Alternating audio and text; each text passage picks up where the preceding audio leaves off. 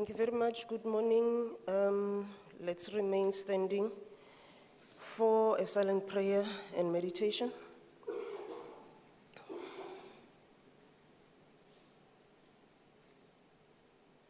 Thank you very much. You may be seated.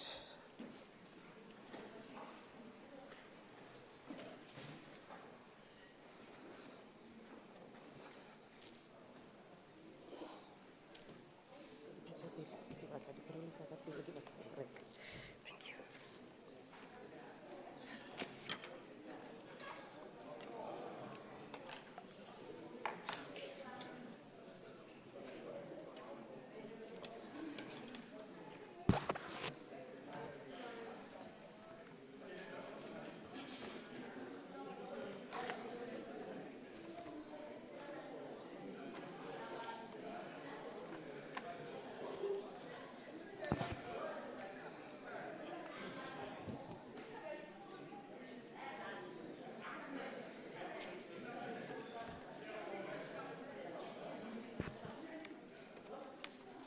Okay, honorable members, I think we can start with our meeting now. So, in accordance with Part 4 of the Conflict of Interest Code and Disclosure Framework for members of the Gauteng Provincial Legislature, members are required to disclose particulars of all their registrable interests within 30 days after opening of the legislature or appointment of the member. Noting the above, honorable members, you are required to complete and submit the declaration of interest to the Office of the Integrity Commissioner at the earliest convenience and not later than the 30th of this month, March 2025. The system was opened on the 1st and it will close on the 30th of this month. So in terms of Rule 79, subsection 1, MEC statements, there are none. Honorable members, we have received, in terms of Rule 81, subsection 1, 11 member statements. So I'm going to, may I have the rule, please? The rule.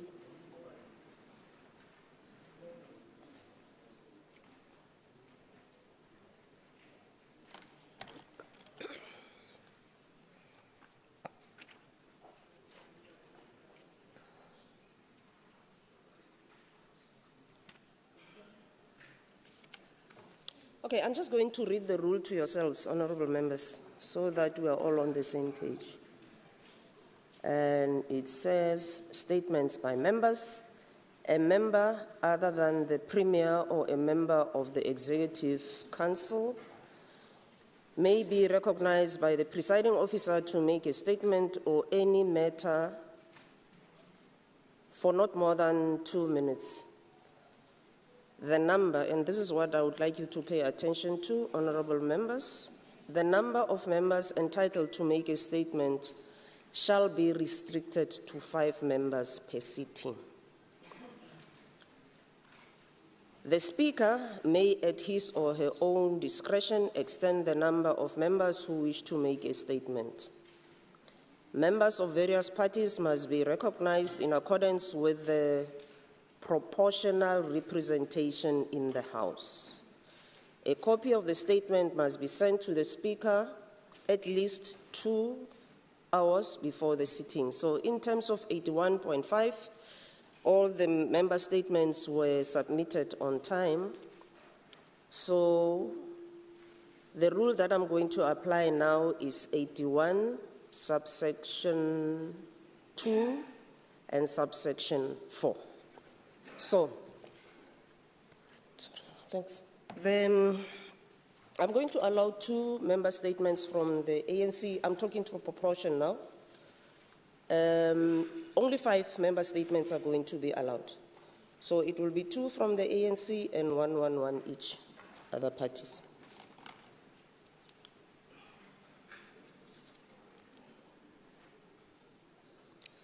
Member Waters from the DA. Thank you, Madam Speaker. Madam Speaker, 6 EFF councillors in the city of Ekurhuleni have been suspended for 1 month without pay. A further 2 EFF councillors received formal warnings and reprimands, while a further 2 EFF councillors, which includes the Speaker of Ekurhuleni, received formal warnings. This comes after the violent council meeting on the 30th of November 2023, where EFF councillors crossed the floor and stormed DA benches, targeting mainly female councillors. And this happened, Speaker, during the 16 days of activism of no violence against women and children. Councillors were kicked in the ribs, stomped upon and punched in the throat, which resulted in severe injuries. Despite damning video evidence, 7 EFF councillors claimed under oath that they did not cross the floor. Cowards often try to avoid accountability when caught by lying under oath. This means another crime has been committed, and that of perjury. The DA will be laying charges of perjury against the 7 EFF councillors. The DA will not allow legislatures to be degraded and sullied by thugs when they cannot get their own way and opt for violence. Our Constitution and voters demand much more from us, and having a different opinion is no reason to attack another person. In fact, by doing so, you expose how shallow and empty your own beliefs are. I thank you, Madam Speaker. Thank you very much, Honourable Walters. Honourable Mfikwe.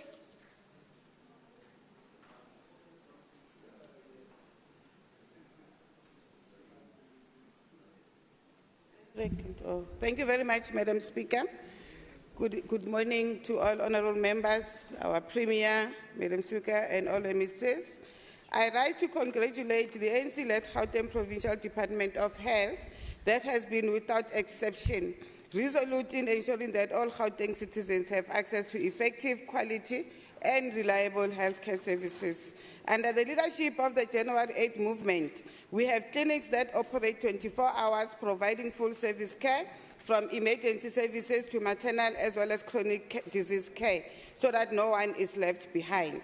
We are pleased that the ANC-led government has prioritized renovating IEC wards in provincial hospitals. Hospitals like Chris Hani Baragwanath Academic Hospital, Dr. George Mukhari Academic Hospital, and Jubilee District Hospital have seen their ICU wards being improved.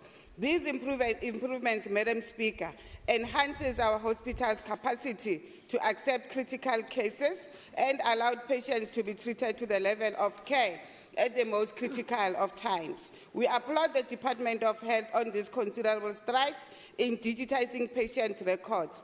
Over 486,000 patients records in Chris Hani Baragwanath have already been converted, and the same is being initiated at Tele Mokgwerane and Sebokeng hospitals. This has enabled efficient management, reduced waiting times, and improved overall efficiency in our hospitals. These achievements, Madam Speaker, bear testament to the ANC's determination to put in place a healthcare system not just accessible, but also attuned to our people's needs. By way of investing in infrastructure, the embracement of technology, and a focus on patient care, the ANC-led government has set a solid platform upon which we will build a healthier Gauteng. I thank you, Madam Speaker. Thank you very much. Thank you very much, Honourable Mfikwe and Honourable Klaba.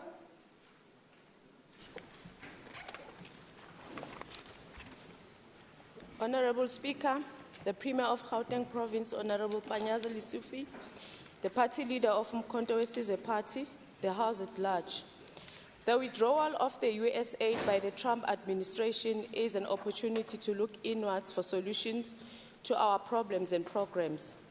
Frantz Fanon, a philosopher and a revolutionary who is known for his work on decolonialism and anti-racism, once argued, and I quote, "To have our lives determined by our dreams of a free world, instead of reactions to a state-imposed reality, is one of the most powerful tools of decolonization. Our minds must be as ready to move as capital is, to trace its paths and to imagine alternative destination," close quote. The Umkhonto weSizwe Party Gauteng Provincial Legislature welcomes the decision by the USA administration to withdraw its funding through the US aid. As the MK, we hold a firm view that The USAID, established in 1961 by President John F. Kennedy, is used as a political instrument to further the political interest of the United States across the globe. The USAID recently funded last year's regime change in Bangladesh. The US backed regime change in Bangladesh because then Prime Minister Sheikh Hasina Wahid, who fled to India amid protest and violence last July, opposed Washington's attempt to establish a military base in the region against Chinese influence. Now that the albatross is removed from our necks, we should be celebrating and come with alternative solutions ukuthi sikwazi ukuzimela and fund our own programs. Siphunyukile ogibeni lomcuphi. As MK, we demand that the government come with counter strategies. It is time to expedite our state-owned pharmaceutical company, Asifuni Uguncenga, because this will come with other serious political concessions. It is our responsibility as the current generations to find ways and means to deliver the services we've promised to our people as a matter of agency. Again, Franz Ferdinand put it clear when he said, and I quote, each generation Honourable must, Member, out of relative obscurity... Honourable member statements are limited to 2 minutes. Okay. Yeah. Thank you, Chair. Thank you. Honourable Kunene.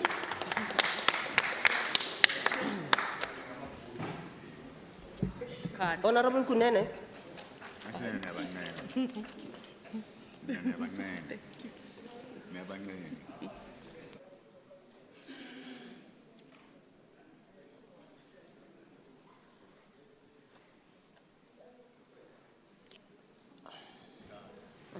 Thank you.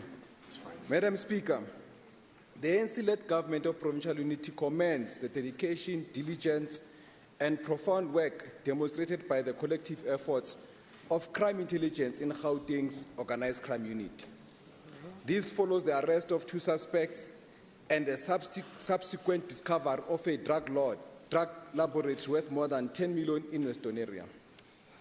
Madam Speaker, we believe that these arrests will lead to further breakthrough in stopping the tide of the illicit trade of drugs and other narcotics that threaten community safety and increase violence against women, children, and the elderly.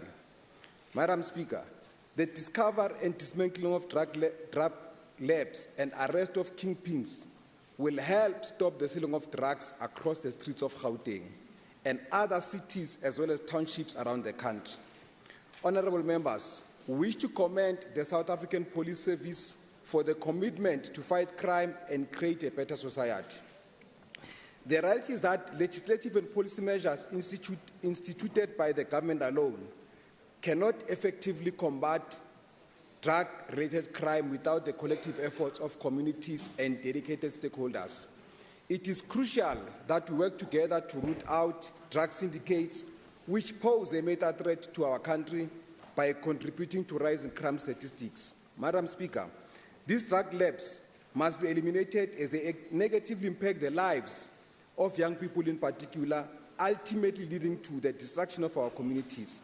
We commend the efforts of the Crime Intelligence Unit in Gauteng.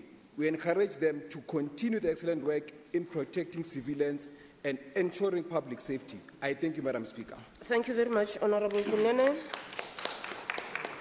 Honourable Smatha. Thank you very much, Speaker. Greetings to members in the House and the EFF caucus led by Honourable Philip Magwala. Madam Speaker, the economic freedom fighters in Gauteng through its public representatives conducted the Umntwana Esikolweni campaign in January to access the readiness of Gauteng schools for 2025 school year. Madam Speaker, the Umntwana Esikolweni campaign highlighted the unsatisfactory state of infrastructure within our schools, particularly township schools. In Mukobom Primary School in Katlehong, the toilets for male learners are not working. We must also note that various schools such as Fumana Secondary, Songoba Primary School and Eketsam Primary, also in Katlehong, are experiencing severe sanitation issues.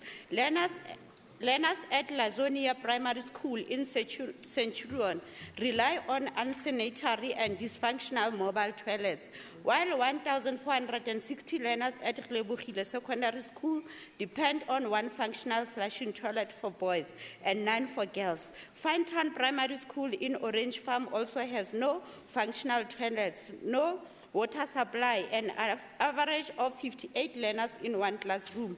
Madam Speaker, in response to the question posed by the Economic Freedom Fighters to GDE, it was revealed that 120 schools across Gauteng are using septic tanks, while 78 others rely on chemical toilets.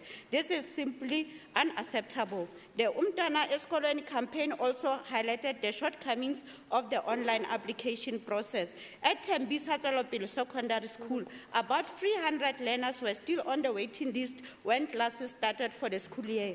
Additionally, the majority of black learners residing in township are denied admission to schools in nearby towns, even though those within the 30-kilometer radius. Madam Speaker, schools are also facing issues of overcrowding, resulting in shortage of chairs and tables. Honourable Simatla, member statements are limited to 2 minutes. Thank you very much. Honourable Ali. Chair.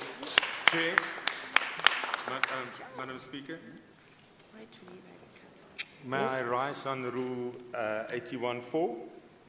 Can you give me that, please? Just hold on.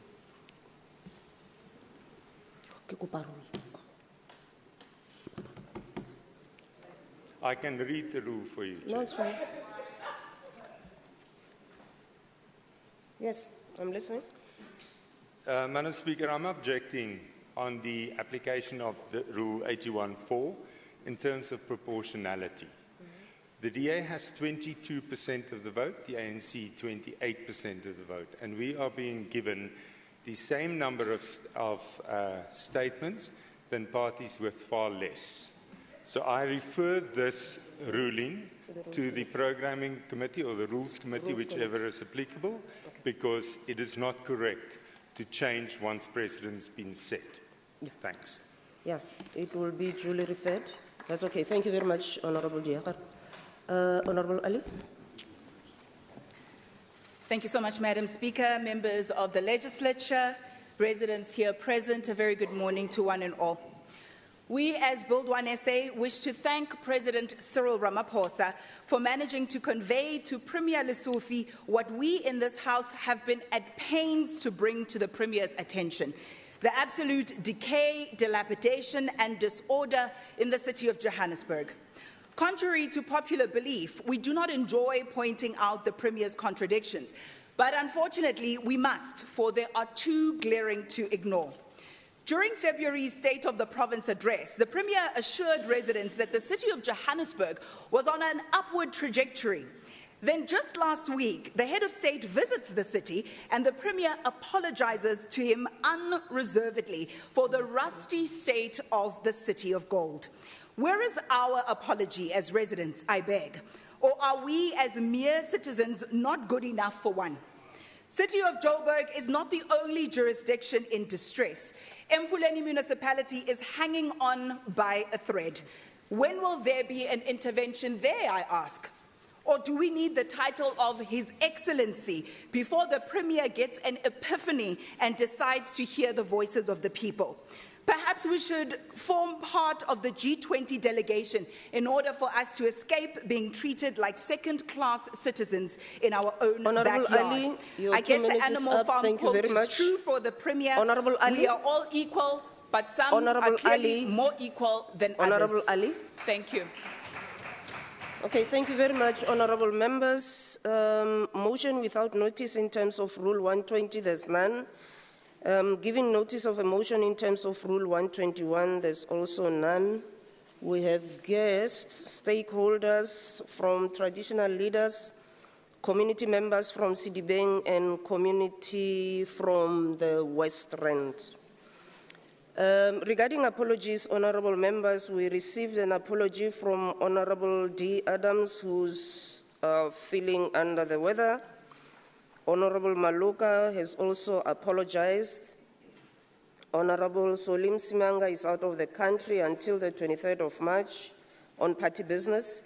Honorable Mike Moriarty is also out of the province until the 28th, rather from the 28th to the 12th of March on party business. Honorable members, when the House started, I had an announcement, or rather a message of condolences to the family of Dr. Homolemo Mokai. So I'll just read the message, and you'll forgive me if I get emotional because I was very close to Dr. Mokai. So basically, we are deeply saddened by the passing of Dr. Homolemo Mokai, a distinguished medical doctor, acclaimed author, and a towering Black consciousness intellectual. His contribution to literature, to healthcare, and the liberation discourse have left a lasting impact on our society. Dr. Mokai's legacy of thought, leadership, and service will continue to inspire generations to come.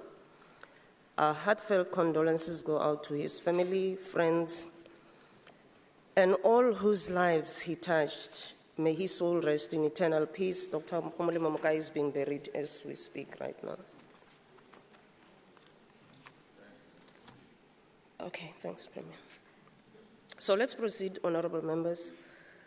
Ruling on an urgent motion. Rule 124 provides for debates on matters of urgent public importance and states the following. A member who wishes the House to discuss a matter of urgent public importance must make a request to the Speaker in writing in one of the languages of the legislature. A member must make a request at least 2 hours before the beginning of a meeting of the House.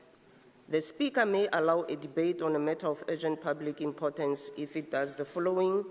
A, concerns a matter of recent occurrence. B, requires urgent attention of the House. And C, does not concern a matter of privilege. I have received a motion from Member E. Muri, which in the main seeks to address issues related to the malfunction of traffic lights, street lights, and road infrastructure. However, given the content and nature of the motion, and notwithstanding the importance of the issues raised therein, I have decided, honorable members, not to allow this motion for consideration on an urgent basis, in that it does not meet the requirements regulating urgent motions in terms of the standing rules.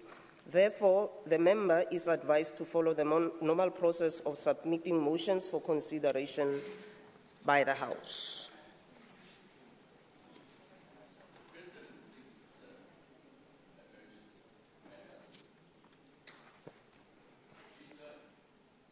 Okay.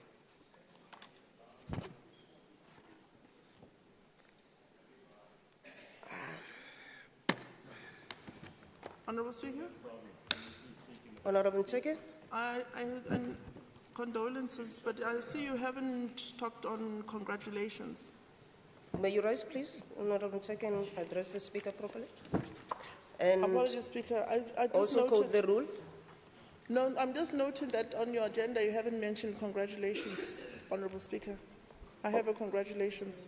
For the members who were sworn in today. No, Speaker, just a congratulations. You went through condolences. Usually after condolences, we are allowed to do congratulations as well. Thank you.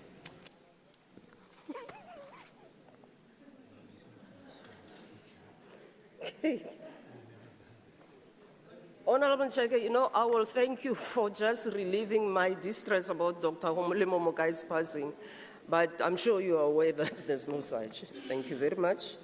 Honorable members, we are now proceeding to questions to the Premier for oral reply in terms of Rule 138. Honorable Ncheke.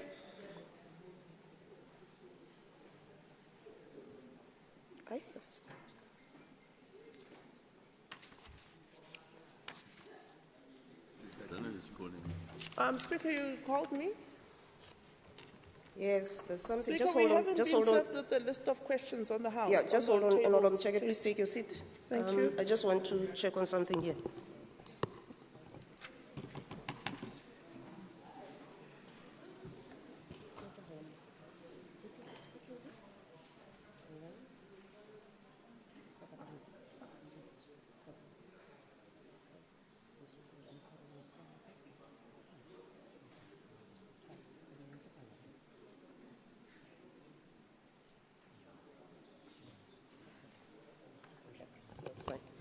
Yeah.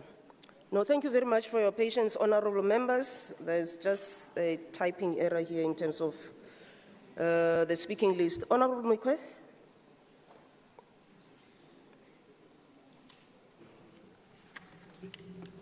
Thank you very much, Madam Speaker. I wish to ask the question in terms of Rule 138 to the Honourable Premier, noting that the audit outcomes of 2023-2024 financial year Speaker, my improved. apologies, please. compared- Point of order 81. We have not been served with the questions to the members, so we are not able to follow the questions and predict if we have follow-up rules. I don't know if other Honourable members have, Mukwe, but our please. party doesn't have the question paper. We don't have it. We haven't been served the question papers. So how do we follow the rules and follow the House? Then we are not able to answer follow-up questions if we have. And why is this side of the house being treated this way? Not for myself. Okay, thank you, Honourable Mcheka, please take your seat. Honourable members, just please hold on, honourable members, please. Honourable members, can I just get an indication of who do not have the questions in front of them? I ask that you just indicate by a show of hands so that I get a sense and the matter is addressed. Okay. Order, honourable members, please. So the next question I'm going to ask is, were the questions not emailed to yourselves? Were they not emailed? Oh, okay, so you're still insisting on using paper. Basically, that's the argument. You just want paper. Okay. The sooner the legislature goes paperless, the better, because we will be saving trees. Okay, the matter has been addressed. The matter has been addressed. Order, members. Honourable Mukwe, thank you very much for your patience. You may proceed. Order, honourable members. Order, order. The question to the Premier, noting that audit outcomes of 2023-24 financial year improved compared to previous year, can the Premier explain the following? One, what did the Gauteng provincial government do differently to get improved audit outcomes for the 2023-24 financial year? Are there any systems put in place to build on this achievement and to assist the departments that are still struggling? And three, if yes, what are those systems? If not, why not? Thank you. Thank you very much, Honourable Mukwe. Premier.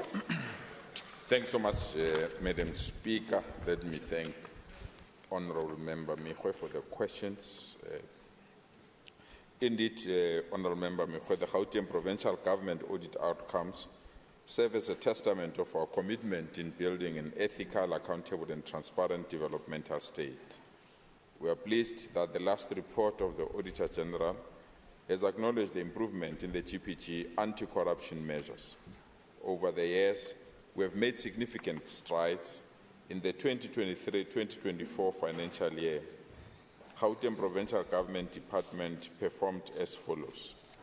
7 of our departments received clean audits. That's the Office of the Premier, the Department of Education, the Department of Economic Development, the Department of eGov, and the Department of Finance, together with the Department of Cooperative Governance and Traditional Affairs and Community Safety. The following departments, 7 of them as well, also received unqualified audit opinions. That's the Department of Health, the Department of Social Development, the Department of Human Settlement, the Department of Roads and Transport, the Department of Agriculture and Rural Development, the Department of Sports, Arts, Culture and Recreation, and the Department of Infrastructure Development. We are further proud, Madam Speaker, that our agencies, literally all of them, also received clean audit outcomes. That's the Gauteng Infrastructure Financing Agency, the Gauteng Film Commission, the Gauteng Liquor Board, the Gauteng Growth and Development Agency, the Supply Park Development Company, the Constitutional Hill Precinct, the Innovation Hub, the IDZ Development Company, the Cradle of Humankind World Heritage, Dinokeng, Gautrain Management Agency, Gauteng Gambling Board, and Gauteng Tourism Authority, as well as G-Fleet. And the following entities received unqualified audit opinions are the Gauteng Enterprise Propeller, G-Fleet Management and Medical Services together with the Gauteng Partners Fund. What this means, Honourable Speaker, is that we've got a clean 100% of the audit outcomes that are satisfactory and have improved. And to achieve this, as per request of Honourable Member Miho, the improvements came out of the following interventions that we've made. As the Office of the Premier, we've developed a close monitoring of infrastructure projects and unblocking where challenges are. Together with the Provincial Treasury, we have also instituted close monitoring systems so that the department can provide regular feedback on sessions that ensure that there is alignment between performance and money spent. As the centre of government, that is the Office of the Premier, COCTA and GP and Gauteng Provincial Treasury, we continuously have an oversight over all our departments and agencies, especially to manage areas where we suspect there might be unauthorized, irregular, as well as fruitless and wasteful expenditure. We've put up better performing systems and have also improved correlation between spending and targets that have been achieved by departments, as well as overall improvements in the information system audit outcomes. In terms of question 2, are there a system put in place to build this achievement? The answer is yes. In terms of question 3, what are these systems? As earlier indicated, is to ensure that more effort is put in increasing the achievements of planned targets. We review the infrastructure delivery model. We reduce irregular and fruitless expenditure in CAT. We continue to strengthen and monitor the achievement based on targets set for the department, and we continue to coordinate efforts and adopt stringent compliance monitoring system, and also provide coordinated support to municipalities as well, and intensify synchronized efforts aimed at improving oversight of departments. We are committed that even this year we'll put up all the necessary system so that majority of our departments can join the family of clean audits to demonstrate to South Africans and also citizens of our province that we are indeed the true custodian of their resources and their funds. Thank you so much, Madam Speaker. Thank you very much, Premier. Honourable Mikwe, if you have a supplementary question or a short remark, you may do so. It's a short remark. I want to congratulate the Premier as well as all the departments that have received unqualified audit with few matters of emphasis. You know, Premier, I heard somebody talking about unqualified audit, and that person equated unqualified to be corruption. We need to go out and educate more of our public representatives so that they understand the terminology, but continue to ensure that all departments that have not received clean audits are supported in that particular fashion so that we don't have to regress. Thank you so much. Thank you very much, Honourable Mikwe. In terms of Rule 138, subsection 9, I now open for additional supplementary questions or additional remarks by members who wish to do so.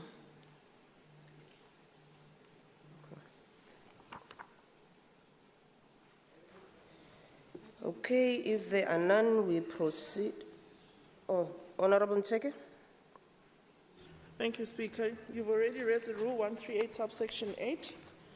I cannot speak for other departments, but I want to ask, within social development, it's more like a supplementary remark, not even a question. The Auditor General, in every single annual report, says, when I listened to the Premier responding to question 2, the department fails to implement financial controls year on year. I would like to see how that's actually changing, because it hasn't changed. For the 10 years I've been a member of this House, this being my 11th year, every year when I read an annual report, that is what I read. So I'm contradicting the statement that there's improvements, because the statement comes through every year. Thank you. Okay.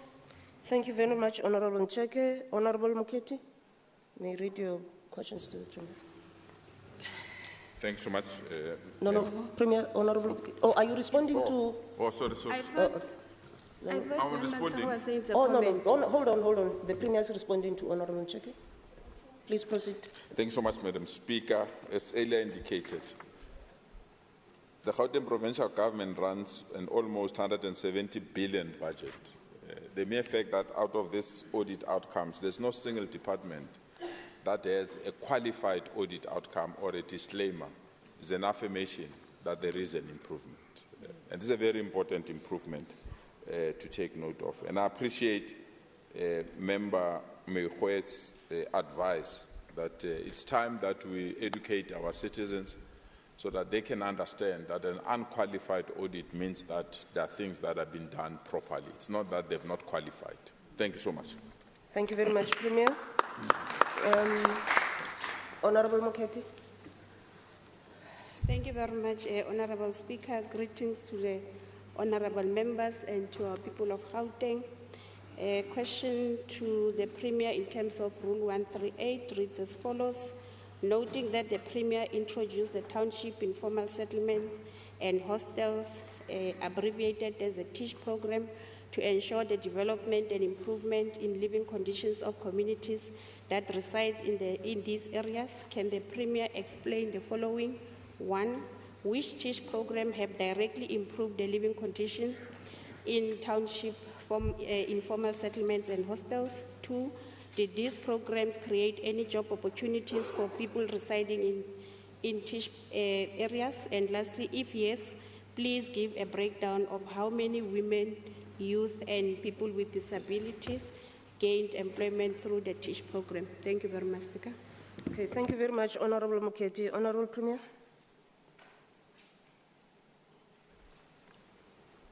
Thank you so much, Madam Speaker. Let me also thank Dr. Mokgweetsi for the questions. In August 2024, during the State of the Province address, we announced this groundbreaking intervention of ensuring that we improve our townships, informal settlement and hostels. And last year, we added the Central Business District, especially the Central Business District of Johannesburg. We did this informed by our vision to plan and to transform all strategic CBDs in our province into dynamic urban centers, driving the broader economic development for Gauteng. In the past year, Honourable Member Mokgweetsi, our overall investment in township, informal settlement and hostels has increased substantially. We've managed to invest in a 1 megawatt microgrid in Amarasta in Alexander Township, where we've invested together with City Power to ensure that those that were without electricity for years, they now have electricity in that area. We are forming a strong bond with Eskom and the municipality of Mfuleng to do exactly the same with the community of Everton. Together with Eskom and City Power, we replaced almost 643 transformers that were not working for almost 4 to 5 years in our townships and with an informal settlement, ensuring that homes and businesses stay connected despite the challenges of vandalism and overloading. Through our enterprise and supplier development roadshows, we are opening the market for almost 30 local products, from detergents to beauty products and food, which have surpassed product testing and now been sourced by major retailers like Pick n Pay, Builders Warehouse, and Massmart. During the State of the Province address this year, we indicated the groundbreaking agreement with the province of Hunan in China that is sourcing major products from those that are in our townships, informal settlement and hostels. Our township bakeries as well are booming. Our bakery business in Enrado Park, Tukom's Rest, Westland are more equipped with skills to standardize and improve their bread quality. To date, they can produce 22,000 loaves of bread per day. This initiative will create thousands of opportunities and supply local communities and government institutions with fresh bread. We hosted 7 high-impact events in townships, generating almost 814 million in economic activity and 13.5 million in revenue for small businesses. We also made a commitment during the State of the Province address to connect our townships with free Wi-Fi. To date, 68 Wi-Fi hotspots are connected, and have also continued to invest and maintain the Gauteng provincial network We have a plan to roll out more than 157 public Wi-Fi hotspots across the 26 townships across the Gauteng. We have conducted a full assessment of hostels owned by municipalities and the 6 owned by the province. Work is already underway in the following municipal hostels: Setoga Hostel, Mamelodi Hostel, Ratanda Hostel, and Kagiso Hostel. And maintenance and upgrades of hostels and flats owned by the province are continuing to ensure that affordable housing projects are well maintained. In terms of question 2, our job initiatives are undertaken through the Nasisbane program and include both communities falling in and out of the TISH areas. The recruitment process for the Nasisbane campaign started in June 2023 and overlapped in the 2024 for different public service posts and special programs. A total of 57,325 opportunities were created during this period. In terms of question 3, as indicated above, the TISH and Nasisbane programs are not considered in isolation from the provincial targets. As of Q3 of the current financial year, 72% of the Gauteng workforce was women, 27% was youth, and 2.7% was people with disabilities. We will continue to make improvements in the township informal settlements and hostels as we want to ensure that all our communities grow together. We're indeed excited with the visit of our President as well as his cabinet, who have reaffirmed to establish a presidential working group to improve the Johannesburg CBD. This intervention didn't come out of its own. We were hard at work as part of our commitment that we've made earlier on to improve the CBD. A new Joburg will indeed rise, and it will benefit all its citizens. Thank you so much. Okay, thank you very much, Premier. Honorable Mketi, if you have a supplementary question to ask or a short remark to make, you may do so. Thank you very much, Honorable Speaker, and thank you, Premier, for the response. I don't have any comment. Thank you. Okay. So, honorable members, in terms of Rule 138, subsection 9, I now open up for additional supplementary questions or additional remarks by members who wish to do so. Honorable Ali. Thank you so much, Madam Speaker. Thank you, Mr. Premier. I've heard the Premier speak before about these locally produced products that have found shelf space in various retailers. It is just a humble request from the House. Could we please get a list of these locally produced products so that we can practice what we preach here in the House and we can support those manufacturers and we can go to Pick n Pay and the like to purchase those products. So we often hear that they are there, but they seem somewhat nebulous. Can we please get a list of them so we can go to the stores and get the detergent and beauty products from these local manufacturers? Thank you so much. Okay, so thank you very much, Honorable Ali. I can't see your name, Honorable Member, but you may proceed.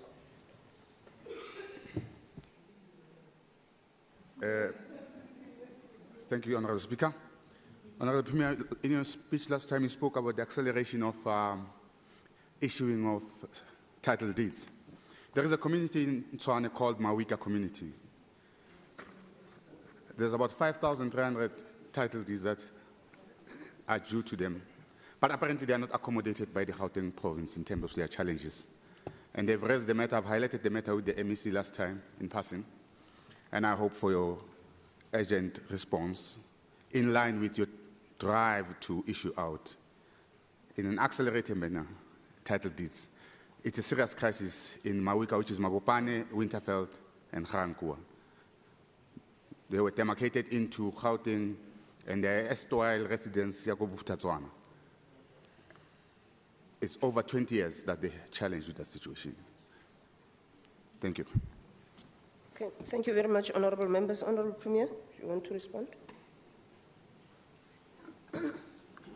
Thank you so much, Honorable Speaker. I thought myself and members Kosana were having an offline discussion about these matters.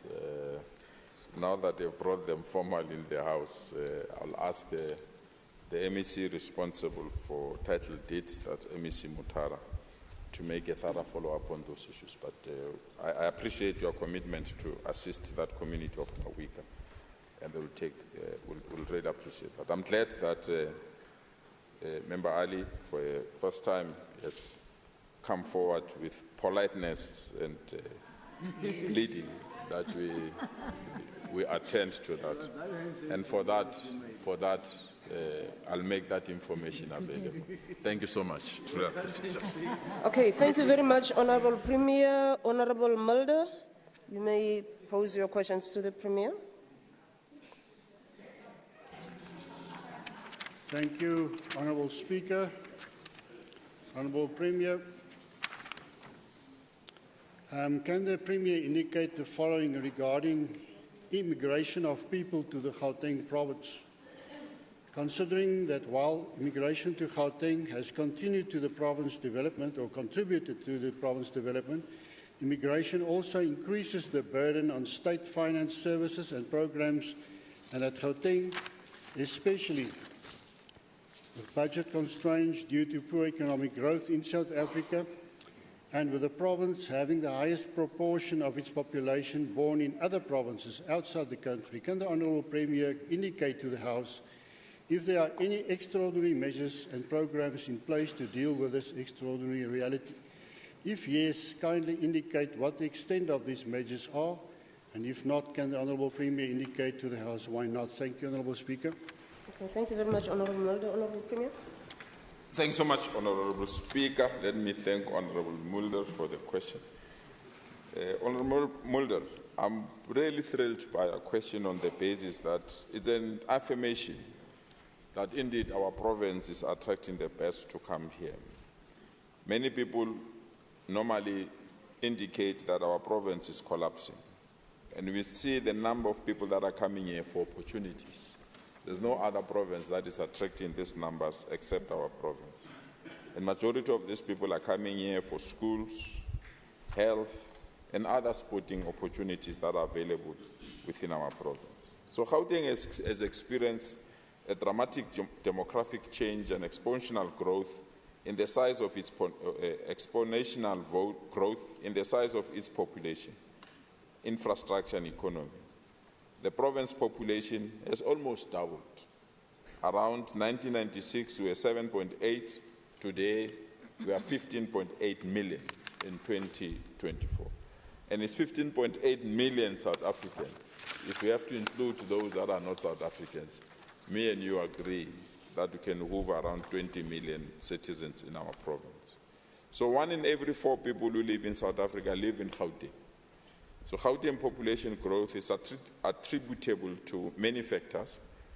As a result, Gauteng has the highest number of in-migration and the lowest number of out-migration flows in South Africa, with an inflow of domestic migrants mostly from rural provinces, as per Stats SA report that was published. The table below provides an overview of in-migration and out-migration estimation for the province over the past 3 periods. In 2026 to 2011, we had 416 people leaving our province, but we had 1.3 million coming to our province, with a net migration of almost 913,000 people. In 2011 to 2016, 479,000 people left our province, compared to 1.4 million people that came to our province, thus giving us a net migration of 980,000. In 2016 to 2021, 548,000 people left our province, while 1.5 million people came to our province, giving us a net migration of almost 1 million people coming to our province. An indication that indeed we need to improve our housing scheme, we need to improve our infrastructure, especially roads and those facilities that are accessed by our people like schools and clinics and hospitals. But we are excited as a province and have already indicated that we are not going to put Gauteng is full sign at the borders of Gauteng. We really believe that our people have the right to come to our province And we have to ensure that it remains attractive, but most importantly, it attracts investment so that opportunities can be made available for our people.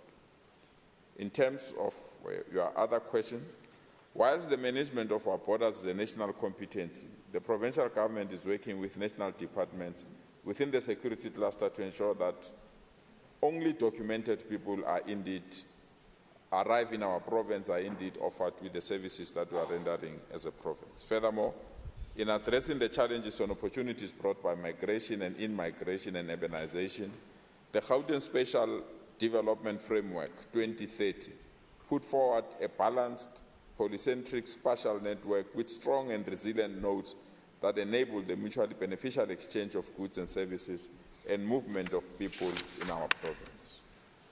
Managing a settlement development and prioritizing infill development and densification rather than expanding residential development outward so that new settlements are functional and integrated within our province. We also want to build an economic network through a system of high-order nodes and activity corridors, developing economic clusters that benefit from synergies and unlock the advantages of agglomeration in our province. We also want to create a viable and productive hinterland by protecting valuable resources and high-potential agricultural land from harmful development and managing water resources effectively. In terms of your last question, we'll want to refer you to the first question that we have answered extensively, but further indicate that Gauteng is a home of everyone, and Gauteng must rise and provide the necessary services to all its citizens, regardless of their economic standing. Thank you so much, Madam Speaker. Thank you, Honourable Premier. Honourable Mulder, if you have a supplementary question or a short remark, you may do so. Thank you, Honourable Speaker. Honourable Premier, thank you for just a short remark. Thank you for recognising the reality and elaborating on it. The Freedom Front Plus is still concerned about the fact that poorly maintained infrastructure in Gauteng poses a real threat for us to make progress in this regard. It's common knowledge that the infrastructure is collapsing in a lot of areas. So we've got a backlog. Before we can make progress, we should still fix the existing, and we really urge the Gauteng government to answer to that threat and to that challenge. Thank you, Honourable Speaker. Thank you, Honourable Mulder. Premier, do you want to respond? Well, Madam Speaker, I just want to thank the constructive role that is played by Freedom Front in dealing with some of the challenges that we have. Our approach is very, very simple. We have a problem of syndicates rather than a problem of collapsing systems. There is a clear syndicate that is targeting installations, government installations in particular, our roads, our traffic lights, our street lights, and many installations. And we have taken a view that instead of rushing to repair these institutions, we need to target these syndicates. And we've said it in the State of the Province address, that there are 450 people that we have profiled, that have assisted us. And I'm glad that Member Kunene this morning outlined an example of the syndicate that was dealing with drugs. Last night, we arrested the syndicate that was dealing with kidnappings in our province. And we continue to do these things. That is out of that intervention. So our infrastructure will be protected. But you can't replace a traffic light that will be broken tomorrow. It's like working backwards. So we've taken a posture with the law enforcement agencies and the private security institutions, and we are working extremely hard that if we can conclude these 450 campaigns, analyze them, arrest them, then we'll be free to deal with it, including the scrapyard market, because the scrapyard market is a source of the destruction of our province. So any other person can insult us on any other thing on how our province is going down. We are at the driver's seat, or control of the wheel, steering, and we'll be in a position to identify those that are causing mayhem in our province, and we'll attend to them. Thank you so much. Okay, thank you very much, Honourable Premier. Honourable members, we proceed to Rule 138, subsection 9. I now open for additional supplementary questions or additional remarks by members who wish to do so. Madam Speaker, There any honorable advocate? Can I rise on the very same rule? 138, the subsection 9. 8 and 9 respectively. Because if you read that rule, it says at the discretion of the presiding officer. It's not an automatic thing. And you find here that a number of members are abusing the prescriptions of this specific rule. They are lazy to prepare substantive questions and want to leverage the applicability of this rule. And I really want to caution the table that you must advise the speaker appropriately. Because this rule is intended in the most dire of instances when a member really needs to ask. It's not a shortcut arrangement. So I really just wanted to caution that we are prolonging the proceeding by always leveraging, in fact, in abuse, because you are abusing this specific rule, Madam Speaker. So I wanted to plead with you.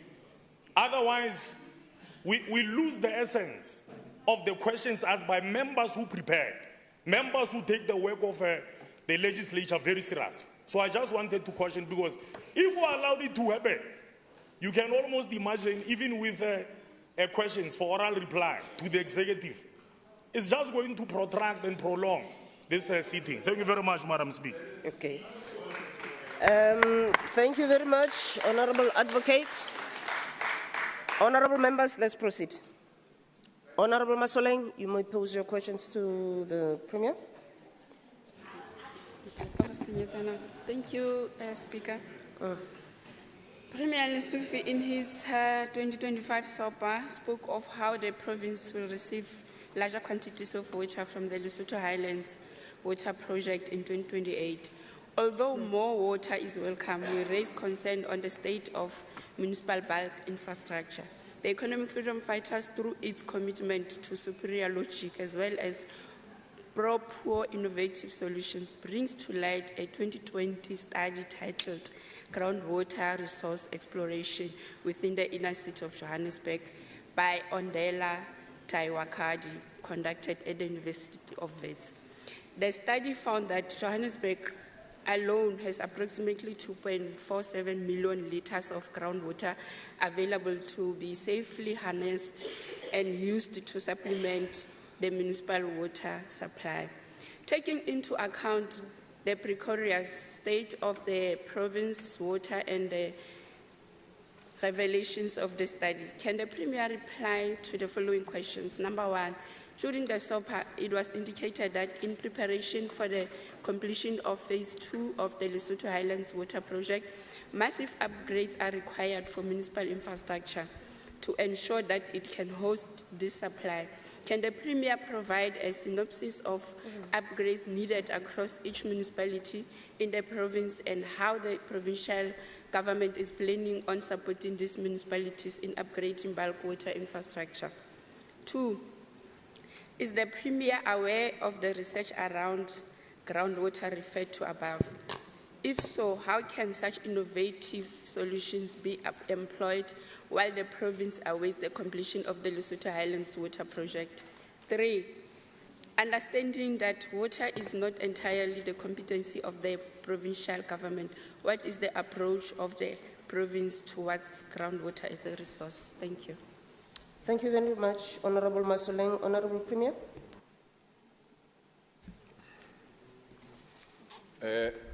Thanks so much, Madam Speaker, and thank you so much, Member Masoleng. This is a 6-page response to Member Masoleng, Madam Speaker.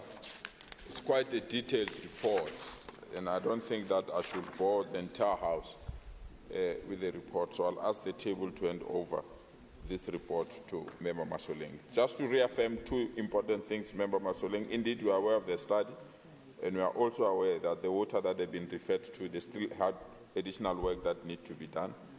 We have established what we call the Water IGR Forum that is chaired by Honourable Member Mamabulo. We meet every week with the National Minister of Water, the Deputy Minister, the two Deputy Ministers of Water, the province through the Premier and the MECs, as well as all executive mayors and their MMCs, to deal with the challenges of water. You will recall between the month of December and January, our citizens in our province faced serious shortages of water.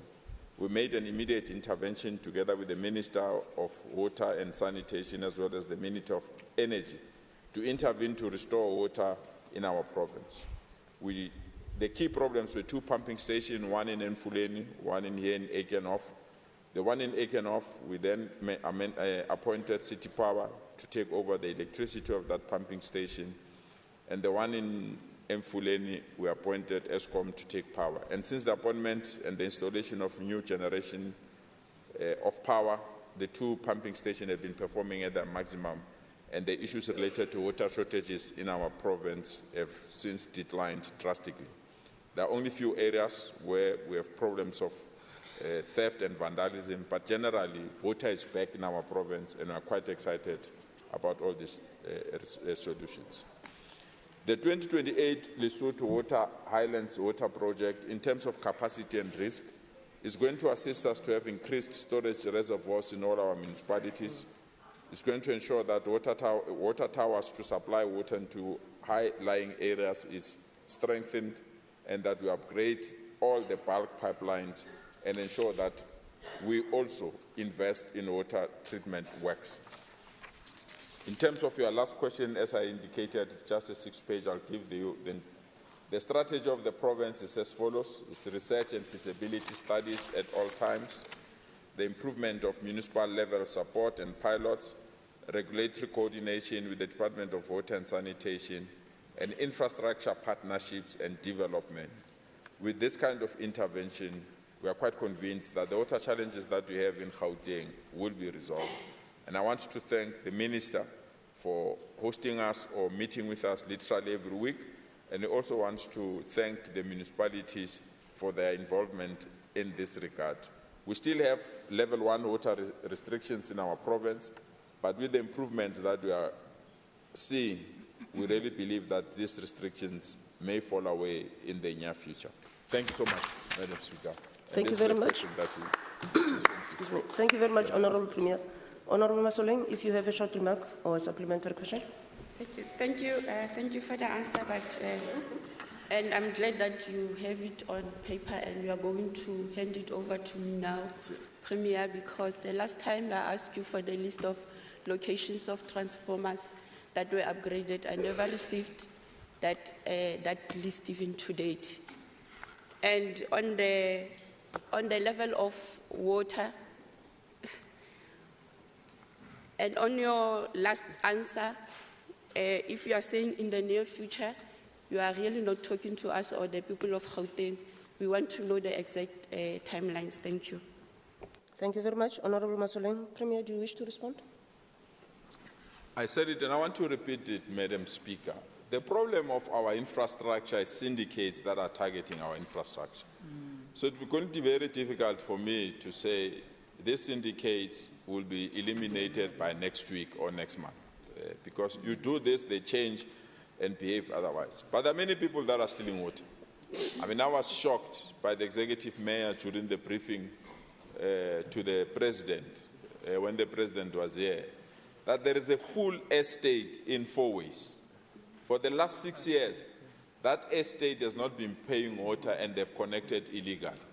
These are rich people that stay in an estate and they've been connecting water free of charge. And together with the mayor, we agreed we must switch them on and make them to pay back the water that they've used in many years. Because we can't allow people to behave as if it's a lawless country and it's a free-for-all. So we'll attend to your consent that water must be made available in the near future. Thank you so much. Thank you very much, Honourable Premier.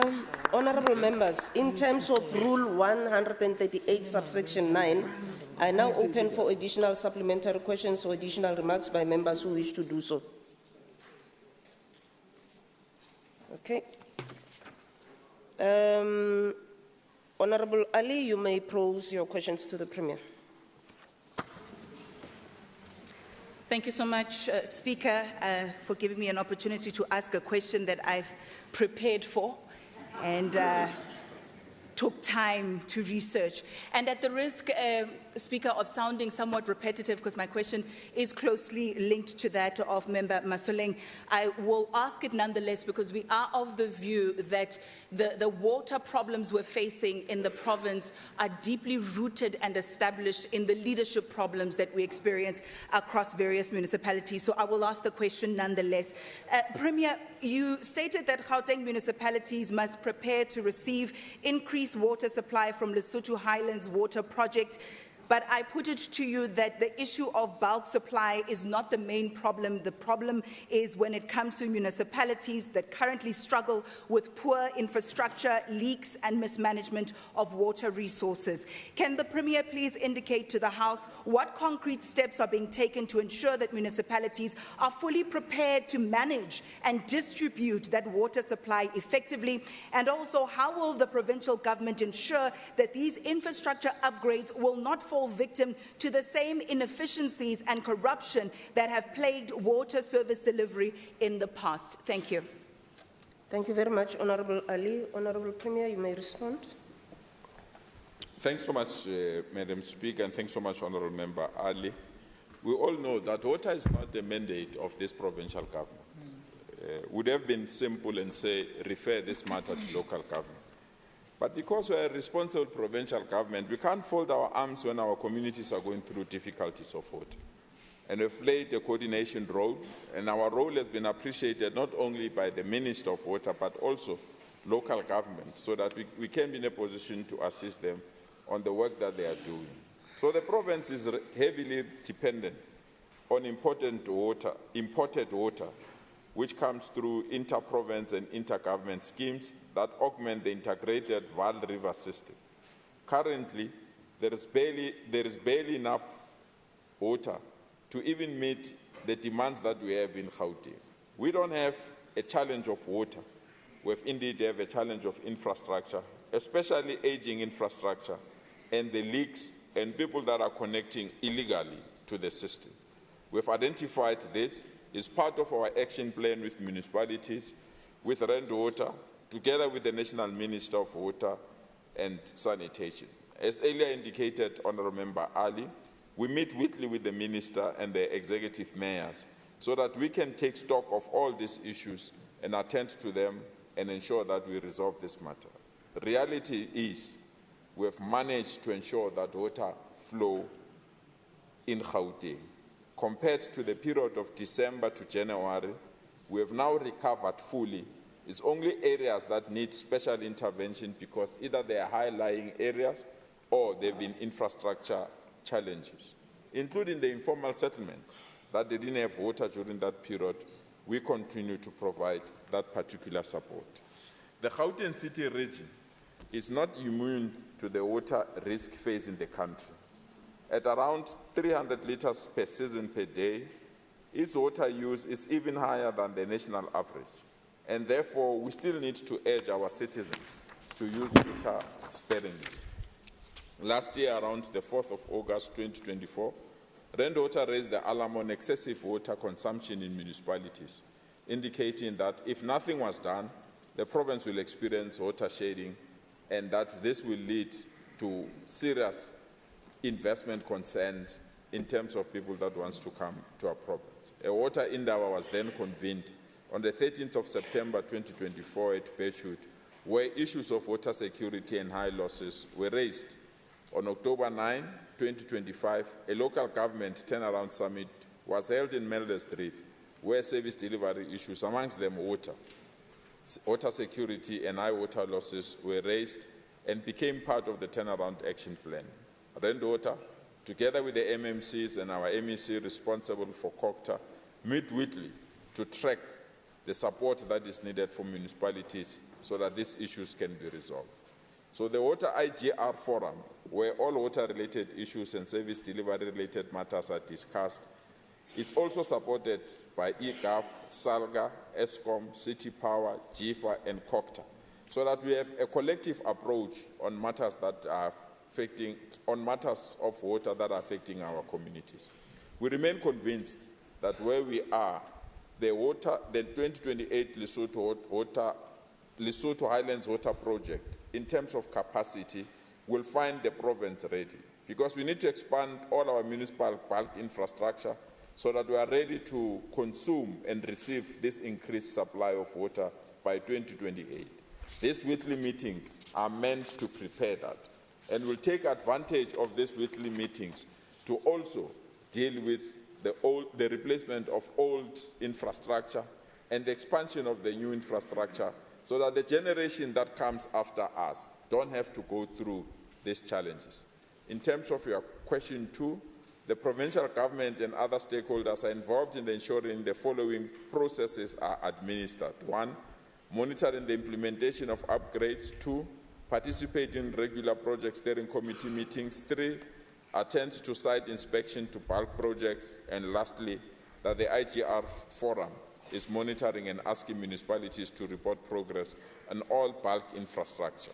We are excited as a province that regardless that this is not our mandate, within the shortest possible time when we detected that water is going to be another challenge like electricity, we took the experience of intervening electricity to bring it within the water sector, and to date we have protected a serious water fallout in our province. And we're excited that majority of the areas that didn't have water, they have water now. And areas that continue not to have water, will extend our apologies unconditionally because we want to resolve their problems so that they can get access to water. Thank you so much, Mr. Speaker. Thank you very much, Honourable Premier. Honourable Ali, a supplementary question if you have one or a short remark. Thank you so much. I do have just a short response. Thank you for your reply, Premier. You are quite correct that the provision of water and electricity is not a provincial competency, but in the same way that you intervened when it came to transformers, we do appreciate your intervention in this regard as well. I think it's important that we highlight the role of cooperative governance in this instance to help the municipalities to make sure that they perform at their optimum level. You speak a lot about these syndicates that are hell-bent on destroying public infrastructure, and I don't discount or disqualify that notion, but I think it's important to note that nature doesn't allow for a vacuum. So in the absence of leadership in municipalities, then the criminals and the vagrants will step into that vacuum, and many times we can't tell the difference between the leaders and the criminals. So please let us make sure that when it comes to cooperative governance, we assist the municipalities as much as possible for the sake of water. Thank you. Okay, thank you very much, Honourable Ali. Premier, if you wish to respond. You know, sometimes I wish I can ask members in this House that Zamazamas that are using water under the ground, where do they pay their bills? Because this thing is real. You can blame the leadership of municipalities as you wish. Reality is that people that are unemployed and people that don't have jobs and they can't afford to pay, someone must give them water. Water is life.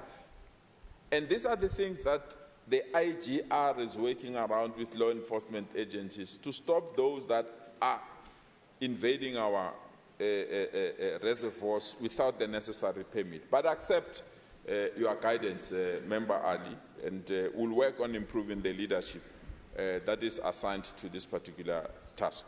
Thanks so much, Madam Speaker. Thank you very much, Honourable Premier. Honourable members, in terms of Rule 138, subsection 9, are now open for additional supplementary questions or additional remarks by members who wish to do so. Okay. We now proceed, Honourable members, to questions for oral reply to the Executive in terms of Rule 134. Honourable Mokwe, you may pose your question to MEC EGAV. Thank you once more, Honourable Speaker. I wish to ask the member of the Executive Council for EGAV, noting that the departmental plan to deploy the Gauteng broadband network throughout the Gauteng city region and execute e-services is one of the strategic pillars of e-government. Can the MEC for EGAV and Research Development answer the following questions regarding the Gauteng broadband network? 1, as part of helping communities to have an efficient communication network, how many Gauteng communities benefited from this broadband network rollout plan? 2, are there any specific areas that have been identified for the Gauteng broadband network rollout plan? And 3, what is the current status of the efforts to link broadband networks to the communities within the Gauteng City region. Thank you. Thank you very much, Honorable Mukwe. Honorable MEC. Thank you very much, Honorable Mekwe, for the question, and thank you, Honorable Speaker and Honorable Members. With regards to question 1, the site list for all Gauteng Provincial Network, GPN, is attached to Annex A, and below is the summary of sites per corridor and the site categories. In the central corridors is 319, in the northern corridors is 277, in the western corridor is 248, in the eastern corridor is 250, in the southern corridor is 184. The sites on NMS and B-level is 1,278. Agencies is 29, clinics is 188, CHCs is 29, GPG administration buildings is 277, hospitals is 31, municipal sites is 44, libraries is 88, schools is 587, two song centers is 19, and hostels is 6. With regards to question 2, the list of townships attached in Annex B, because it's exhausted, Member Mekwe will send it to you, are the priority areas for the department to focus on. Below are the 26 priority townships, which is the Retabising, Tembisa, Wattville, Winterfeld, Zola, Tutuza, Sibukeng, Wipatong, Sharpeville, Bupilong, Ratanda, Musiville, Kagiso, Muhlakeng, Khutsong, Davidton, Katlehong, Hammanskraal, Soshanguve, Mabopane, Garankuwa, Mamelodi, Refilwe, Atteridgeville, Orlando West, and Orlando East. With regards to question 3, the status of the efforts, it's indicated below per corridor as the site categories. Please refer to the spreadsheet on Annex A, but I'll repeat them for you as I did in the first question. For central corridors is 319, northern corridor is 277, western corridor is 248, eastern corridor is 250, southern corridor is 188, and is attached in Annex Z. Thanks very much, Madam Speaker. Okay, thank you very much, Honorable MEC. Honorable Mekwe, if you have a supplementary question or a short remark, you may do so. Thank you very much, Honorable MEC. It's just a short remark to say I'll be happy to, through the table assistance, to receive the document. Thank you so much. Thank you very much, Honorable Mekwe. Honorable members, in terms of Rule 134, subsection 7, are now open for additional supplementary questions or additional remarks by members who wish to do so. Honorable Ali and Honorable Waters, you'll follow. Honorable Ali. Thank you so much, Speaker, and thank you, MEC, for your response. I put it to you that the Gauteng broadband is dysfunctional, MEC. We visited Ikasi Labs in Tembisa. We also went to a school called Tabotona last week, and the commonality between these two institutions was that the broadband that was promised has not been optimum in terms of its operations. It doesn't work. It clearly is leaving them hard done by, and in fact, the schools have had to put together mitigation plans to receive connectivity through other means despite this Gauteng broadband rollout. I wanted to find out, have you received similar reports? And if that is the case, what are you doing to resolve the issues? Thank you. Okay, thank you very much, Honorable Ali. Honorable Waters. Thank you, Speaker, and thank you, MEC, for that reply. MEC, there's over 2,200 schools in our province that still don't have classroom connectivity. We're now in 2025. Can the MEC please indicate to this House by which date he envisages that every school, every classroom will be connected? Thank you. Honorable MEC. Thank you very much, Speaker, and thank you very much, honourable members, for the question. Honourable Ali, you are correct. There are challenges with our broadband, and we are dealing with them. The only challenge we have, with even regards to Member Walters, our wish is that we connect every classroom in our province, but there are problems of budgets. We cannot do as we like. There are cuts everywhere. The MEC for Finance, when he presents his budget, he will tell you how much money we have lost as a province, and that is why we are at 500-something schools. And I'm calling upon all of us in this House to really help Gauteng to use our representative nationally for us to get more money, because digitization is no more a choice. if we really want our kids to be competitors in the global world, we need to connect every classroom. And I agree with you. We are just at 500, which is not even a fraction of what we're supposed to do. Thank you very much. Okay, thank you very much, Honorable Dlamini. Honorable members, I have a request from the Premier that I allow Honorable Ncheke to ask an oral question. Do you have one? Honorable Ncheke. Thank you, Speaker. With regards to Tembisa police station known as Rabasotho, how many police operate at this station and how many officers should they be having? 2, how many vehicles do they have and how many are in repairs? 3, how many cases of GBV have been opened at this station? How many went to court and how many have resulted in convictions? 4, how many cases of murder have been opened at this station? How many went to court and how many have resulted in convictions? 5, how many officers are firearm compliant in the station? Thank you. Thank you very much, Honorable Ncheke. Honorable Premier. Thank you so much, Madam Speaker. Let me thank you wholeheartedly for agreeing that we deal with this question now, and thank Member Ntsege as well. In terms of question 1 on how many police operate in this police station, these are the details. In terms of visible police, we've got 250 members. That brings us to 84%. In terms of detectives, it's 87 members. That brings us to 87%. In terms of support, it's 48. That brings us to 68% support in terms of members in that police station. In terms of question 2 of how many vehicles are available in that police station, vehicles granted to that police station is 66, and the actual vehicles that they have now is 79. They've just received an additional surplus of 13 new vehicles, and 13 vehicles are currently under repair or in garages. In terms of question 3 on the cases of GBV, I'll break it down in terms of years. In the last financial year, that is 2023-2024, the police station received 915 GBV cases and 584 went to court. And out of the 584, there were only 15 convictions.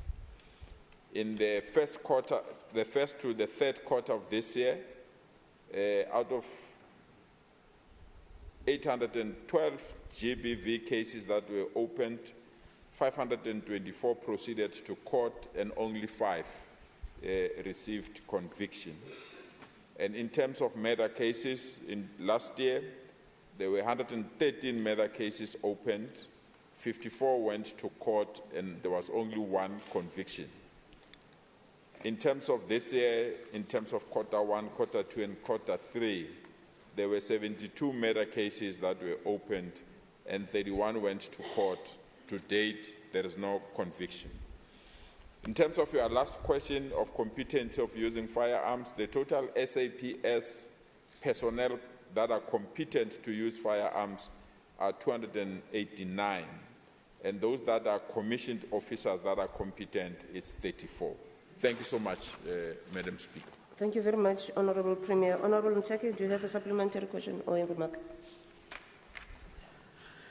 Thank you, Speaker. I've got a supplementary remark. I think I'm going to zoom in on the murder and the GBV questions particularly, but also noting the cars in the garage. 13 is a bit too much because we need manpower considering the population growth. But when I look at the murder and the GBV cases and the number opened and what ultimately results in conviction from 915 to only 15, and you see the increase because it's only the first half of, not even the first half of the year really, 812 with 5 convictions. Premier, I'm concerned about these convictions that they are very low. And I think more needs to be done to make sure that we have more cases ending up in court and in convictions, because my worry is when you speak to magistrates, sometimes their investigations are not sufficient and then the cases end up being thrown out. That means we're still dealing with criminals, but our police have failed us in terms of ensuring they've got proper investigation done so that it can result in convictions, both with MEDA and both with GBV. And this particular police station was not ranking very well under the last crime stats. I think more needs to be done for the people of Tembisa to be safe. This is my concern. Thank you very much. Okay. Thank you very much, Honorable Ntseke. I just got a note that your mother is not well, so I hope she gets well very soon. You are excused. Honorable members, we then proceed with questions to the... Oh, sorry. Premier, do you want to respond? You're okay? Okay, sorry. We now proceed with questions for oral reply to the executive in terms of Rule 134. Honorable Musai, you may pose your questions to Honorable MEC Finance. Thank you very much, Madam Speaker. I'm going to ask the member of the Executive Council for Finance. Can the MEC of Finance answer the following questions regarding accountability and monitoring of departmental budgets during implementation processes? What monitoring systems were established to ensure transparency and accountability in the department in the spending of the 2024-2025 budget? What systems has the provincial government also put in place to detect corruption and mismanagement of the budget allocated to Gauteng departments? And the last question, Madam Speaker, is that if any, are these systems able to assist your department to avert potential corruption and mismanagement of funds? Thank you, Madam Speaker. Thank you, Honorable Musai. Honorable MEC.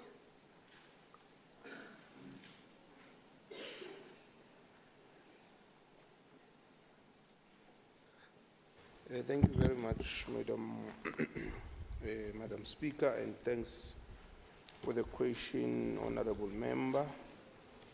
The answer to the first question is that the principles of transparency and accountability are enshrined in the Public Finance Management Act, number 1 of 1999 as amended, which into that its main objective is to secure transparency, accountability, and sound management of the revenue, expenditure, assets, and liabilities of all institutions to which it applies, PFMA applies to. There are various mechanisms established as government systems and instruments used throughout the public sector to secure, promote, and demand accountability and transparency from government departments and entities. Some of these systems include the following as it relates to provincial spending. Section 28 of the PFMA requires the publication of provincial estimates of revenue and expenditure over a 3-year cycle, differentiating such spending in terms of capital and current expenditure. Section 40 of the PFMA subsequently requires accounting officers of provincial departments and entities to each year before the beginning of a financial year provide the relevant treasury in the prescribed format with the breakdown per month on the anticipated revenue and expenditure of that department for that financial year. Each month, accounting officers must submit information in the prescribed in-year management report on their actual revenue and expenditure for the preceding month and the amount anticipated for that month. And similarly, at the end of each year, each department must prepare annual financial statements showing all actual expenditure for the year that are subjected to and audited and subsequently published. If an accounting officer is unable to comply with any of the above responsibilities, he or she must promptly report the inability together with the reasons to the relevant executive authority and treasurer. It should be noted that most of the provisions as stated in the letter and spirit of the PFMA are designed to derive transparency and accountability over the state of public affairs assigned to each respective provincial department and entity.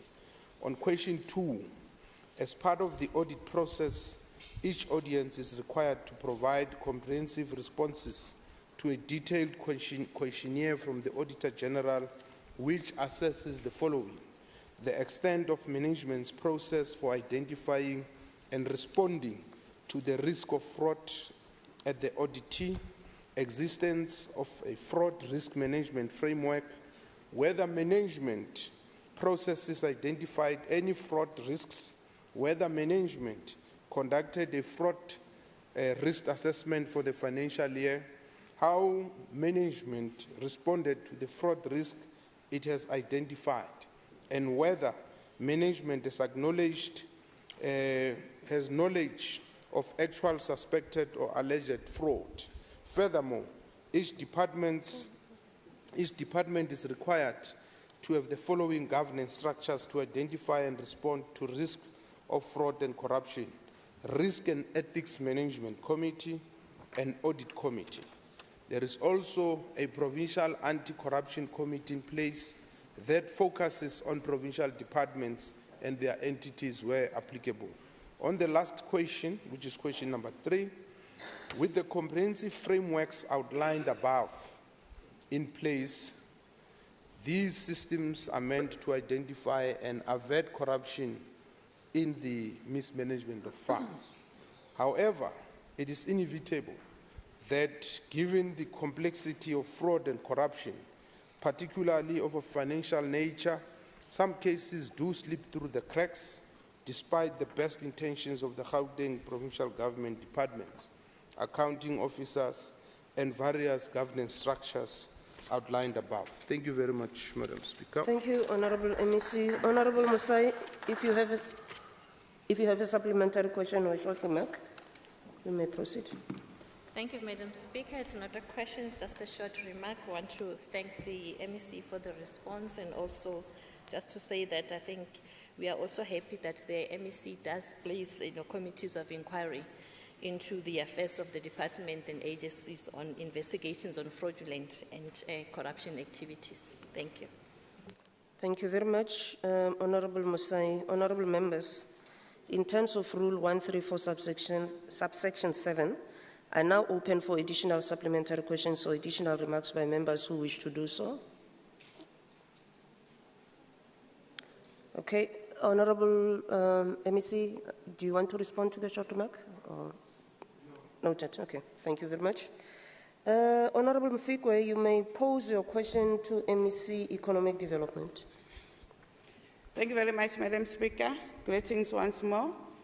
Can the MEC provide answers to these following questions in relation to the registration of spaza shops in our province? 1, what is the progress recorded by the department in relation to the registration of spaza shops and ensuring that such businesses comply with the prescription in the Gauteng Township Economic Development Act? 2, what is the current figure of registered spaza shops as per the data of the department? And the last one, can the MEC indicate how many of the registered spaza shops are foreign owned and how many are locally owned? Thank you, Madam Speaker. Thank you very much, Honourable Mfikwe. Honourable MEC. Thank you very much, Honourable Speaker and Honourable Mfikwe for the question.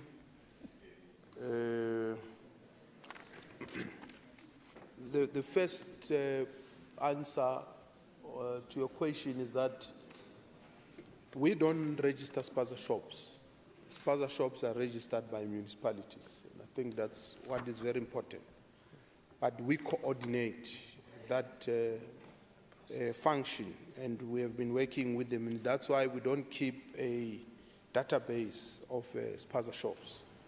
So, but having said that, the answer to the first question is that the deadline for the registration of spaza shops, as extended by the President on the 18th of December, was the 28th of February 2025.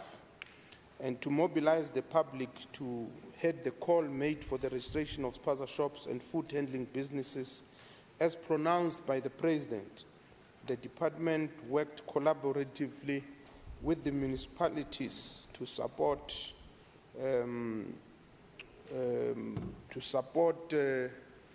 municipalities, but to also have outreach programs and to also have multimedia communication efforts, which included, amongst others. And I think you'll appreciate, Honorable Member, that we were one of the provinces that was constantly updating the public about the work that we're doing with the municipalities. And that update was the update that was done on behalf of the province, not the provincial government. And that's why in some of them we were with the municipalities. But we've also, amongst others, met with the commercial property owners through an imbizo. We have continued with the Kondisi Shishinilago campaign. We have had information sessions on spaza shop registration requirements, the business compliance engagements, financial and non-financial support, the understanding of regulatory challenges, but you will also acknowledge that the national government has set aside funds which would be utilized to help these spaza shops. And we've also had tailored stakeholder engagements on food handling implemented through the Office of the Premier, Department of Health, and stakeholders in all 5 corridors. Outreach programs were initiated by all municipalities, including the ward committees or councillors' forums, issuing registration forms, communicating cost implications and compliance requirements. A multimedia communication, as I've said, was implemented by the provincial government and all municipalities through the distribution of information, leaflets, notices, through municipal digital and community notice boards and other available platforms, through community-based structures. Radio and television interviews were implemented where media made an application. Media briefings conducted to inform the public about the status of registration challenges and further mobilize entrepreneurs to make their applications at their municipal registration centers. On question 2, as of the 28th of February 2025, the total number of applications received was 17,617. On question number 3, as of the 28th of February, the total number of applications, as I've indicated, it was 17,617. The total number of foreign nationals who have applied is 7,107. And the total number of applications received from South Africans, it's 10,510. Thank you very much. Thank you very much, Honorable MEC. Honorable Mfikwe, if you have a supplementary question or remark. Madam Speaker, thank you very much. It's not a supplementary question, but a brief comment, appreciating the work that the department has been doing. Indeed, MEC, we have witnessed the overall communication that has been done in trying to mobilize society. And Madam Speaker, wanting to continue the call on the Department of Health and the Department of Community Development in educating our communities about the challenges that we experienced in the last few months. But we are really grateful for the opportunity. Thank you very much. Thank you very much, Honorable Mfikwe. Honorable members, if there are any members who wish to ask supplementary questions or make remarks in terms of Rule 134, subsection 7, they may do so. Okay, thank you very much. Honorable Dr. Muketi, you may pose your question to MEC Environment. Thank you very much.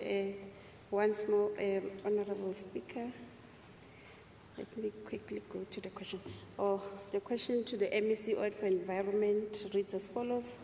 Can the MEC of Environment answer the following questions regarding environmental sustainability and climate change? 1, what actions have been taken in Gauteng to mitigate climate change implications, particularly those related to water and air pollution? And lastly, how does the government include environmental sustainability into its growth plan. Thank you. Thank you very much, Honorable Dr. Moketi. Honorable MEC. Good morning and thank you, Speaker, Member Moketi as well. With regards to question 1, climate change on implications in the water sector, there are various institutions and role players, including National Department of Water and Sanitation, Gauteng Department of Environment, Gauteng Department of Cooperative Governance and Traditional Affairs, and municipalities have implemented various programs aimed at addressing climate change implications within the water sector. These include, but are not limited to, water supply infrastructure, network maintenance and rehabilitation, and reduction of leaks, research, pilot and implement sustainable urban drainage systems, and ecologically based adaptation approaches to stormwater management, the safeguard and rehabilitating of wetlands and watercourses, especially urban and agricultural areas, through municipal planning, building, and approvals, as well as the EIA regulatory scheme with the aim to improve ground and surface water management.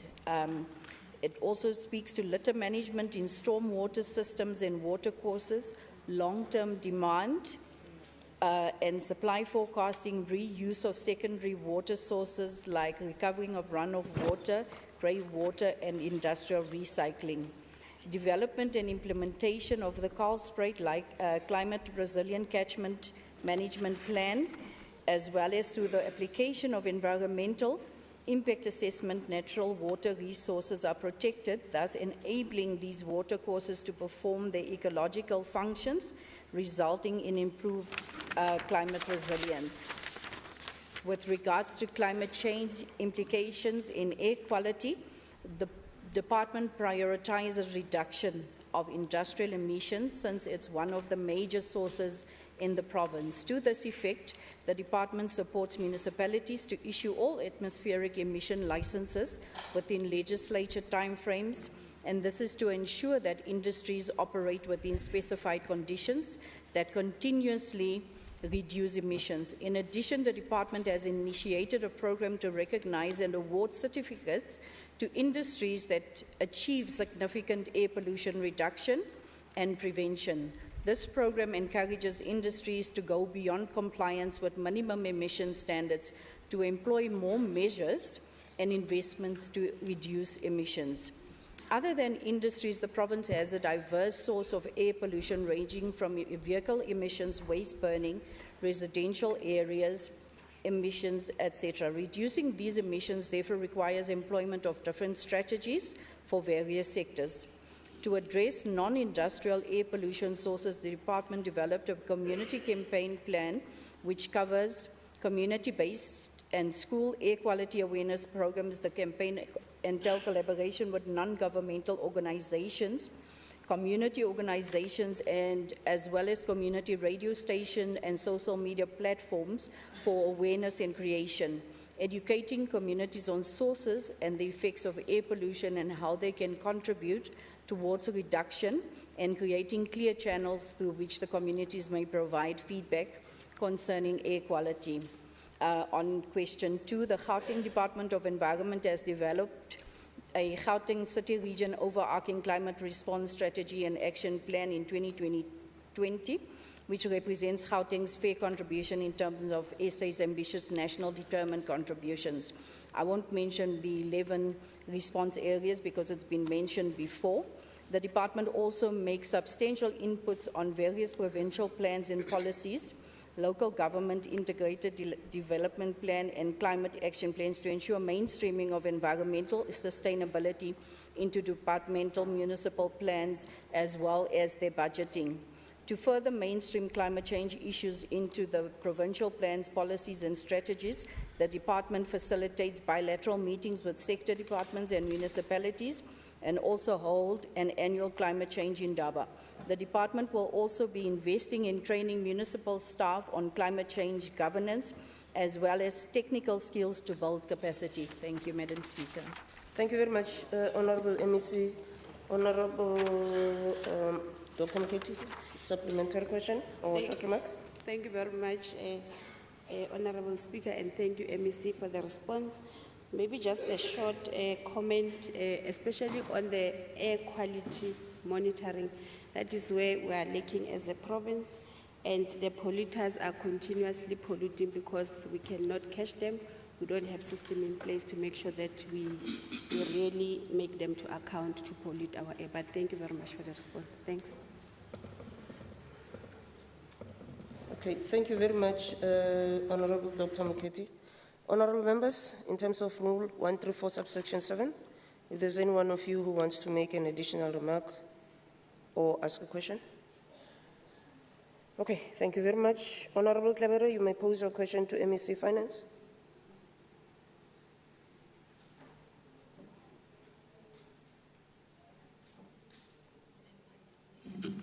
Thank you, Madam Speaker, and good morning to honorable members and everyone in the House. Can the MEC of Finance answer the following questions regarding establishment of the state-owned pharmaceutical company? What efforts has the department done to hasten the establishment of the state-owned pharmaceutical enterprise? How will this enterprise assure the provision of affordable medication and contribute to economic development in Gauteng's city region?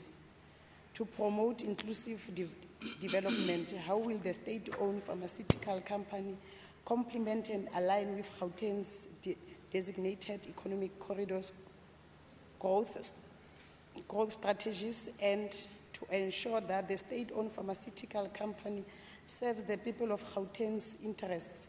What procedures are in place to include SMEs, local communities, and other stakeholders in the development and operationalization of this state-owned entity?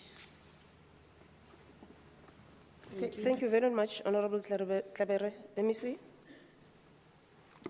Thank you very much, Madam Speaker, and thanks a lot for the question, Honorable Member.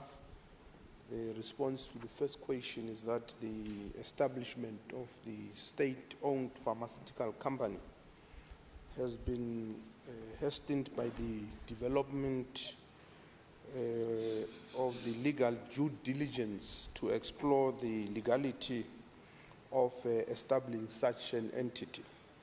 And this was followed by the development of the business case, which was completed and presented to me for input. And the business case is now ready for submission to the Executive Council for approval. The question 2 is that the state-owned pharmaceutical company will ensure efficiencies in the value chain of providing medication to the citizens of Gauteng. And this includes procurement of medication, warehousing or storage, distribution and delivery of medication to the points of collection or sale. And that's why we are also working with the private sector now to look at things like what it costs them to buy a medication versus what we pay.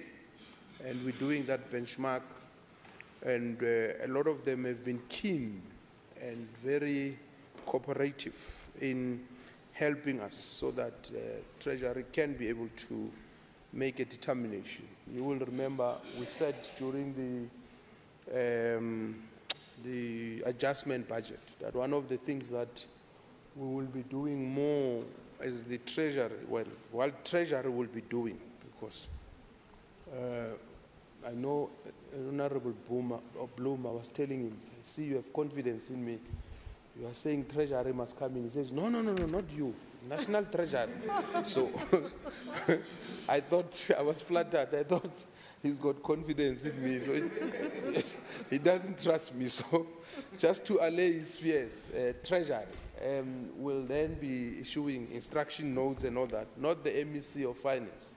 So the realization of efficiencies in this value chain will provide positive spin-offs that will translate into affordability of medication and other economic benefits in the Gauteng City region. On the question number 3, the state-owned pharmaceutical company will provide a provincial-wide operation which will cover all economic corridors of Gauteng. On number 4, which is the last question, during the development of the business case, there were broad consultations with different stakeholders, such as labor, NGOs, and as I've said, industry role players, both private and government, who provided valuable input, and this will ensure that the operationalization of the pharmaceutical company serves the interests of the people of Gauteng, and the empowerment of SMMEs will be realized throughout the value chain of operationalization of the entity. If time permits, I think in the budget speech, I'll give more details. Thank you. Thank you very much, Honorable MEC. Honorable Kabere, a short remark or supplementary question? If you have. No, thank you. Thank you very much. Honorable members, in terms of Rule 134, subsection 7, I now open up for additional supplementary questions or additional remarks by members who wish to do so. Honorable Seaman, you may pose your questions to MEC Roads and Transport. Thank you very much, Madam Speaker. I rise to pose the following question to the MEC for Roads and Transport, which is as follows.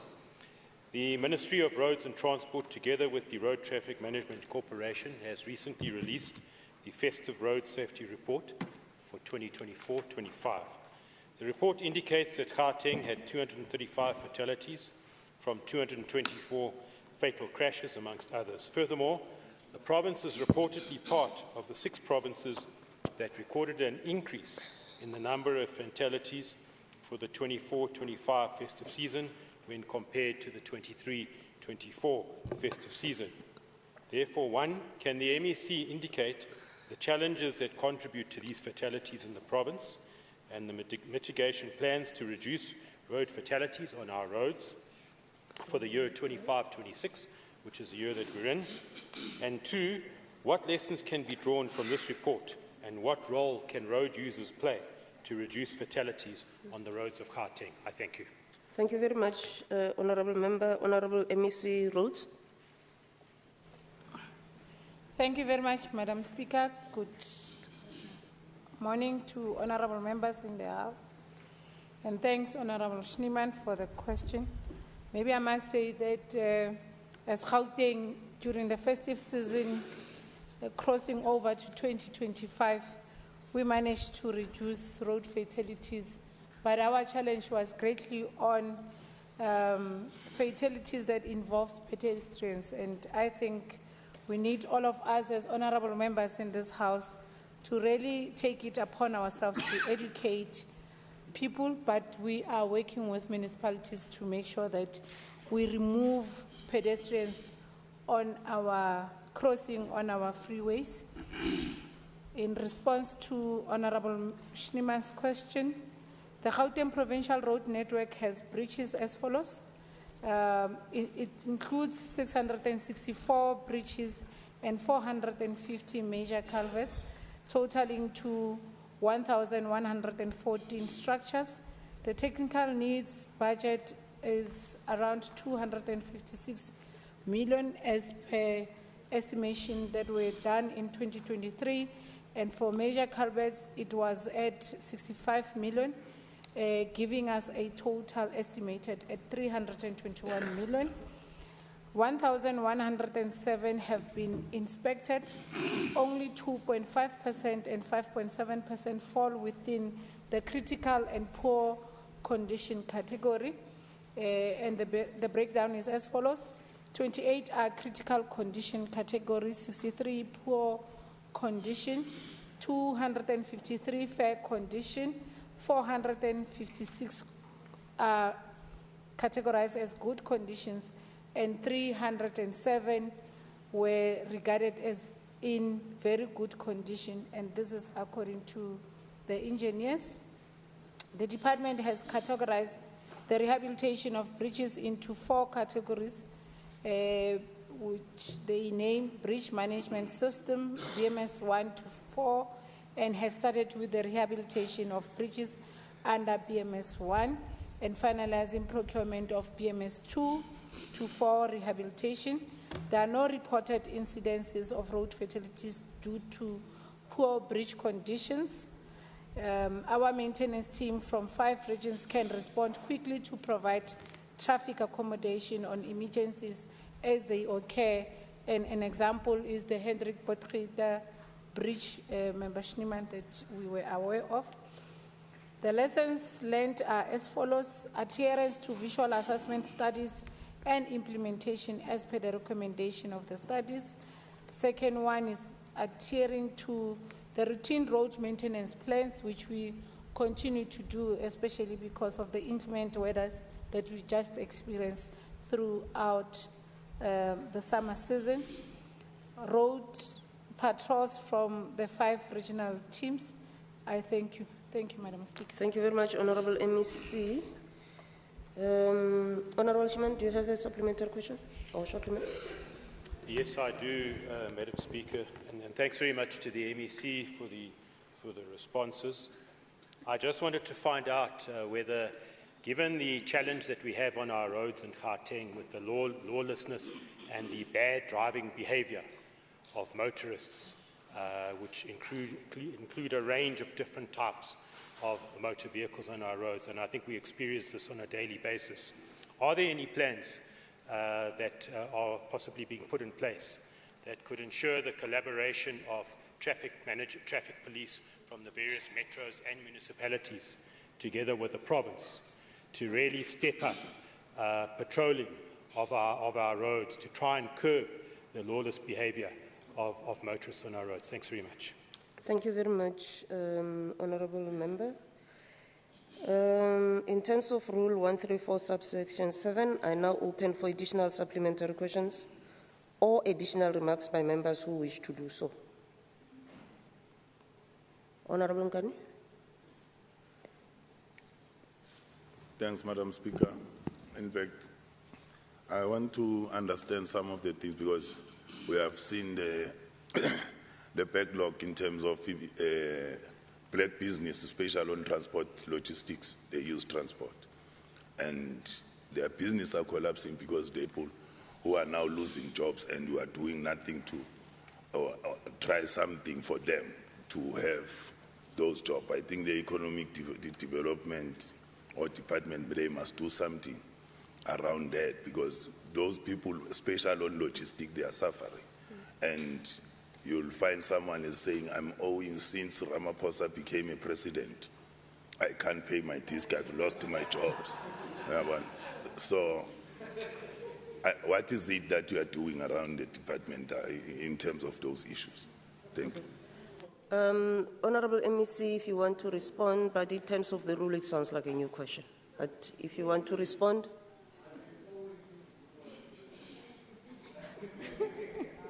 Thanks, Madam Speaker. Thank you, Madam Speaker. I think in responding to the comment by Honourable Schneemann, is that the Minister has now established an intergovernmental forum for us with municipalities to deal with issues that, challenges that we are faced with on road safety generally as the 3 spheres of government. And we have in that committee involved law enforcement agencies to assist us with that. I know that in Gauteng, we have a multidisciplinary committee convened under COGTA every Tuesday, and we have now included issues of road safety and traffic law enforcement. And to the question of Honourable Nkani, the Department of Roads and Transport in Gauteng is responsible for issuing permits and operating licenses to those who want to provide public transport services for a reward. And these are individuals who must apply as individuals to be able to provide public transport services throughout our province, categorized as scholar transport, minibus taxi, like we know it, the taxi industry, and bus operators, as well as the e-hailers. So our doors are open and we are there to assist them. Thank you very much, Honourable Speaker. Thank you very much, Honourable MEC. Honourable Mhlongo. Honourable Nkani. No, I'm making the follow-up because I think the MEC doesn't In understand terms of which exactly. rule, Honorable Nkani, just hold on, members. Let me advise the Honorable member. Honorable Nkani, there's no rule that provides for that. The question that you had asked, actually, it sounded like a new question, so my advice is that you pose it to the MEC through the proper channel. Okay, thank you. Take your seat. Thank you very much. Honorable members, I now call on Honorable Mshongo to pose the question to Honorable MEC for Roads. Thank you, Honorable Speaker.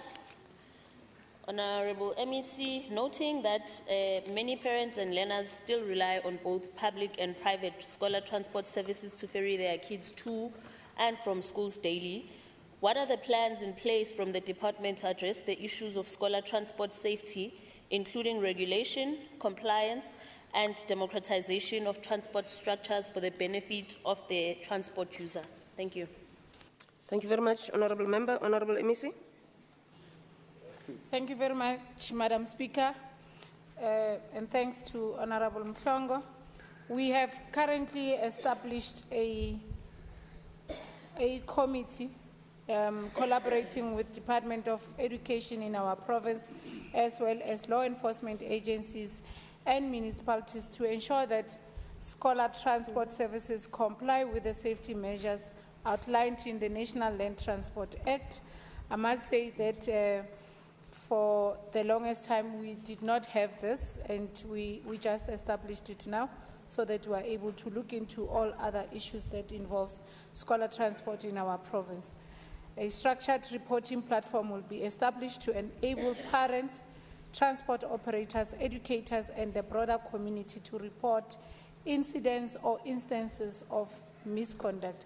Upon receiving reports of misconduct, appropriate action will be taken against the operator, including the possibility of opening a case with law enforcement authorities or revoking the operating license. Through its operating license team, we will implement an outreach program to visit scholar transport operators in different regions and assist them with the application process for operating licenses. The efforts will be made to reduce the number of scholar transport associations per region to minimize conflicts and improve operational efficiencies. There's a serious challenge in this area, unlike with the minibus taxi industry, that here we find a whole lot of different associations as well as individuals who do not want to belong to any association, and it becomes difficult to coordinate and communicate with such. The vehicle recapitalization program will be introduced to phase out scholar transport vehicles that are older than 20 years, thereby reducing or eliminating the use of non-compliant vehicles. We, as the Department of Roads and Transport, have a program that we will be implementing during the school recess for Easter to do vehicle testing, and this will only affect those who are organized, more especially those who are contracted with Department of Education in Gauteng. The existing scholar transport policy also require us to review and revise so that we are able to enhance the regulation of scholar transport services with a particular focus on improving safety, security, and accessibility. I thank you, Madam Speaker. Thank you very much, Honorable MEC. Honorable Mhlongo, a supplementary question or short remark? Yes, thanks, Honorable Speaker. Thank you again for that response, MEC.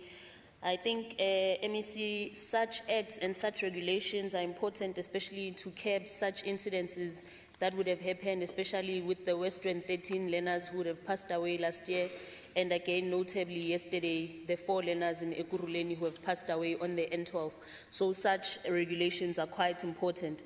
And we must also, in our oversight, do deliberate oversight on the scholar transports in all schools that we visit, especially the buses that we get from the Department of Education, but also on private scholar transport, just to ensure that people comply with all the necessary regulations. Thank you very much, Madam Speaker.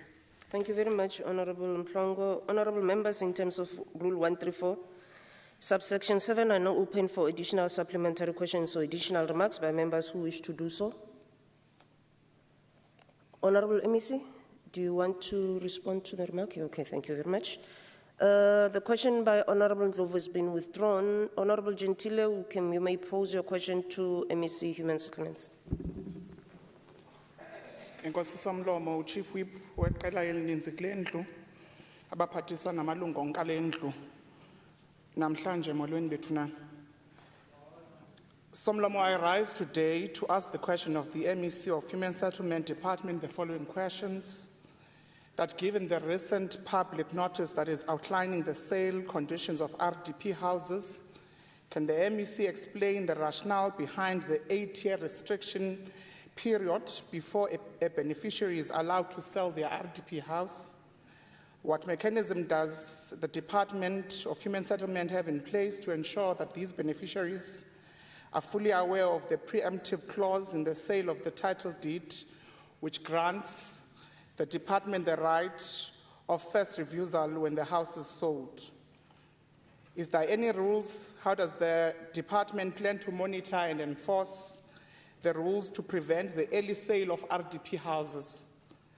Can the MEC clarify why the department does not encourage the sale of RDP houses? Kokugqibela, Somlomo, what steps does the department take to assist the beneficiaries in understanding the long-term benefits of holding into an RDP house and to ensure that these houses remain available for future generations in need of affordable houses? Somlomo Dabule. Thank you very much, Honorable Gentile. Honorable MEC. Thank you very much, Speaker, and thank you to Honorable Gentile for the question. The responses are as follows. On the first, so it's not necessarily a recent public announcement, public notice. We do it continuously. But Section 10A of the National Housing Amendment Act 4 of 2001 restricts the voluntary sale of government subsidized houses, including RDP houses, within the first 8 years of ownership. This is, however, qualified that the sale may not occur before the lapse of an 8-year occupancy period without the permission of the Department of Housing. The response to the second part is that we as a department conduct beneficiary education before the allocation of RDPs to, amongst others, ensure that beneficiaries understand this clause as per the Housing Act. Again, it's an ongoing process, and we continue to educate both those who are applying as well as beneficiaries. How do we plan to monitor? The response is as follows. Selling an RDP house before the 8-year period is illegal and can lead to the property being forfeited, with the Provincial Housing Department becoming the owner. There's currently no enforceable measures in place. The Act does not provide guidance in the implementation thereof, but we encourage people to report if they are aware of such. Can the MEC clarify why the department does not encourage the sale? Simply, we don't encourage the sale of RDP houses because beneficiaries of the RDP housing program are meant to genuinely benefit, but also to prevent the exploitation of these houses, also so that you have the eradication of poverty and long-term asset beneficiary to those who own. So disencouraging the sale is to make sure that the house remains an asset in your name and can be passed on to your own family beneficiaries later on. And the last part of the question, the response is as follows. Implementation of the beneficiary education programs rolled out across different regions, targeting beneficiaries pre and post allocation. So we do the education pre, but also post allocation. We don't just leave beneficiaries once they've been allocated. Beneficiaries are encouraged to always deal directly with the Department of Human Settlements or the local municipality for clarity and guidance. Thank you very much, Speaker. Okay, thank you. Honorable Gentile, a supplementary question or short remark? Diabulela Somlomo, it is just a remark, but also to thank the MEC for the response. We want to commend what the department is doing. We've seen recently that there is allocations in different parts of Gauteng, but also the issuing of title deeds in the different parts of the province. Of course, we are noting the challenges that the department is facing in terms of the supply and the demand, but also the deadlock that the department is facing. But I think the biggest elephant in the room, Honourable Speaker, is the social economic conditions of our people, given the category to which a lot of these people benefit who are getting these RDPs are faced with serious economic conditions of unemployment and poverty, which leads to selling of these houses prematurely. And I think that we must come up with a fast-tracked way of servicing our people to deal with this growing concern. Diabulela, Speaker. Okay, thank you very much, Honourable Member.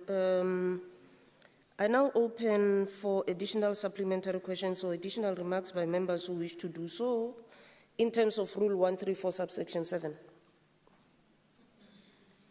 Okay, Honourable MEC, if you want to respond to the remark. I don't have a response. Thank you. Just to note it. Thank you. Honourable Clarbera, you may ask your question to MEC Sports, Arts, Culture and Recreation. Thank you, Madam Speaker.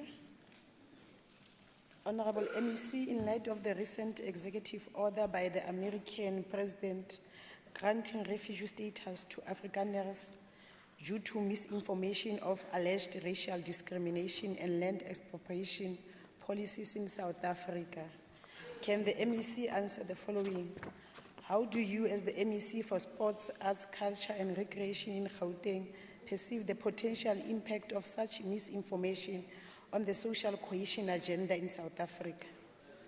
Given the inflammatory nature of these statements, what specific measures is the Gauteng Department of Sports, Arts, Culture and Recreation planning to take to ensure that social cohesion is not affected negatively among all communities, particularly in relation to racial and cultural diversity? How do you plan to use sports, arts and cultural initiatives to promote unity and a sense of shared South African identity in light of international narratives that may fuel divisions and undermine national unity? How is the department working with civil society organizations to support communities who may feel vulnerable or under attack by these international claims, particularly vulnerable groups that may be affected by misperceptions of racial discrimination and land issues? And lastly, how does the Gauteng Department of Sports, Arts, Culture and Recreation interpret the recent protest by Afrikaner groups in the context of South Africans' national social cohesion goals? Thank you, Madam Speaker. Okay, thank you very much, Honourable Clarbera. Honourable Diale, you're going to respond on behalf of MEC Sports. You may proceed. Thank you very much, Madam Speaker. On behalf of MEC Chilwani, the department has responded in this fashion. The preamble of the Constitution of our country remains an overarching guiding compass to the work of the Department of Sports, Arts, Culture and Recreation. And the response reference to the preamble itself, honourable members, please consider this as read, unless you want me to waste more time. The department is extremely disturbed by the disinformation campaign spread by some organizations that seem to have caught the better side of the President of the United States of America's reasoning, while such misinformation has potential to cause some annoying and disturbance to our social cohesion fabric. Our belief is that it will be minimal. Most of the citizens of Gauteng make their decisions based on their lived realities, not necessarily on fake news reported in the capital cities of the world. As a department entrusted with ensuring that the people of Gauteng live together in peace and harmony through sports, arts, culture and recreation, deepen their understanding and appreciation of their diversity, we are proud to state that we have not noticed any racial discord emerging. In addition, our national government is engaging on building a better Africa and a better world. Therefore, The matter is getting attention through Department of International Relations. Meanwhile, the department will continue through its programs to foster social cohesion and nation building. These programs will not be distracted by those who are anti-transformation and seek to undermine our thriving democracy. The second response, the department will now be aggressive in showcasing the great uniqueness of our unity in diversity in South Africa by ensuring that in all our events and programs, we organize small talks or dialogues that instill a deep sense of patriotism. This will simply do by making sure that South African story is told, including the many hurdles we overcame together to the surprise of the world. Therefore, all programs shall continue, and the department will remain focused on the national question that seeks to ensure stability, peace, economic growth, development, and attainment of fundamental human rights, justice, and human dignity for all South Africans, regardless of race. Warasaman. The third response, the department during all its programs will strive to showcase the need for transformation as an integral part of reconciliation and nation building. Our foundational values as united sovereign democratic state enjoins all of us to non-racialism and non-sexism. The department will therefore counter the international narratives by ensuring that every South African in Gauteng, every South African lived experience confirms our values as contained in Chapter 1 of our Constitution. It was our founding democratic president, Dr. Nelson Mandela, speaking at a banquet for the Africa Cup of Nations on March 1, 1996, who said sports has the power to overcome 8 divisions to create the bond of common aspiration. Close quote, the department intends to continue with its implementation of sports and cultural programs and activities to create hope where others want to create despair. The second last response, the department will continue to promote a civil society partnership specifically addressing social cohesion challenges. They will also partner with community-based organizations running reconciliation programs. They will have training programs in partnership with Department of Agriculture for community leaders to facilitate difficult conversations about race and land. They will support faith-based initiatives that promote healing and regular consultation with minority cultural groups to ensure their voices are heard and concerns are addressed. And lastly, the department views this protest through the lens of democratic expression while recognizing they reflect genuine concerns that must be addressed within our social cohesion framework.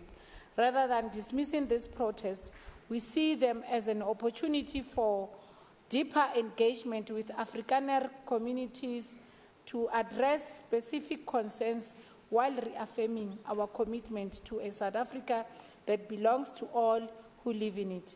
We recognize that fears around cultural preservation and economic security are real for many communities. Our approach is to create platforms where these concerns can be addressed through mutual understanding and shared commitment to nation building. We are engaging directly with Afrikaner cultural organizations to ensure their heritage is recognized as an integral part of our provincial and national identity while working to dispel misinformation that may fuel unnecessary anxiety. The department remains committed to achieving our social cohesion goals by ensuring all communities feel valued, respected, and secure in a diverse South Africa. Thank you very much, Madam Speaker. This was the longest response ever. Okay, thank you very much, Honorable MEC. Honorable Klebere, do you have a supplementary question or a short remark? Just to thank the MEC for responding on behalf of the MEC of Sports. Okay, thank you very much. Honorable members, in terms of Rule 134, subsection 7, I now open up for additional supplementary questions or additional remarks by members who wish to do so. Honorable Shabalala.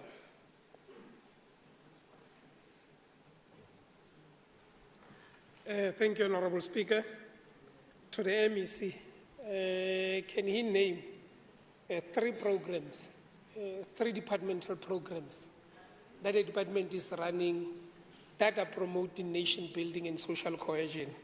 And regarding the Afrikaner interest groups, can he tell us the names of organizations that is engaging with? Thank you, Madam Speaker. Okay. Honorable MEC. Honorable Speaker, I request the August House to allow me to take further the questions to Honorable Chilwani, but the question responded to on what are the programs. It's in question 2. Honorable Member can familiarize himself with the response, as I'll leave it in the legislation. But on which Afrikaner groups are they engaging? We will send the message to the department to respond to Honorable Chabalala. Thank you, Madam Speaker. Okay, thank you very much, Honorable MEC. Order, honorable members, order. Honorable Mfikwe, you may pose your question to MEC Health and Wellness. Okay, thank you very much, Madam Speaker. Honorable Chabalala. In light of the recent 90-day pause and review of all United States foreign assistance program, including the PEPFAR, which has significantly impacted on our HIV and AIDS initiatives in the country, can the MEC please provide the following information? Number 1, what specific effects has the U.S. foreign aid freeze had on HIV and AIDS patients in our province, particularly concerning access to antiretroviral treatment and related healthcare services? 2, how has the Gauteng Department of Health ensured the continuity of HIV and AIDS services during this period? 3, what alternative funding sources or partnerships has the department explored to mitigate the loss of the U.S. assistance? 4, how has the department communicated with healthcare providers, civil society organizations, and patients regarding the impact of the U.S. aid freeze? And lastly, MEC, what long-term strategies are being developed to reduce dependency on foreign aid for HIV and AIDS programs? Madam Speaker. Thank you very much, Honorable Member. Honorable MEC. Speaker. The first question's response is community outreach services such as HIV and AIDS testing, counseling, treatment, care and support services are affected. The second point is that compromised data accuracy and quality due to shortage of data capturers. The third point is that HR support had to halt, there is a halt now that impacts the availability of skilled personnel that is funded by PEPFAR, which is crucial for maintaining quality and continuity of care in high-volume facilities. For example, we are suffering in the area of data capturers, the area of nurse-initiated management of antiretroviral therapy, and teletracers, including treatment navigators.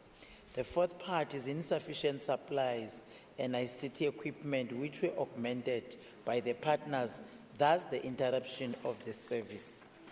Then the answer to the second question, Member Mfikwe, is the response, but I will even forward it to her because it's more detailed, Madam Speaker. The affected health services, the response to that specific question then it says community outreach services such as HIV testing, counseling, treatment and care support services are affected, as I've said earlier on. But now the mitigation, including the intervention that we have done, community outreach services are redirected now to fixed health facilities for continuation of the quality of care.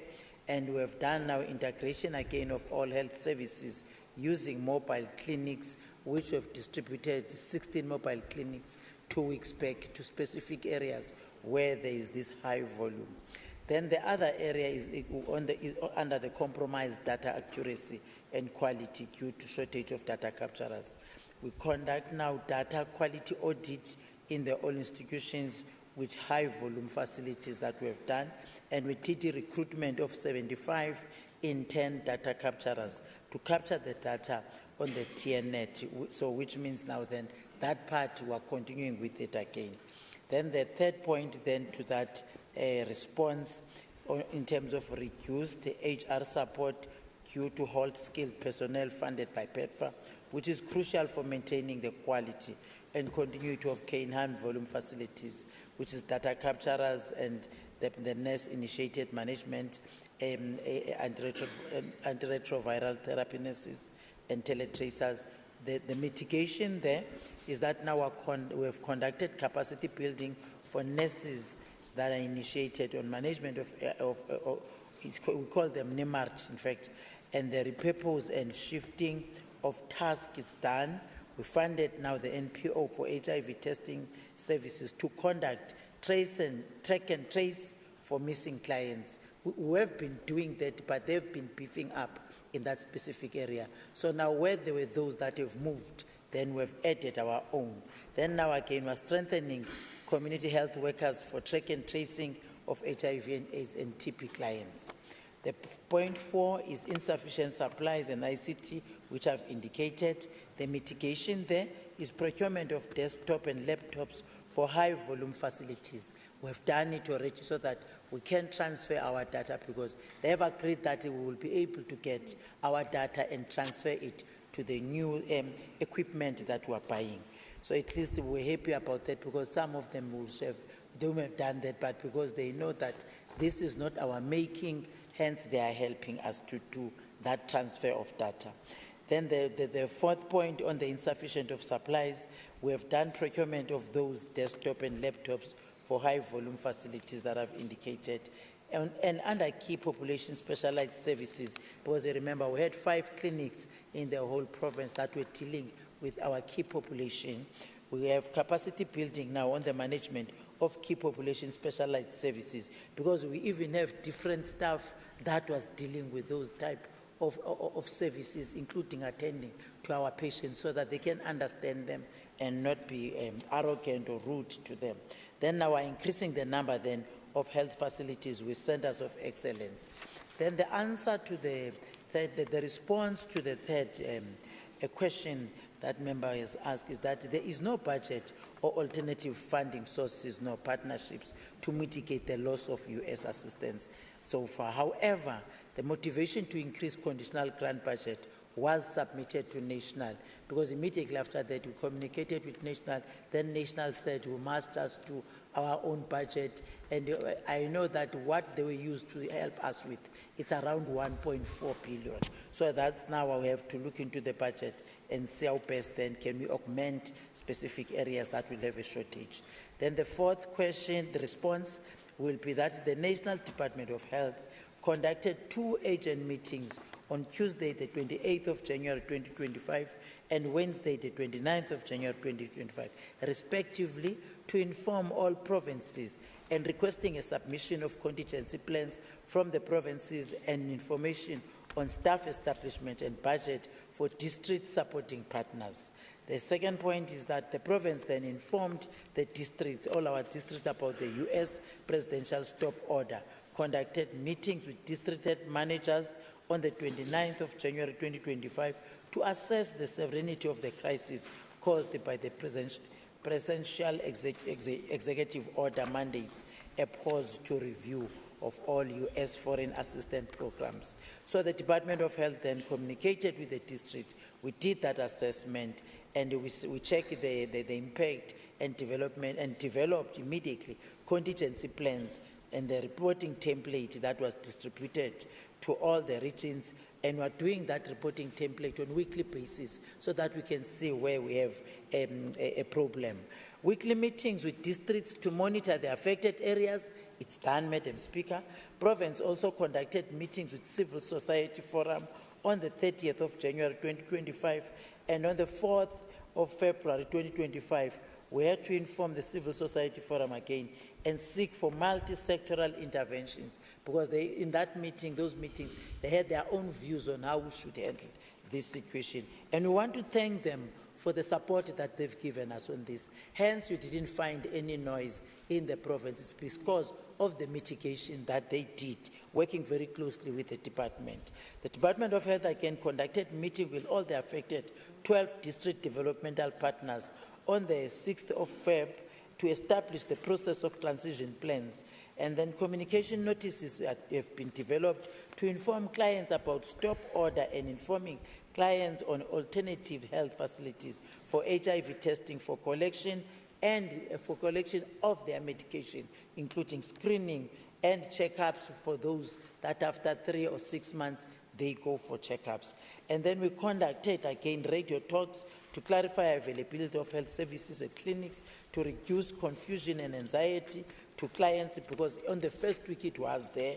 Conduct meeting with civil society members to assist with information and dissemination of information to the communities. Then the question number 5, the response to that again, it says we must talk to those long-term strategies. What are the long-term strategies that are being developed to reduce dependency on foreign aid for HIV and AIDS programs? And I think one of the colleagues raised it earlier on, Mkondo was talking specifically on this issue of dependency that we have. So on the long-term strategies, we are saying then we're going to recruit skilled personnel, Madam Speaker, and activities again, recruitment of 50 NIMART nurses have started, 200 data capturers for TNET have started, 50 lay counsellors and 50 linkage officers have started, 20 pharmacy assistants, especially to high volume facilities, have started, 5 clinic laboratory interface again have started, because we said let's look internally to the ones that we have already, because the capacity is there. It's just a matter of checking in terms of the contracts then. Then the second issue on the capacity building and integration is to conduct those capacity building that I've said earlier on for management of specialized services on key population areas. And we conduct task shifting and reintegration of health service implementation of patient-centered center, strengthen private-public partnership with relevant stakeholders, and partnership with civil society forums for community awareness campaigns using the corner-to-corner health campaign program that we have as a department, and Sizakue campaign that we have started in Soweto, where we go to the community as the Department of Health, including media platforms that we've been utilizing. That's the response, Madam Speaker, and I'll forward it to Member City for her own Thank you very reference. much, Honourable MEC. Honourable Mfikwe, supplementary question or short remark? No, thank you very much, Madam Speaker. I don't have any supplementary question, but just a short remark that we must explore MEC all avenues to get support and continue engaging with the civil society for them to come along with us on our programs. Thank you very much, Madam Speaker. Thank you very much, Honourable Mfikwe. Honourable members, in terms of Rule 134, subsection 7, I now open for the additional supplementary questions or additional remarks by members who wish to do so. Okay, thank you. MEC. Honourable Mhlongo, you may pose your question to MEC Education. Thank you, Honourable Speaker. Given the challenges, the growing challenges and criminal activities, gang violence, substance abuse, bullying, the security risks in schools across Gauteng, particularly in high-risk schools, could the MEC please explain the following? What specific measures is the department taking to strengthen security in high-risk schools, particularly in light of the possibility of deployment of private security personnel and coordination with law enforcement agencies for random searches and seizures? Secondly, considering the alarming reports of gang-related activities such as the recruitment of learners at schools like Hlabelela Primary and Zitobeni Secondary by gangs to their activities, what are the steps being taken to prevent gang influence, to protect learners and to intervene at high-risk students with these communities? What preventative programs or interventions are in place to address the substance abuse problems in schools, especially in communities like Mamelodi, Atteridgeville, and Easterest, where there are reports of drug misuse affecting both students as well as the learning environment? And finally, given the role of community and parental engagement in fostering safer schools environments, how is the department involving parents, local authorities, and communities in tackling issues of crime, bullying, violence in schools, and what mechanisms are being implemented to strengthen these partnerships? Thank you. Thank you very much, Honourable Member. Honourable Kabela. Thank you, Madam Speaker. The responses are very long, but I'll try to shorten them. The department has a partnership with Department of Community Safety, and they have deployed 5,581 patrollers in 1,421 benefiting schools in the province, engaged private security guards at 75 priority schools to assist with challenges of vandalism, break-ins, and gangsterism, and deployed crime wardens in local school communities. In addition to this, the department has relinked schools with SAPs to ensure the monitoring of the schools. The department has also ensured that CCTV and alarm systems were installed in workshops at 19 technical schools. Search and seizures are conducted in partnership with community policing forums, South African Police Services, Johannesburg Metro Department, Tshwane Metro Police, as well as Ekurhuleni Metro Police.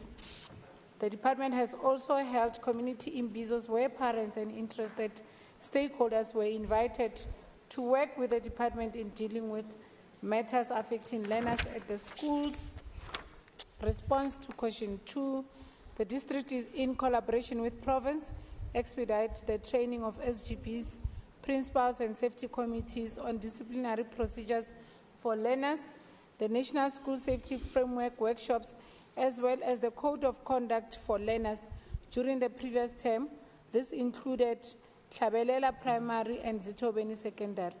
At the beginning of 2025, the district built on the work that was done in 2024, where all schools in Ekangala area were targeted for safety awareness campaigns and school safety talks, while learners at risk were taken on prison tours as ways to discourage them from joining the life of gangs. As part of its effort to strengthen the school surroundings, the district ensured that every school had an intact perimeter fencing to enforce proper access control, deployed active patrollers into the vulnerable schools, as well as periodically roll out searches and seizures operations. Okay, this is really Department of Education responses. They are so elaborate. Response 3, the department is supporting and collaborating on the implementation of the substance abuse prevention and education programs such as ADOPT, ECOP, Gemoja, Health Promotion, South African Depression and Anxiety Group, and other NGOs and FBOs in identified high-risk schools. The district rolled out programs such as search and seizures operations and school talks in collaboration with various law enforcement agencies, including the Metro Police departments in our province, and CPFs, as well as Community in Blue.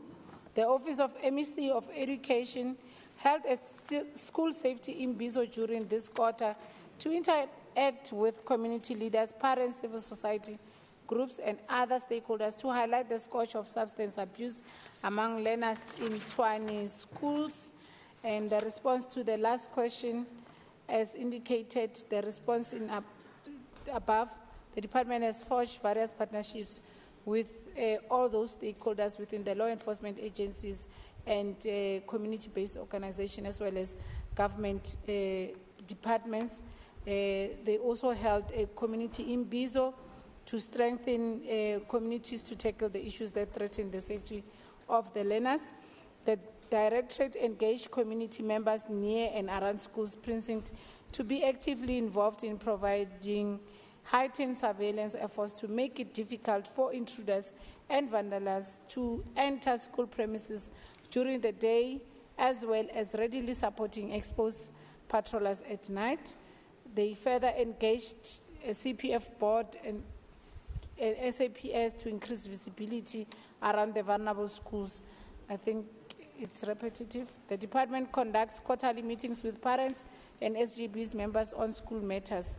There's ongoing communication and cooperation between the various agencies to make the safety of learners a common cause. I was jumping around the response, but I will submit the response to Honorable Mhlongo. Honorable Speaker, thank you very much. Thank you very much, Honorable MEC. Honorable Mhlongo, a supplementary question or short remark, if you have any? No, thank you, Speaker. Thank you. Honorable members, in terms of Rule 134, subsection 7, I now open up for additional supplementary questions or additional remarks by members who wish to do so. Okay, now, honorable members,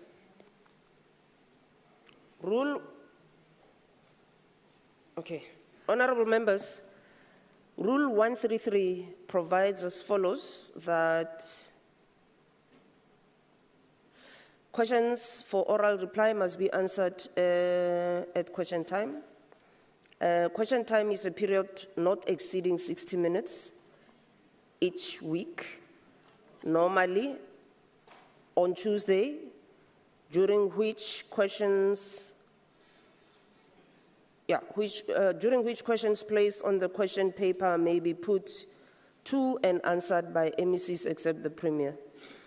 1333 says questions for oral reply must be dealt with in order in which they appear on the question paper, and there's 4 and 5 which are not necessarily relevant to what I'm going to say. Honorable members, there was practice that I observed that in previous sittings, the responses to questions were allowed to go for 2 hours. We have exceeded the 2 hours by how many minutes? If to be accurate, just over 50. By how many minutes? Honorable members, I'm asking the table, please. 40 minutes. Thank you. Thank you very much. So, honorable members, we are going to then proceed to let me just read the last part of the rule so that you know what's going to happen to the questions that were not responded to. So all oral replies and supporting documents must be published in the ATC the following day. So, okay, so that closes the matter. We now proceed to written questions for oral explanation and tabling in the House in terms of Rule 137, subsection 5. Just hold on, let me get to the section.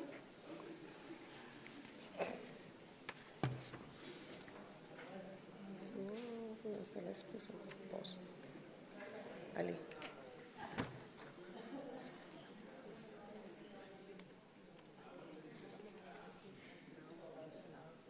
Just hold on, let me get through.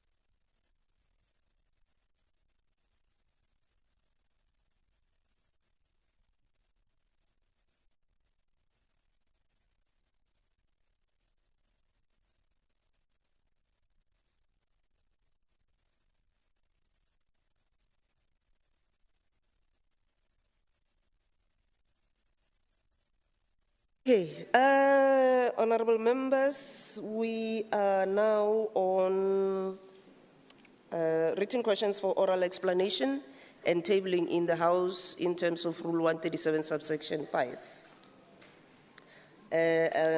I'm just going to read it to you quickly. If a question for written reply is not replied to within the stipulated time frame and no extensions is requested by a member of the Executive Council, during the next question day, the relevant member of the Executive Council must provide an oral explanation in the House for his or her failure to reply to the questions and still hand over the written reply to the table.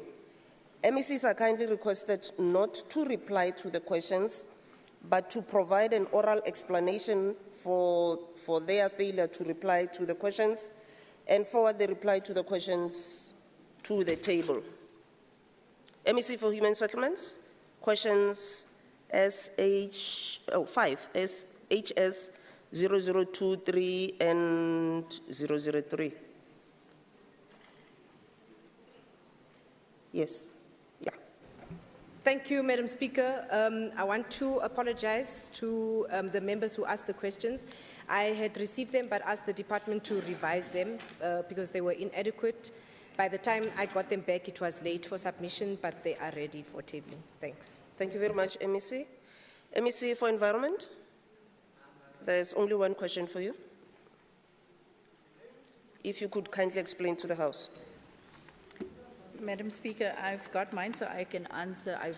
According to the order paper, it's supposed to be two.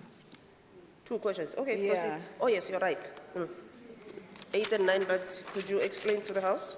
Okay. Just, honorable members, just hold on. Just explain to the House. They were actually submitted, and then the legislature said they weren't submitted according to my office, but we will submit them then. Okay. Thank you. Please do submit, Honorable MEC.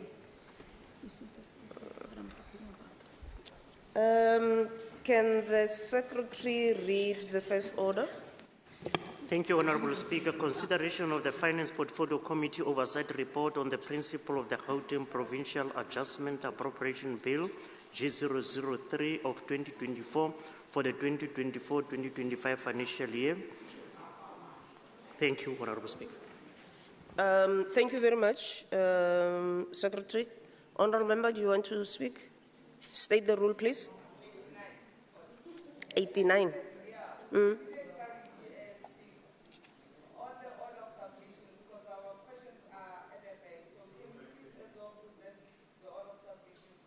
We cannot write questions and we find ourselves not being able to question it in the House sitting.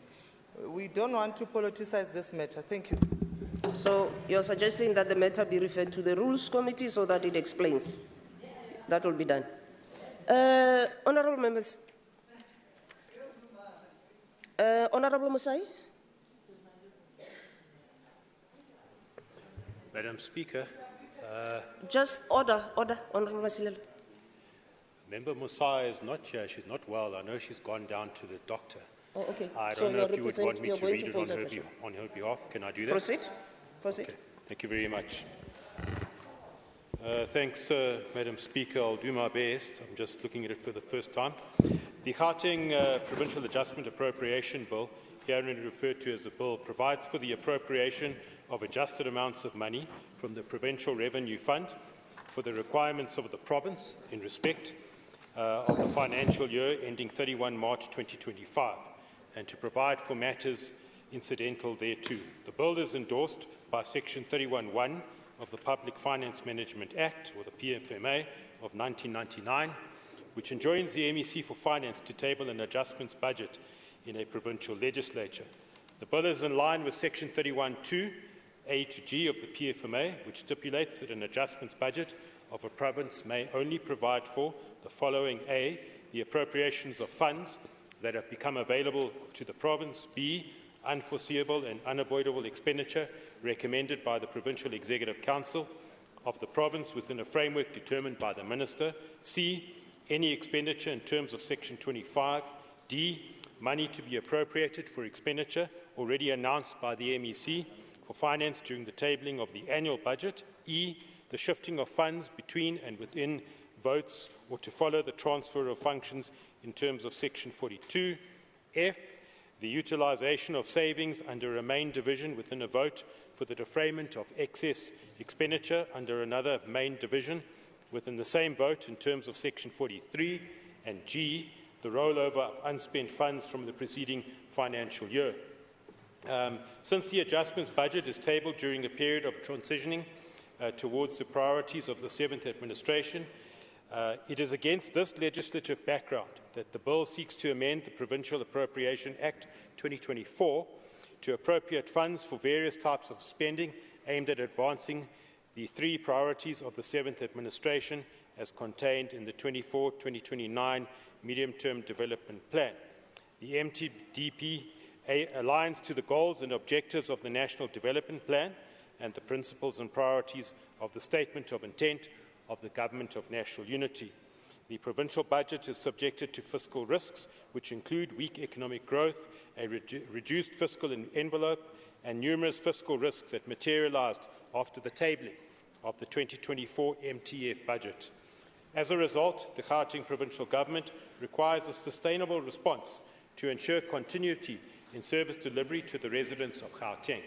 Based on the financial commitment that the province made in March 2024 to service the historical debt management, fiscal sustainability and revenue maximisation are amongst the main drivers towards the stabilisation of public finances. Gauteng Provincial Government must ensure fiscal sustainability, allocative efficiency coupled with trade-offs in policy options in the context of constrained budgets. Considering the prevailing fiscal constraints, provincial departments and entities reprioritised the existing budget baseline, identified efficiency gains and made trade-offs to align the budget to the MTDP priorities and to cater for mid-year budget shortfalls. The adjustments budget also prioritises unforeseeable and unavoidable expenditure, approved rollovers, funding for compensation of employees and debt management. To this effect, the adjusted appropriation increases by 3.4 billion from 165.8 billion to 169.2 billion. Madam Speaker, if you'll just allow me, I just want to check on terms of concerns and recommendations. As I say, I've just seen this report. Please bear with me. Let me just get there. All right. In terms of recommendations, the Portfolio Committee recommends the following: that the Gauteng Provincial Treasury should continue monitoring financial performance of the Gauteng Provincial Government departments to ensure that there is financial prudence in the utilisation of public resources. And then I think on behalf of the Portfolio Committee, thanks would be given to the MEC for Finance, MEC Maile, the Head of Department and officials of the Gauteng Provincial Treasury for their participation in the process with the Portfolio Committee, as well as thanks to all members of the Portfolio Committee on Finance. And the committee also extends its appreciation to the support staff of the committee. After due consideration, the Finance Portfolio Committee unanimously adopted the report on the first Provincial Adjustments Appropriation Bill, G003-2024. In terms of Rule 1172C, read with Rule 164, the Finance Portfolio Committee presents to this House and recommends the adoption of the committee report on the first Provincial Adjustments Appropriation Bill, G003-2024, for the 2020-25 financial year. Thanks, Madam Speaker. Thank you very much, Honourable Chairman. Is there a seconder to the report? A seconder to the report? Honourable Sisedinyane. Thank you, Speaker. I rise to second the report. Thank you. I now put the question on the principle of the Gauteng Provincial Adjustment Appropriation Bill G003 of 2024. All those in favour say yes. Yes. All those not in favour say no. So the bill is duly adopted. The report. Yeah, the report. Will the Secretary read the next order, please? Thank you, Honourable Speaker. Oversight Committee on the Office of the Premier and Legislature's Oversight Report on the details of Vote 1, Office of the Premier and Adjustment Appropriation Bill G003 of 2024 for the 2024-2025 financial year. Thank you. Honourable Mokwe. Thank you very much, Honourable Deputy Speaker. Can I request that all areas that I will not read be considered as read? This adjustment budget is tabled during a period of transitioning towards the priorities of the 7th administration and implemented in line with the provisions of Section 18 sub 1A of the Public Finance Management Act 1 of 1999 to facilitate the compilation of the 2024-25 Provincial Adjustment Budget according to the provisions of Section 31 of the PFMA. The committee notes that the Office of the Premier's budget for 24-25 financial year has been adjusted upwards from 671.5 million to an adjusted amount of 807 million, reflecting an increase of 135.532 million, which is about 20%. This increase is made up of additional funding to the baseline and adjustment, which are reflected in all categories of economic classification through shifts and variaments.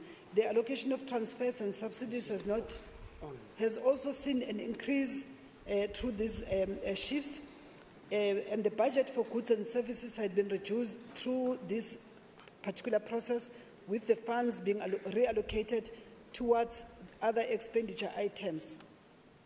It is noted that the movement of these funds were meant mainly to address spending pressures on activities that include, amongst others, the centralization of the medium-term development plan, the President's inauguration, investigations under integrity management, procurement of office furniture to the new building, high demand of G-Fleet services, and the shortfall of geographic information system software. The committee notes that Program 1 has received an upward adjustment, while Program 2 and 3 experience a downward adjustment due to the changes. The main appropriation for Program 1 has increased substantially from 125.9 million to 290.6 million, primarily due to additional allocation of 135.5 million during the adjustment period. The remaining 19.2 million rands of the increased allocation is attributed to reprioritization within the baseline. It is noted that these funds are earmarked to cater for mental health care claims and legal costs, as well as the continuation of the Commission of Inquiry into the Usindiso building fire that resulted in 77 deaths and injuries. A total of 11.4 million has been reprioritized from Program 2 due to funds reallocated from TISH projects, brand repositioning, and the centralization of the MTTP in the communication branch. In addition, 7.8 million has been reallocated from Program 3 due to low spending attributed to late commencement of research duties due to pending investigations by SIU that will overlap to the new financial year, and savings realized from online meetings and accommodation. The committee is concerned about the vehemence from Program 2 and 3 that increased the budget from Program 1 by 19.1 million to cover, amongst others, compensation of employees. The Office of the Premier should provide reasons for the overspending on compensation of employees in Program 1, noting that the office is currently in the process of realigning its structure. In addition, the Office of the Premier should explain whether it has increased its staff complement without approved funding for compensation from Treasury, and whether these employees are part of the organizational structure approved by DPSA, and what are their roles and responsibilities. Progress made on the departmental structure alignment should be provided, including the envisaged time frame for the completion of this process. The Office of the Premier should provide the committee with additional details on how the adjustment will impact the overall operations in the office. The committee notes that in Program 3, several vehements and shifts were made with the aim of realigning the budget allocation in areas requiring reprioritization and those that encountered lack of spending on targets that include, amongst others, evaluation studies that stalled due to pending investigations by the SIU. The committee is of the view that while most of the adjustments are reasonably justified, there is a need for the Office of the Premier to re-evaluate its budget planning for Program 3 to ensure that it is adequately funded and that sources are being used efficiently to achieve the objectives of this program.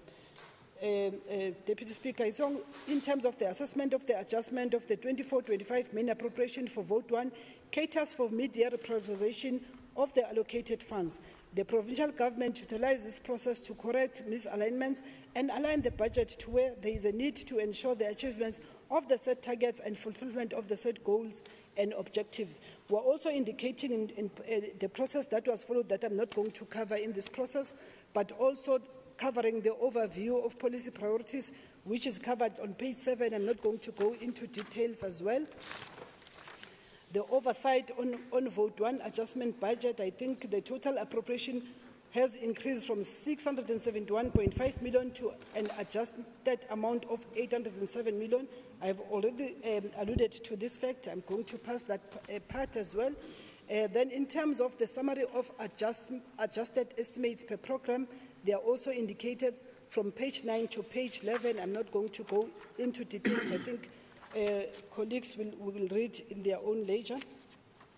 We have, in terms of the meeting that was held on the 11th of February, a total of 10 stakeholder institutions were invited to attend the physical meeting, but only 6 stakeholder institutions that attended are included in that page 11. I'm not going to go into details into that. The recommendations or the concerns, I think I've also covered them when I was introducing this particular topic. I'm not going to go into details, but I want to come to the committee recommendations. The Premier should actually explain measures put in place to implement targets that are underperformed, such as the evaluation studies in Programme 3, due to pending investigations by SIU, which resulted in the reprioritization of its budget because of lack of spending. Since the budget for these targets have been reprioritized, what measures are in place to ensure that achievements of the original objectives are going to be done? 2, the Premier should provide a detailed account of the tangible impact that the TISH elevated priorities made on Gauteng residents since the 6th administration to date, and the response should also highlight the elevated priorities targets that contributed to the increased spending of 169.7 million in Programme 2 at the end of second quarter of 24-25 financial year. 3, the Premier should explain the reasons behind the 19.1 million payments from Programme 2 and 3 to cover pressure that include, amongst others, compensation of employees. In detail, explain the reasons for the overspending on compensation of employees in Programme 1, noting the office is currently in the process of realigning its structure. In terms of recommendation number 4, the Premier should explain the non-implementation of the LGBTQI+ activities, noting the need to ensure inclusive and direct engagement on GOD issues and to bring this group into confidence on service delivery. Acknowledgements: the committee hereby thanks and acknowledges the cooperation of the Office of the Premier and the role played by the Gauteng Premier, Honourable Phili Sufi, the DG, Mr. E. Musue, and the team of senior officials.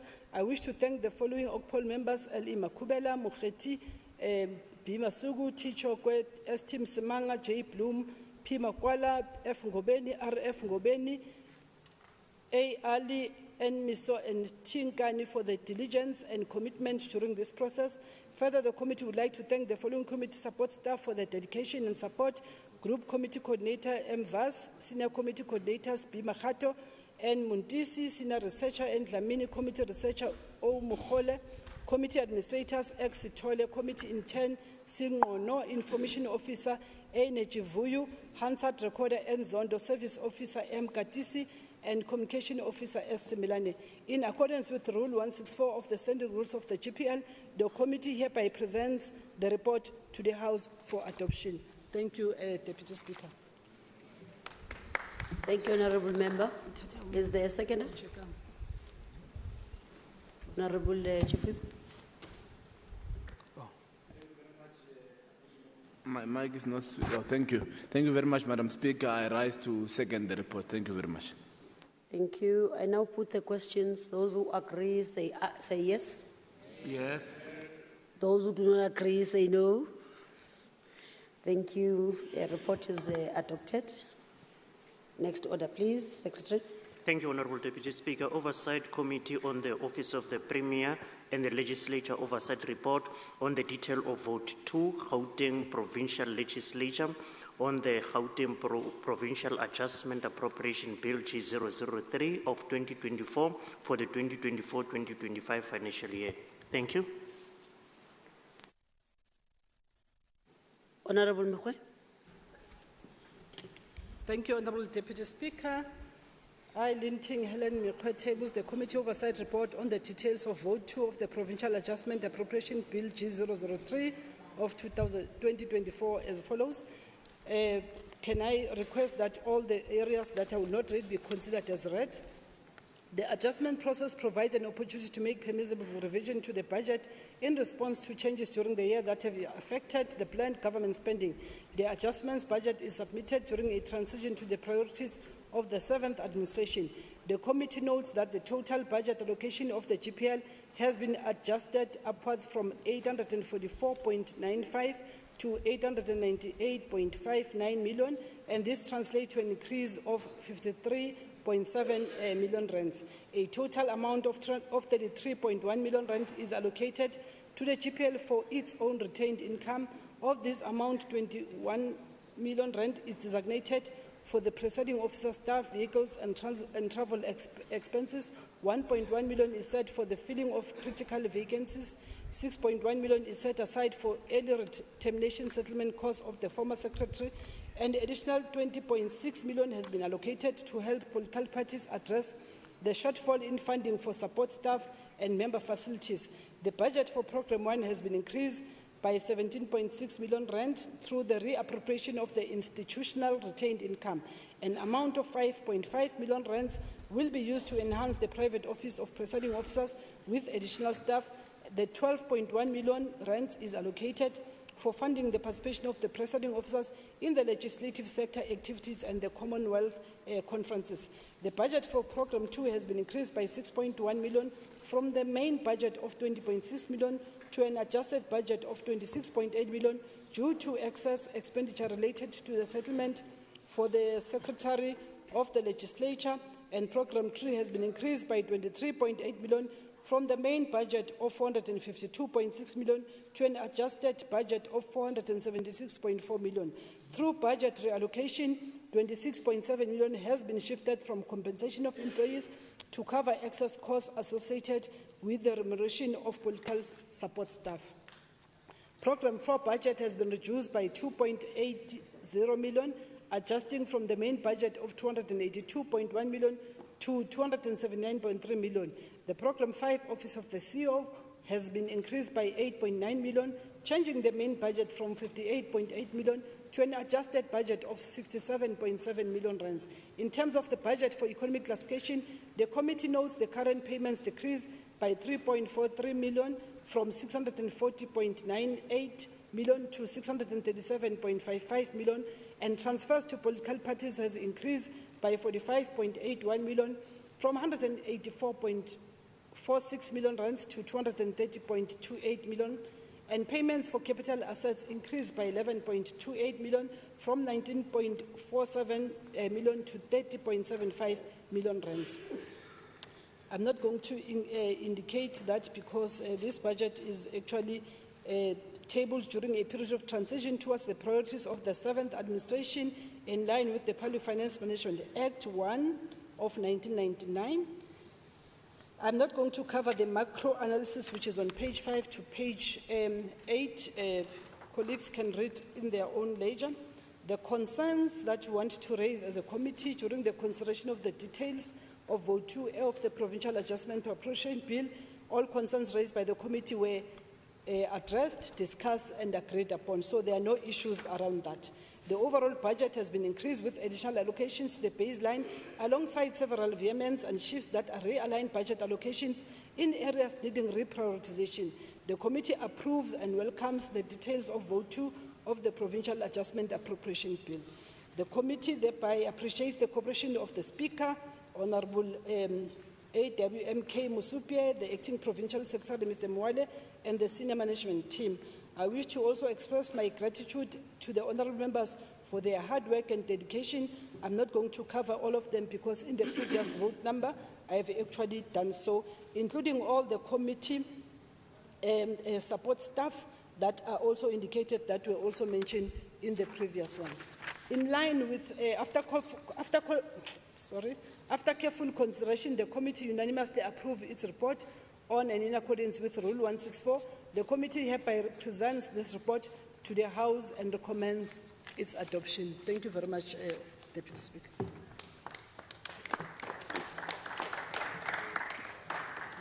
Thanks, Honourable Mekwe. Is there a seconder to the report?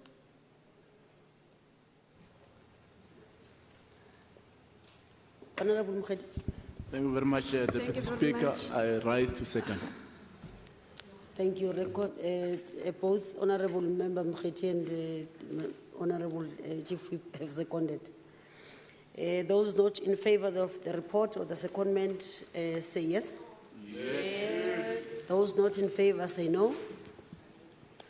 Report adopted. Thank you. Secretary, the next order, please. Thank you, Honourable Deputy Speaker. Economic Development and Portfolio Committee Oversight Report on the detail of Vote 3, Department of Economic Development on the Gauteng Provincial Adjustment Appropriation Bill G003 of 2024 for the 2024-2025 financial year. Thank you. Honourable Alberts, or is there a stand-in for him? Madam Acting Speaker.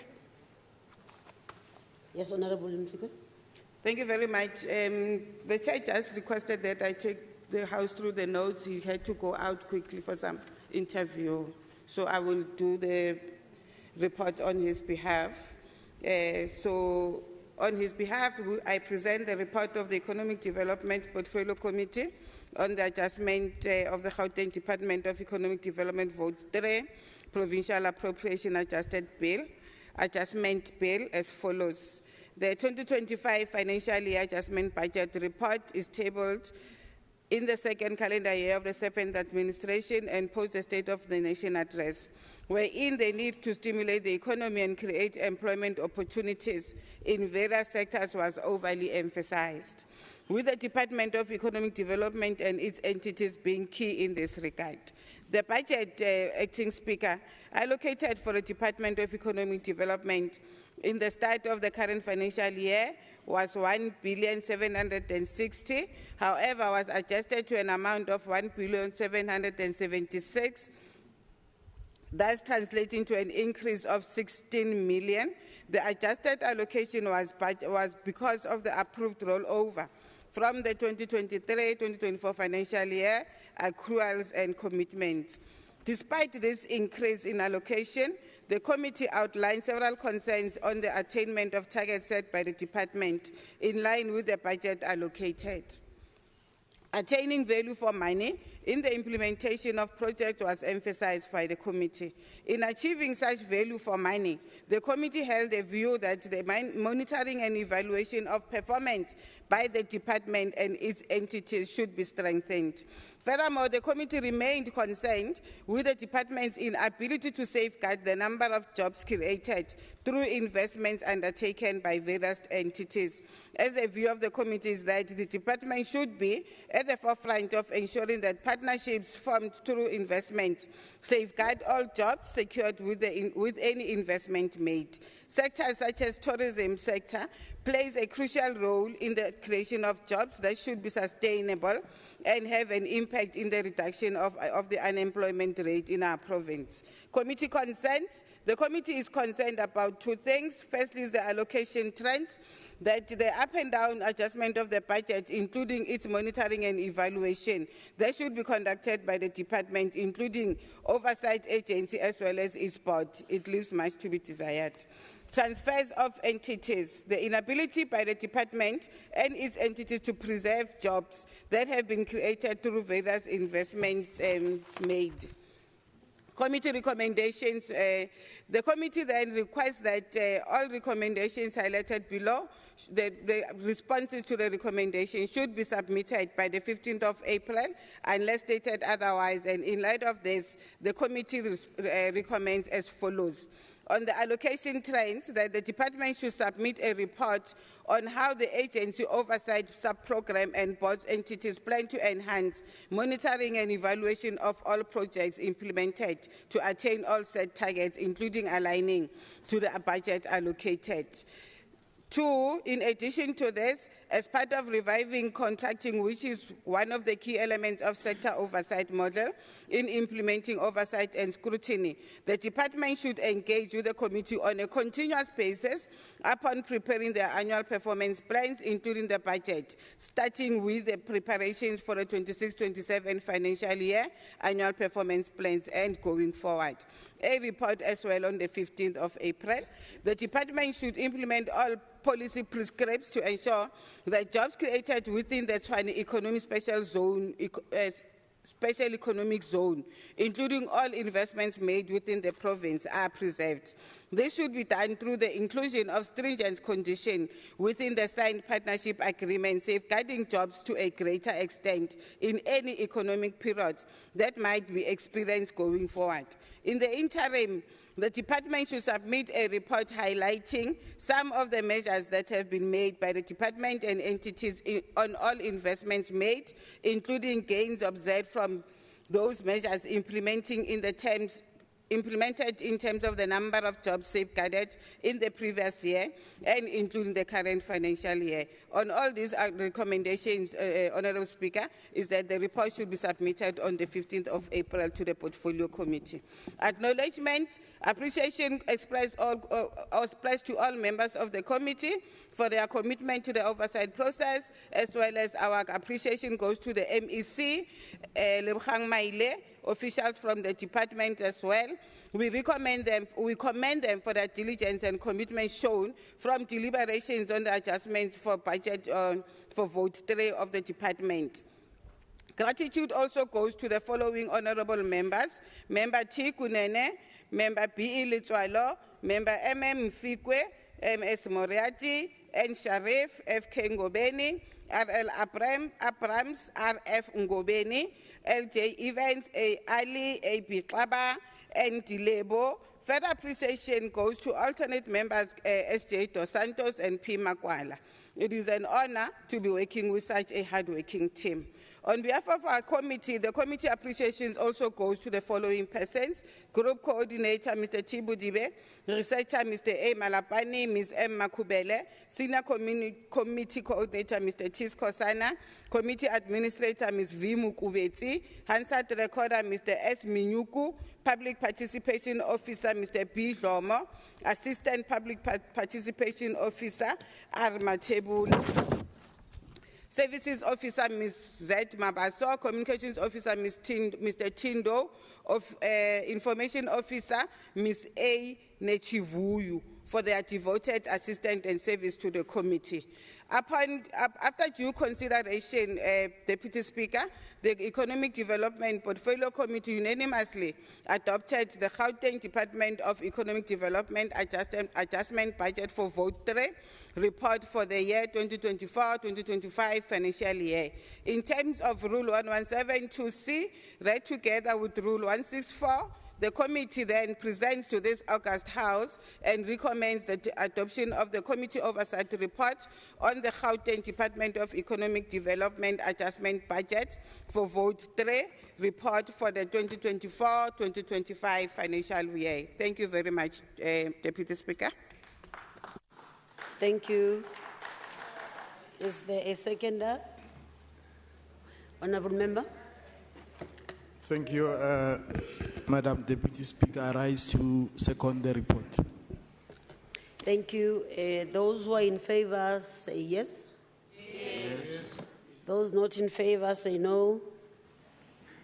Report adopted. Thank you. Next order, please, Secretary. Thank you, Honourable Deputy Speaker. Health and Wellness Portfolio Committee Oversight Report on the details of the Vote 4, which is Department of Health on the Gauteng Provincial Adjustment Appropriation Bill G003-2024 for the 2024-2025 financial year. Thank you. Thank you. Honourable Letswalo. Thank you very much, Madam Speaker. Allow me on this grand occasion to really appreciate the residents of Gauteng, as well as appreciating members of this August House. Allow me furthermore, Madam Deputy Speaker, to present this report summatively. It's there, and I think it would be a responsible act for us to encourage the residents of Gauteng to consume this report, to read it, and internalize it, because this is a state of the report that reflects the functionality of the health system. Notwithstanding, the Portfolio Committee on Health and Wellness undertook an evaluation of the Gauteng Department of Health and Wellness adjusted budget allocation to ensure alignment with provincial priorities for the 2024-2025 financial year. This assessment was aimed to determine the extent to which the revised budget supports the department's strategic objectives and service delivery mandates.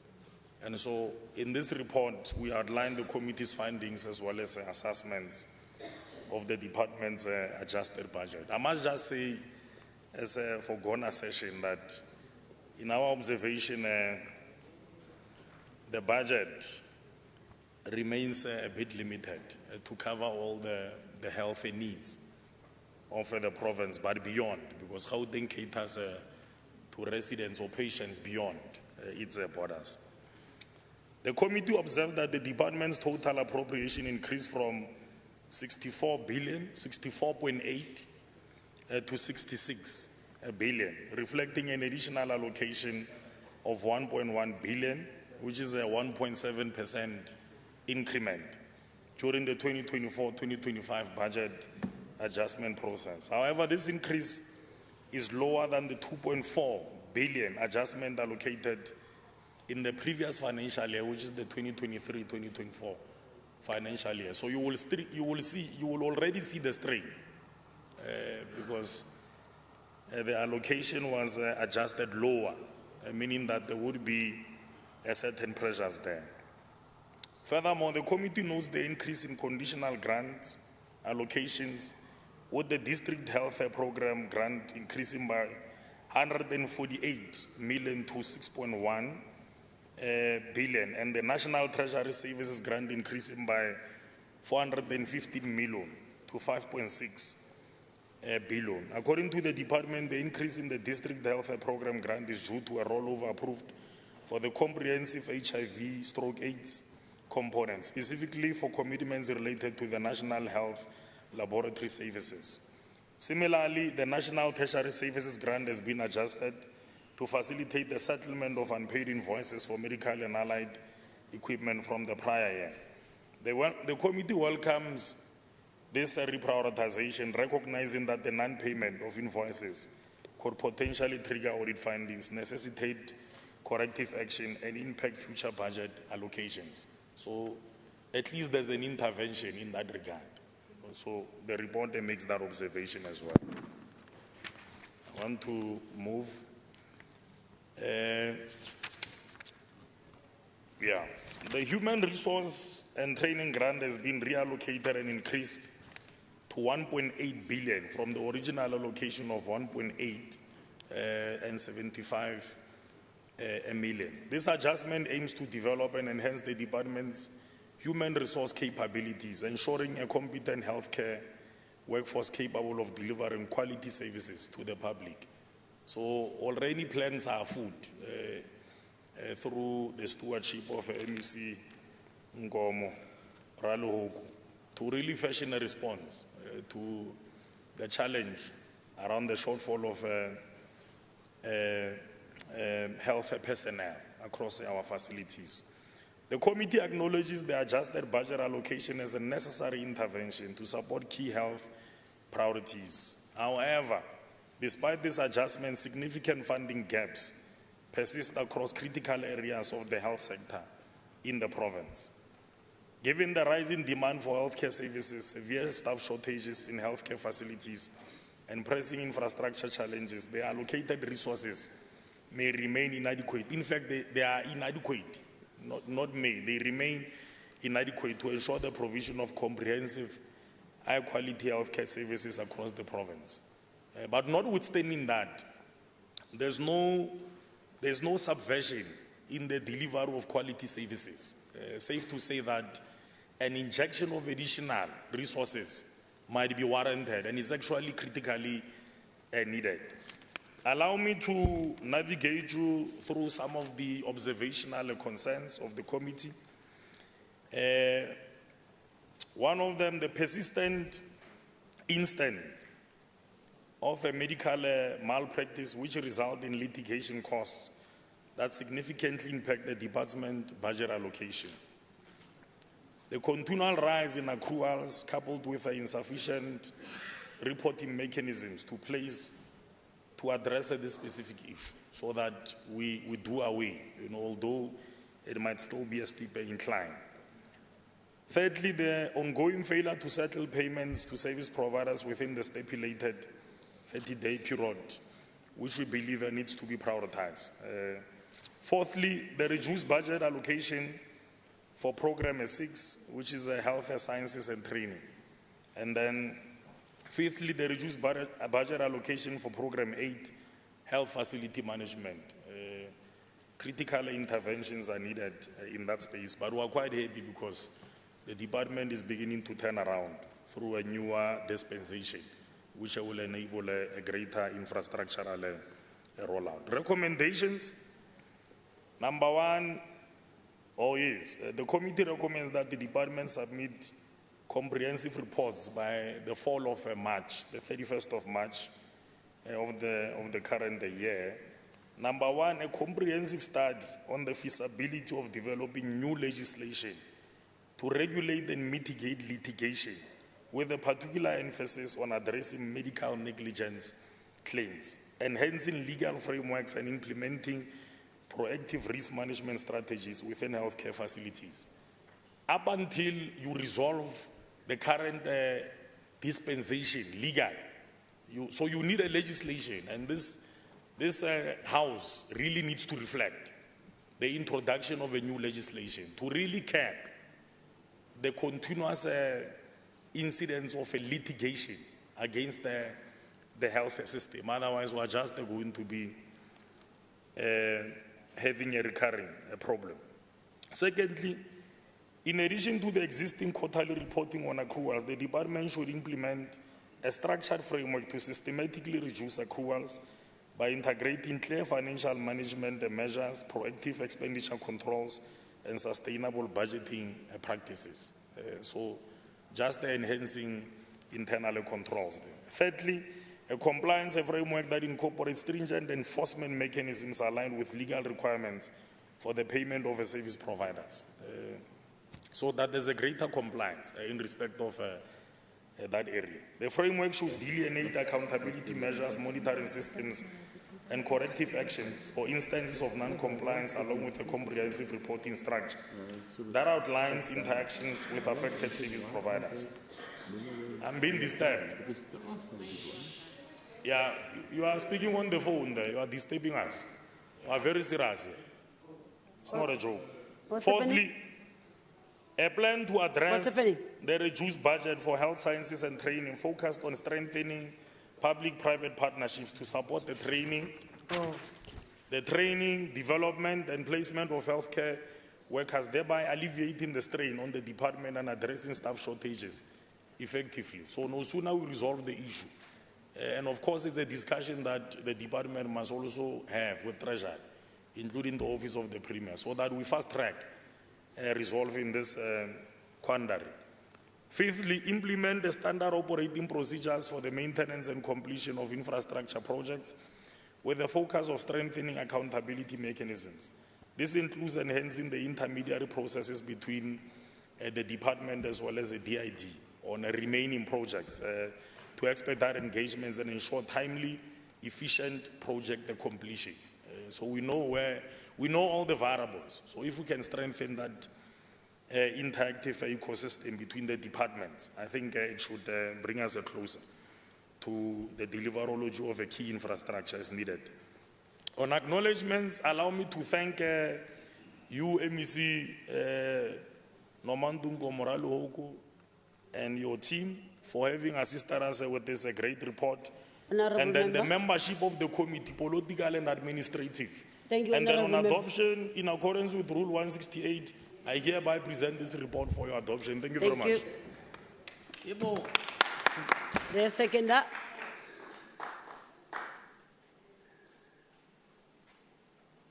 I can second. Thank you, Honorable Bloom.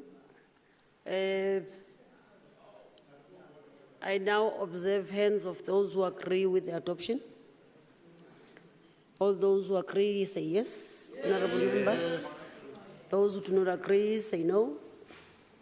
Thank you. Report adopted. Secretary, next order, please.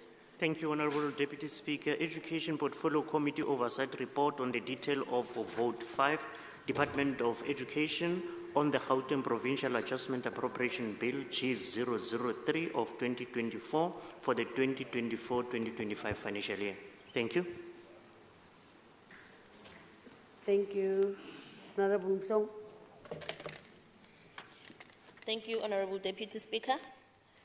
The Gauteng Provincial Government implemented the Provincial Adjustments Budget process in line with provisions of Section 18(1)(a) of the Public Finance Management Act No. 1 of 1999 to facilitate the compilation of the 2021-22 Provincial Adjustment Budget according to the provisions of Sections 31 of the PFMA.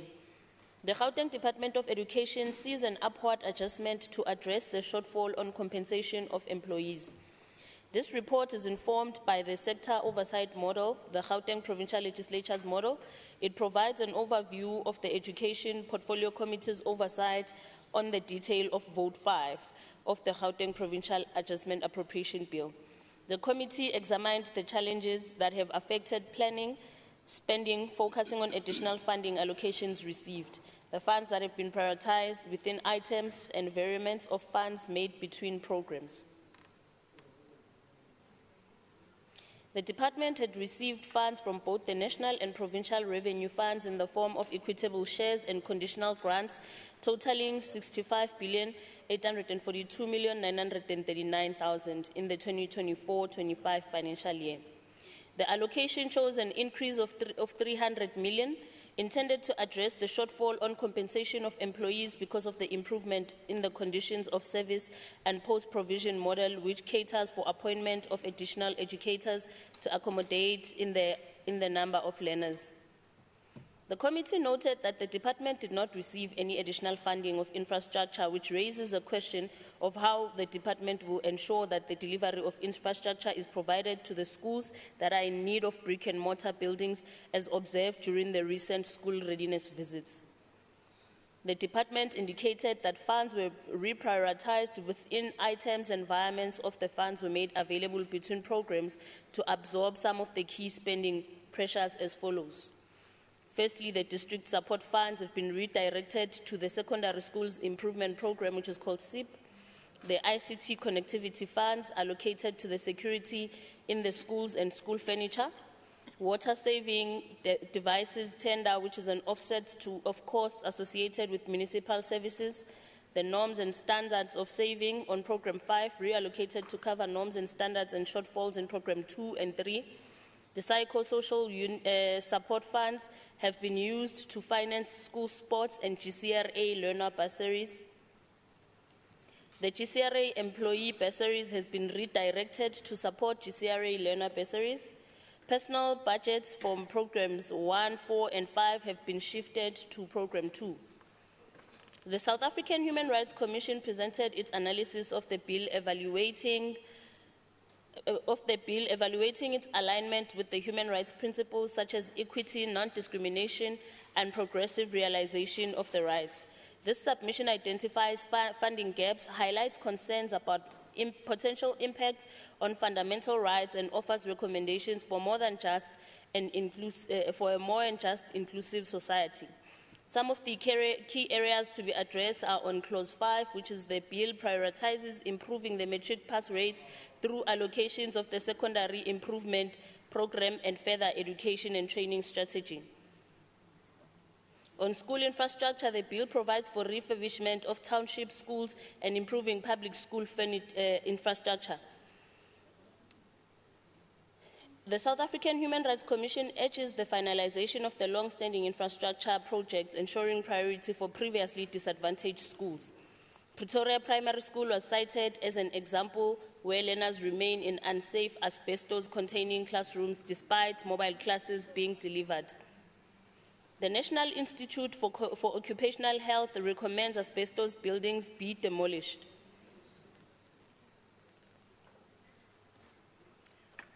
On wellness and safety in schools, the budget includes allocations for wellness programs for learners and employees. The South African Human Rights Commission calls for a stronger focus on tackling bullying, violence, and discrimination in schools, which have become widespread. Notably, incidents in 2024, including a pastor entering a school with weapons and racial discrimination cases, highlight some of the safety concerns that the committee has. The South African Human Rights Commission also concluded its submission related to education by indicating that schools must be a safe, inclusive environment that promotes well-being for students as well as staff. Some of the concerns of the committee has observed that the department did not receive any additional funding for infrastructure. This raises concerns about how it will ensure the delivery of necessary brick and mortar buildings to schools that are in need, and also noted during the school readiness visits. The committee's proposed recommendations are that the department should maximize the efficient and most cost-effective use of allocated infrastructure funds by enhancing the management of infrastructure projects in order to accelerate the delivery of infrastructure, particularly those that have been long delayed. A progress report is expected by the 30th of April 2025. The Portfolio Committee wishes to thank the MEC of Education, Honorable Chilwane, and his senior officials for the presentations that we have received from them. We would like to thank honorable members of the committee, Honorable Seserinyana, Honorable Makubela, Honorable Dos Santos, Honorable Waters, Honorable Engelbrecht, Honorable Ngobeni, Honorable Mkwanazi, Honorable Ali, for their dedication and support during this process. We also would like to thank our support team, Group Committee Coordinator, Ms. Suzy Wempantwambalo, Senior Committee Coordinator, Ms. Charlene Gaya, Committee Coordinator, Mr. Mashilwane, Committee Administrator, Mr. Kekana, Senior Researcher, Ms. Nenweli, Committee Researcher, Mr. Makura, our Hansard Recorder, Ms. Rashka Singh, the Service Officer, Ms. Nhlapo, our Public Participation Officer, Mr. Mutobi, and Mr. Mtwazi, our Media Officer, Mr. Ndo, our Information Officer, Mr. Litswalu, for the commitment that they've shown during the Provincial Adjustment Appropriation Bill. In accordance with Rule 1172C, read together with Rule 164, the Portfolio Committee on Education hereby presents the Committee Oversight Report on the detail of Vote 5 of the Gauteng Provincial Adjustment Appropriation to the House for adoption, taking into account the concerns and proposed recommendations made in the report. Thank you, Deputy Speaker. Thank you, Member. Is there a seconder?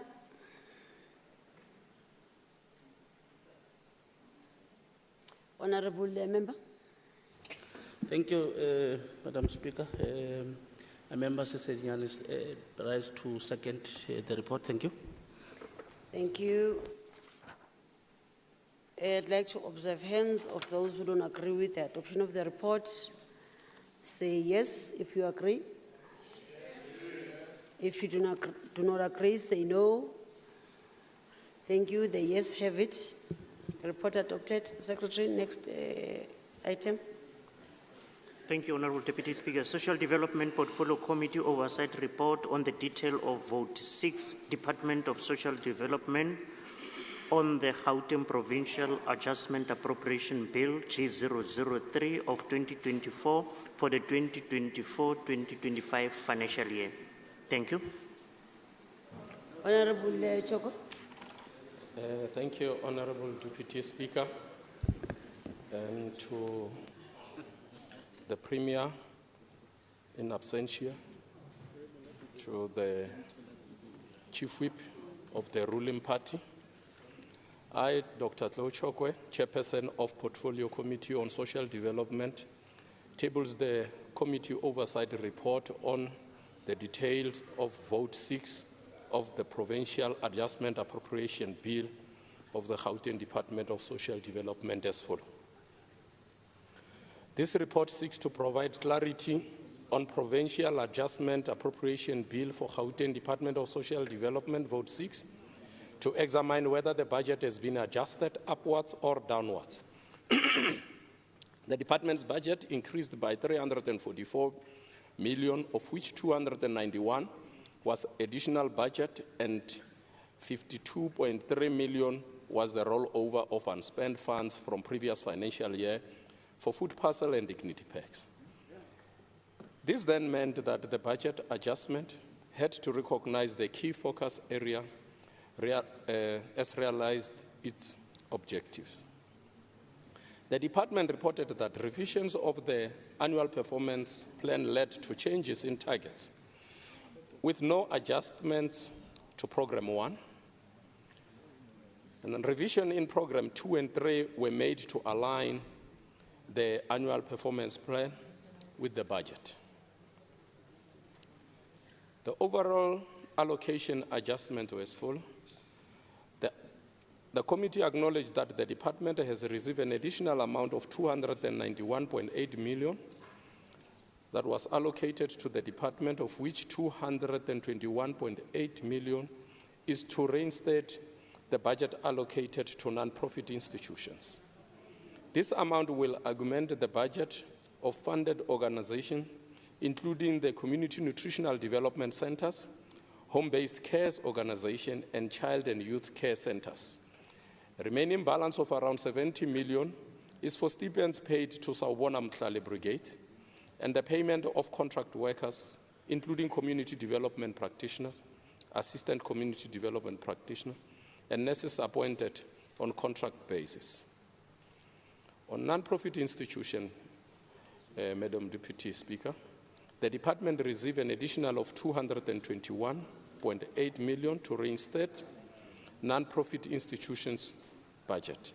The funds were allocated to the following program as follows. The social welfare received about 64.8 billion. On Program 2, Program 3, children and welfare, which is around, they received 30 million. That was to augment the payment of child and youth care center.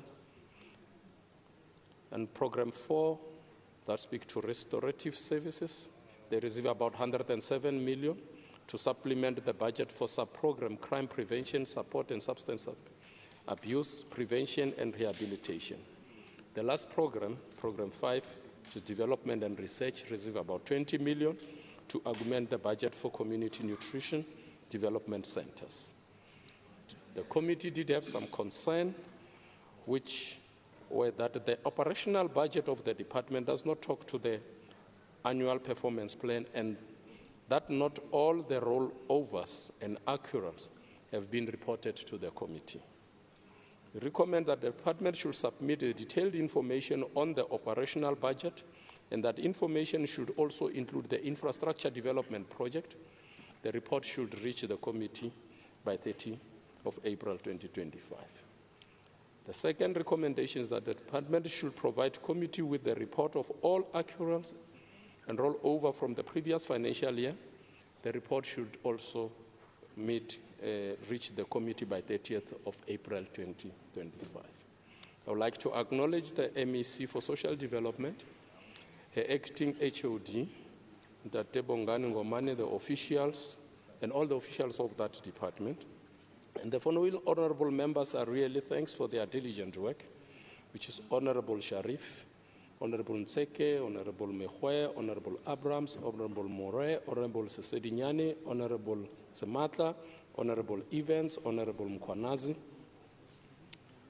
And I commend them for their diligence work during the deliberation of the third quarter for the report of 2024-2025 financial year. The committee also wish to thank the entire support staff. After due deliberation, the Portfolio Committee adopted the report on the detail of the Gauteng Provincial Adjustment Appropriation Bill, Budget 6 of the Gauteng Department of Social Development. Therefore, Honorable Speaker, in terms of Rule 117, Section 2C, read with Rule 164, the Portfolio Committee on Social Development present the oversight report on Provincial Adjustment Appropriation Bill for consideration and for adoption. Thank you very much. Thank you. Is there a seconder? Thank you very much, Deputy Speaker. I, LH Mekwe, hereby wish to second the adoption of the report. Thank you. I now put the question. Those in favor say yes. Yes. Not in favor say no. The yes have it.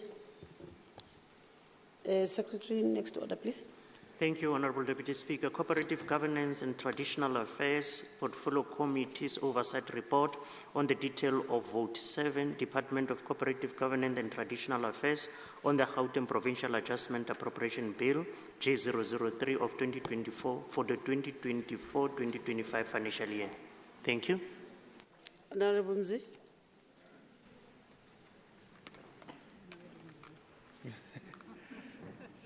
Thank you very much, Deputy Speaker. Greetings to all honorable members in the House. I, Honorable Mzikaifani Kumalo, Chairperson of COCTA Portfolio Committee, tables the Committee Oversight Report on the details of Vote 7 of the Provincial Adjustment Appropriation Bill, G003-2024, Gauteng Department of COCTA as follows. I will focus on the executive summary, committee concerns, and acknowledgement, and other parts of the report that have not gone through should be taken as read. This report seeks to provide the clarity on the Provincial Adjustment Appropriation Bill of the Gauteng Department of COCTA Vote 7. The third quarter of every financial year marks the provincial budget adjustment for the department appropriations. Gauteng provincial government is amongst the country's provinces that experienced changes on the financial projections during the quarter under review. It was reported that the provincial main appropriation of 168.6 billion increased by 4.9 billion to an adjusted appropriation of 173 billion in the third quarter of 2024-2025 financial year. The Gauteng province in its covers provided an additional amount of 2.1 billion and a net adjustment of 92.9 million, which are a reallocation from funds surrendered to the Provincial Revenue Fund, PRF. It remains noteworthy that the rollovers of 1.2 billion included 282.7 million funded through equitable share and 921 million funded through additional grants. Both the conditional grants and equitable share rollovers are funded through provincial financing since the funds remain in the PRF after the end of 2023-2024 financial year. The Gauteng Department of COCTA did not receive any additional funding except the environment and shifts within the sub-programs that occurred. Committee concerned, the Portfolio Committee is of the notion that the shifting of funds within programs should not amount to service delivery distress, that is, on areas such as awareness campaign, energy project, and municipal infrastructure supports, coupled by poor planning and budgeting by the end of that financial year. Bluntly put, this will raise some oversight concerns should the department's variance move beyond the acceptable norms and standards of PFMA. The following are committee recommendations that must be responded by the 30th of April 2025. The Portfolio Committee therefore reiterates that funds reallocation between programs should translate to a more robust planning and budgeting process and further conduct a thorough assessment to accurately determine the resource needs of each program. Proper planning is crucial to ensure that each program has the resources it needs to achieve its goals effectively. On acknowledgements, the chairperson of COCTA Portfolio Committee, Mzikaifani Kumalo, wishes to thank the MEC for COCTA, Mr. J. Mamabolo, the head of department, Dr. D. Bartley, and his team. The chairperson wishes to appreciate the diligence, dedication, and commitment shown during deliberation on the details of the Gauteng Provincial Adjustment Appropriation Bill, Budget Vote 7 of the Gauteng Department of COCTA, to all members of the portfolio committees, and these are Honorable A. Mosai, Honorable N. Mokobe, Honorable S.T. Masinga, Honorable K. Rasilingwani, Honorable B. Makene, Honorable M. Masoleng, Honorable N. Dilebi, Honorable S. Nyati, Honorable N. Diacher, Honorable L. Masilela, and Honorable F.R. Ngobeni. The committee's gratitude is extended to the following support staff: Committee Coordinator, Ms. Z. Pantswa Mbalo, Senior Researcher, Dr. S. Nenweni, Committee Coordinator, Ms. J. Nyembe, Researcher, Mr. S. Nene, Media Officer Ms. P. Bulasengobo, Information Officer Ms. L. Ngube, Committee Administration Ms. N. Mtembu, Service Officers Ms. C. Netwa, and Hansard Recorder Mr. N. Mbonani. Adoption. After deliberations, the Portfolio Committee adopted the report on the details of the Gauteng Provincial Adjustment Appropriation Bill G003-2024, Budget Vote 7, Gauteng Department of COGTA. Therefore, in accordance with Rule 1172C, read with Rule 165, the Portfolio Committee on COGTA present a report of Cooperative Governance and Traditional Affairs Portfolio Committee on the detail of Gauteng Provincial Adjustment Appropriation Bill G003-2027 Budget Vote 7 to the House for consideration and adoption. I thank you, Deputy Chair of Chairs. Thank you, Member Kumalo. Is there a seconder? Member Mkheti, seconds. Thank you, Deputy Chair of Chair. I rise to second the report. I now put the question to the House. All those in favor say yes. Yes. All those not in favor say no. The yes have it, and the report is adopted. Okay. I will then request a member that the next order be the order that was going to be presented by Member Masuku due to an emergency that he has. So we will rearrange the order and ask Member Masuku to come in. So you can now read the order.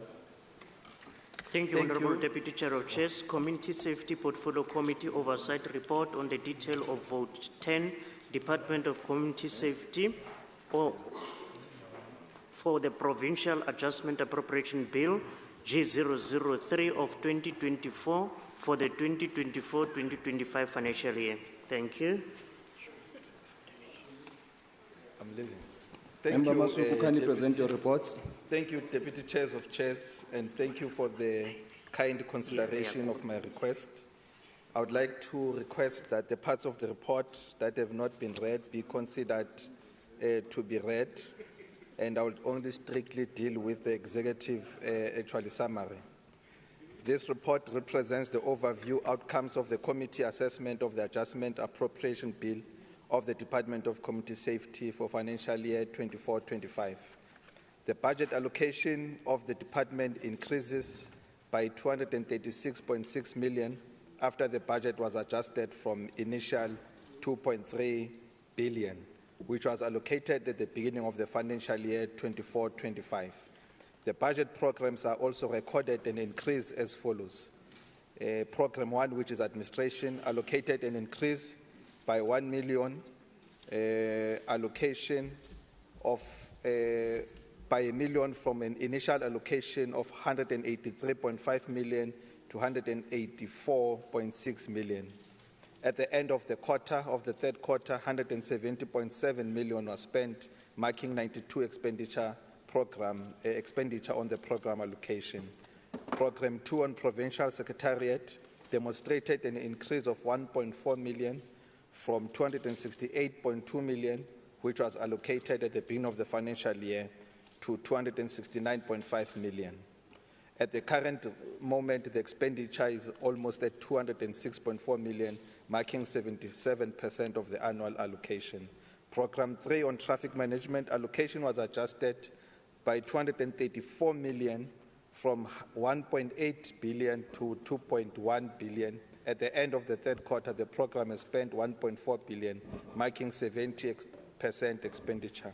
The committee noted the department was granted permission by the provincial treasurer to shift 256 million from compensation of employees to settle accruals.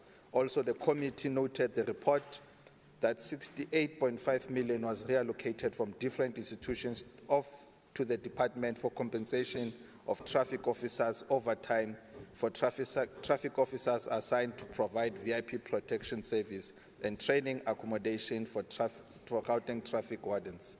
Furthermore, the total of 171 million emanating from the financial year 23-24 was rolled over for procurement of various goods and services. The committee noted the additional funding allocated to the department and reprioritization of the funds to ensure service delivery is realized. The committee will continuously monitor the performance of the department on the quarterly basis. The committee noted the additional, in terms of concerns, the committee noted the additional resources allocated to the department and will monitor the performance of the department through the quarter's report. In terms of acknowledgement, I, Bandile Masuku, the chairperson of the Community Safety Portfolio Committee, thank the department safety led by Honorable Panyaza Lusufi and the head of department, Nonsigelo Sisulu, for their cooperation during the consideration of this adjustment appropriation bill. I further acknowledge and express my gratitude to the members of the committee for their cooperation and diligence in assessment of this report, namely Honorable Mhlagaza Manamela, Honorable Gunene, Honorable Moody, Honorable Maluka, Honorable Nyati, Honorable Evans, and Honorable Bosch, Honorable San, and Honorable Mulder.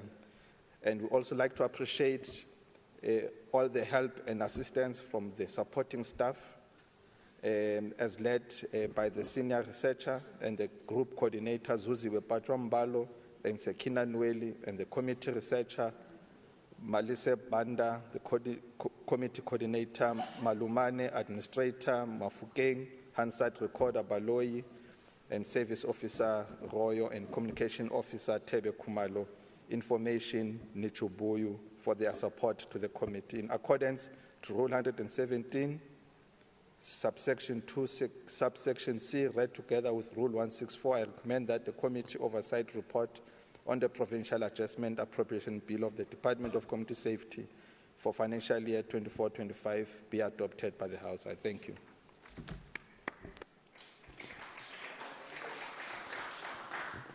Thank you, Member Masuku. I must first indicate that you were not given preferential treatment because I serve in your committee. It's because of the real age and need, now that Member Masuku is a specialist doctor. Is there a seconder to the report? Member Moody, seconds.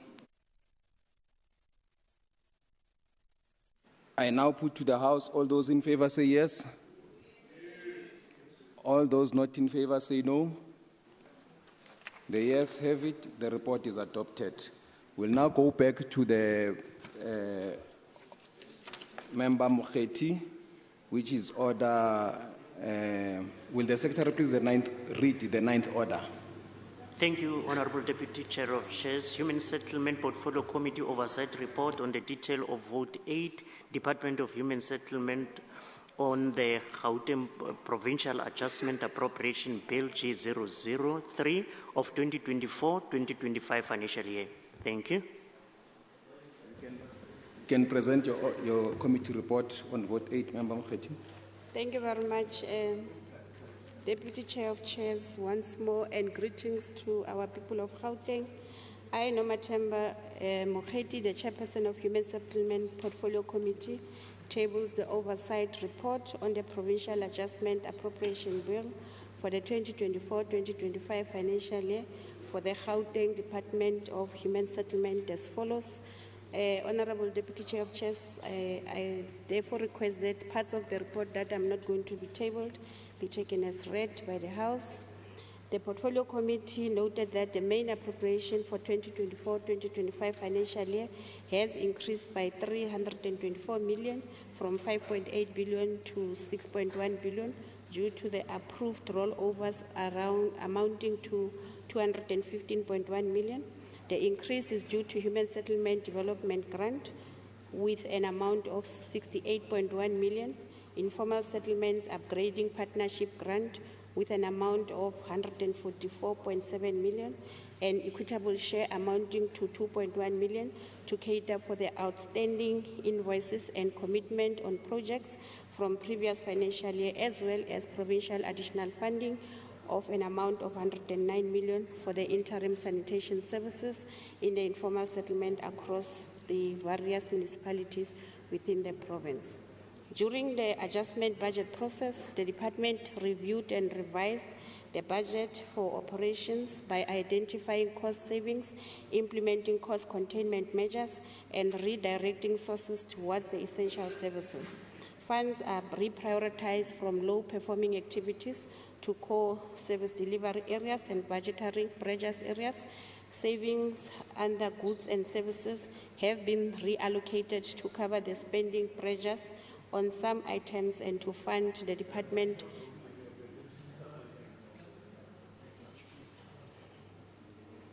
priorities and essential operational requirements. On human settlement conditional grants, Deputy Chair of Chairs, during the 2024-2025 financial year, the department received an allocation of 4.8 billion under the conditional grants. The budget for conditional grants increased by 212.9 million to an adjusted budget of 5 billion due to the national rollover amount approved for the Human Settlement Development Grant, which is 68.1 million, and the Informal Settlement Upgrading Partnership Grant, which is 144.7 million, to cater for outstanding invoices and commitments on projects from the previous financial year. Furthermore, the committee noted the provincial additional funding amounting to 109 million for interim sanitation services in informal settlement across various municipalities within the province. On the environments and shifting of funds, the portfolio committee noted that the department reprioritized funds amongst and within the programs and through environments, which resulted in an amount of 125.8 million from the HSDG being reprioritized as follows: 121.5 million from land and subsoil under capital assets. Furthermore, 4.2 million from transfers and subsidies to property payments under goods and services to provide for the maintenance of state properties, as well as payment of rates and taxes owed to those properties. Through shifting of funds on all 4 programs, an amount of 3.1 million is redirected from goods and services to provide for interest on overdue payments.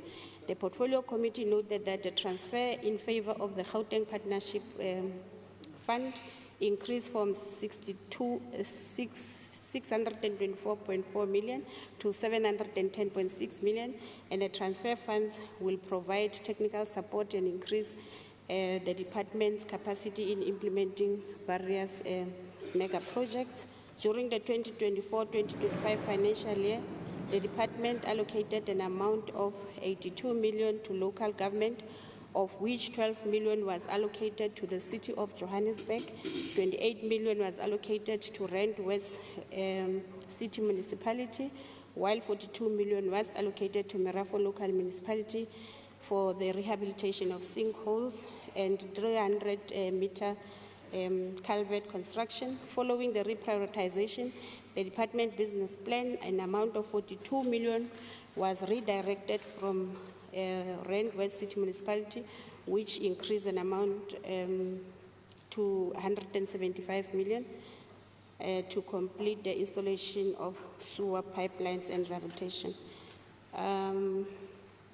Deputy Chair of Chairs, I think I need to correct the report. The 42 million was redirected from Merafo Local Municipality to the Rand West City, and therefore it increased an amount of Rand West to 175 million to complete the installation of sewer pipes and rehabilitation of manholes. I beg your pardon. In line with the public participation mandate and Constitution of the Republic of South Africa, the Portfolio Committee is required to invite stakeholders, and due to time constraints, the committee did not invite the stakeholders to attend and submit written and oral submissions during the presentation on the provincial adjustment for the 2024-2025. The Portfolio Committee received a submission from the South African Human Rights Commission, and it has been forwarded to the department to respond by the 31st of March 2025. On recommendations, the department should ensure that no funds are surrendered back to Treasury, as funds are allocated to do service delivery. And lastly, the department should consider a submission from the South African Human Rights Commission and respond to the committee by the 31st of March 2025. On acknowledgements, all the honorable members of the committee and the MEC and HOD are acknowledged, including the support staff of the committee. On adoption, in terms of Rule 1172C, read with Rule 164, the Portfolio Committee on Human Settlement presents the oversight report on the Provincial Adjustment Appropriation Bill for 2024-2025 financial year for adoption, taking into account committee proposed recommendations made in the report, as well as a submission from the South African Human Rights Commission. I thank you, Chair.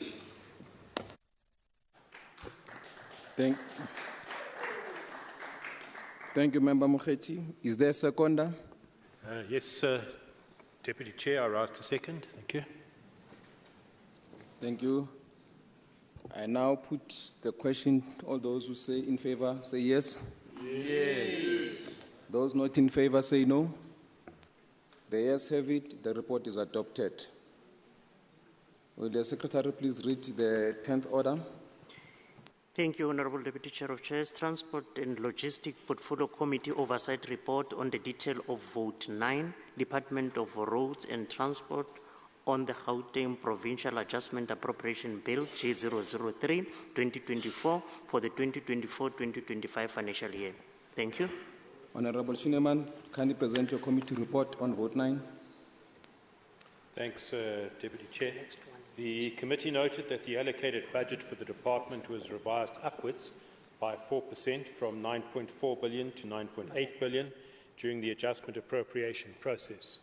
The committee noted that the department received 260 million rand, of which 10 million was for a shortfall on several operational items that were not adequately funded, whilst the remaining 250 million will be transferred to the Gautrain Management Agency to settle the Gautrain patronage guarantee costs in line with the contractual obligation entered into as part of the concessionaire agreement.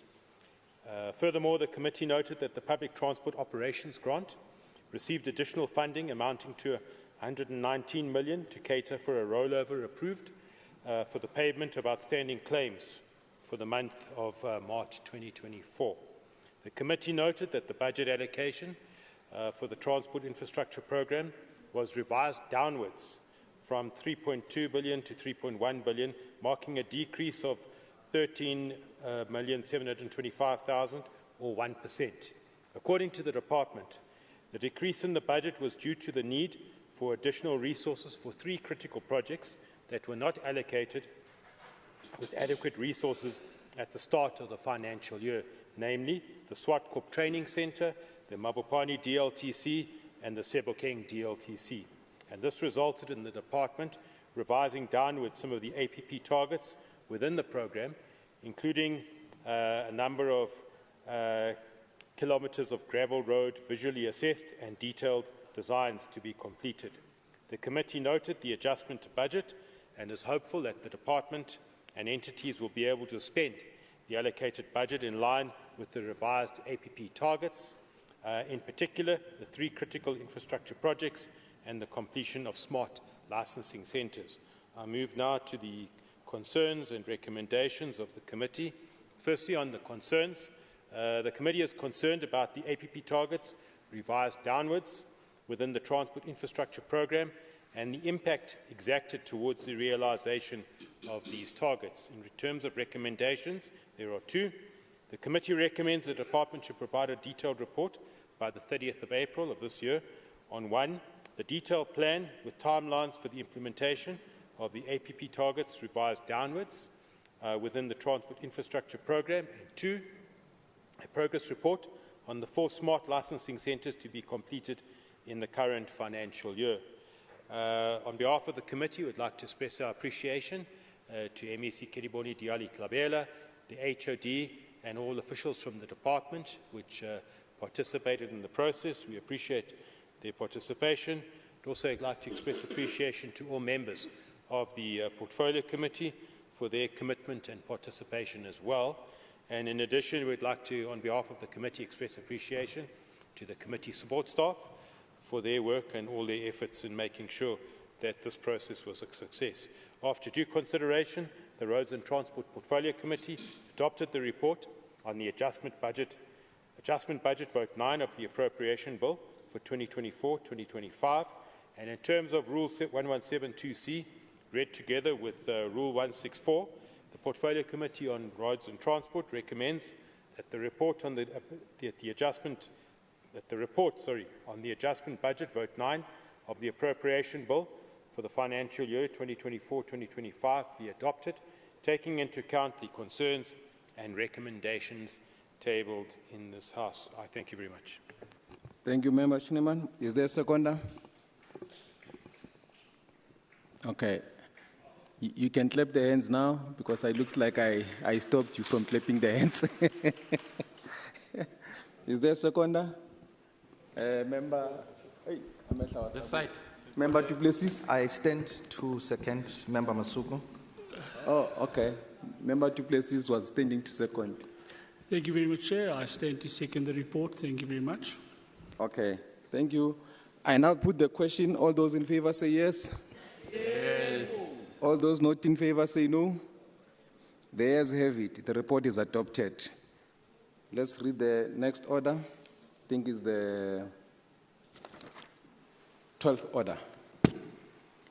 Environment, Agriculture and Rural Development Portfolio Committee's Oversight Report on the detail of Vote 11, Department of Agriculture, Rural Development and Environment of the Gauteng Provincial Adjustment Appropriation Bill G003 of 2024 for the 2024 and 2025 financial year. I don't see Member Mulder, who's presenting on his behalf? Okay. We'll pass. We'll come back when Member Mulder is back. I guess probably he's having his lunch. Okay, let's move to the next order. Sport, Recreation, Arts and Culture Portfolio Committee's Oversight Report on the detail of Vote 12, Department of Sports, Arts, Culture and Recreation for the Gauteng Provincial Adjustment Appropriation Bill G003 of 2024 for the 2024-2025 financial year. Member Tlebere, kindly present your committee report on Budget 12. Thank you, Deputy Chair of Chairs. I, Disebo Nora Tlebere, hereby tables the report for the Portfolio Committee of Sport, Arts, Culture and Recreation, Provincial Adjustment Appropriation Bill 2024. The department's total appropriation increased by 27 million from 1,090 million to 1,117 million during the adjustment budget process in the 24-25 financial year. The increase comprised of the suspension of 2 million from the Gauteng Provincial Treasury for the reburial of the first group of repatriations. A further 20 million was rolled over to fund commitments emanating from the previous financial year in relation to the procurement of gig drugs. An amount of 25 million was allocated in the previous financial year for this input. However, during the first quarter report of the current financial year, the department indicated that only 4 gig drugs were purchased by the department and that these were still at the customization stages. The committee observed that the budget adjustments were funded through the internal reprioritization of the budget, some of which were earmarked for a specific purpose and the shifting of budget within or between programs. The compensation of employees saw an upward budget adjustment from 670,950,000 to 708,311,000. This was due to the in-year spending pressures that necessitated internal reprioritization of the budget, where the budget was shifted within and between programs. Therefore, the compensation of employees was increased by 63 million to address spending pressures and accommodate the public wage agreement. The transfers and subsidies allocation decreased by 16,266,000 due to the reprioritization of funds from the Bipato Memorial and to host events. The infrastructure allocation remained the same at 32,701,000. 100,000, which is unacceptable. The recent committee oversight visit revealed the department's challenges regarding completion and operationalization of infrastructure project, and it remains to be seen which project will be completed and operational by the end of the current financial year.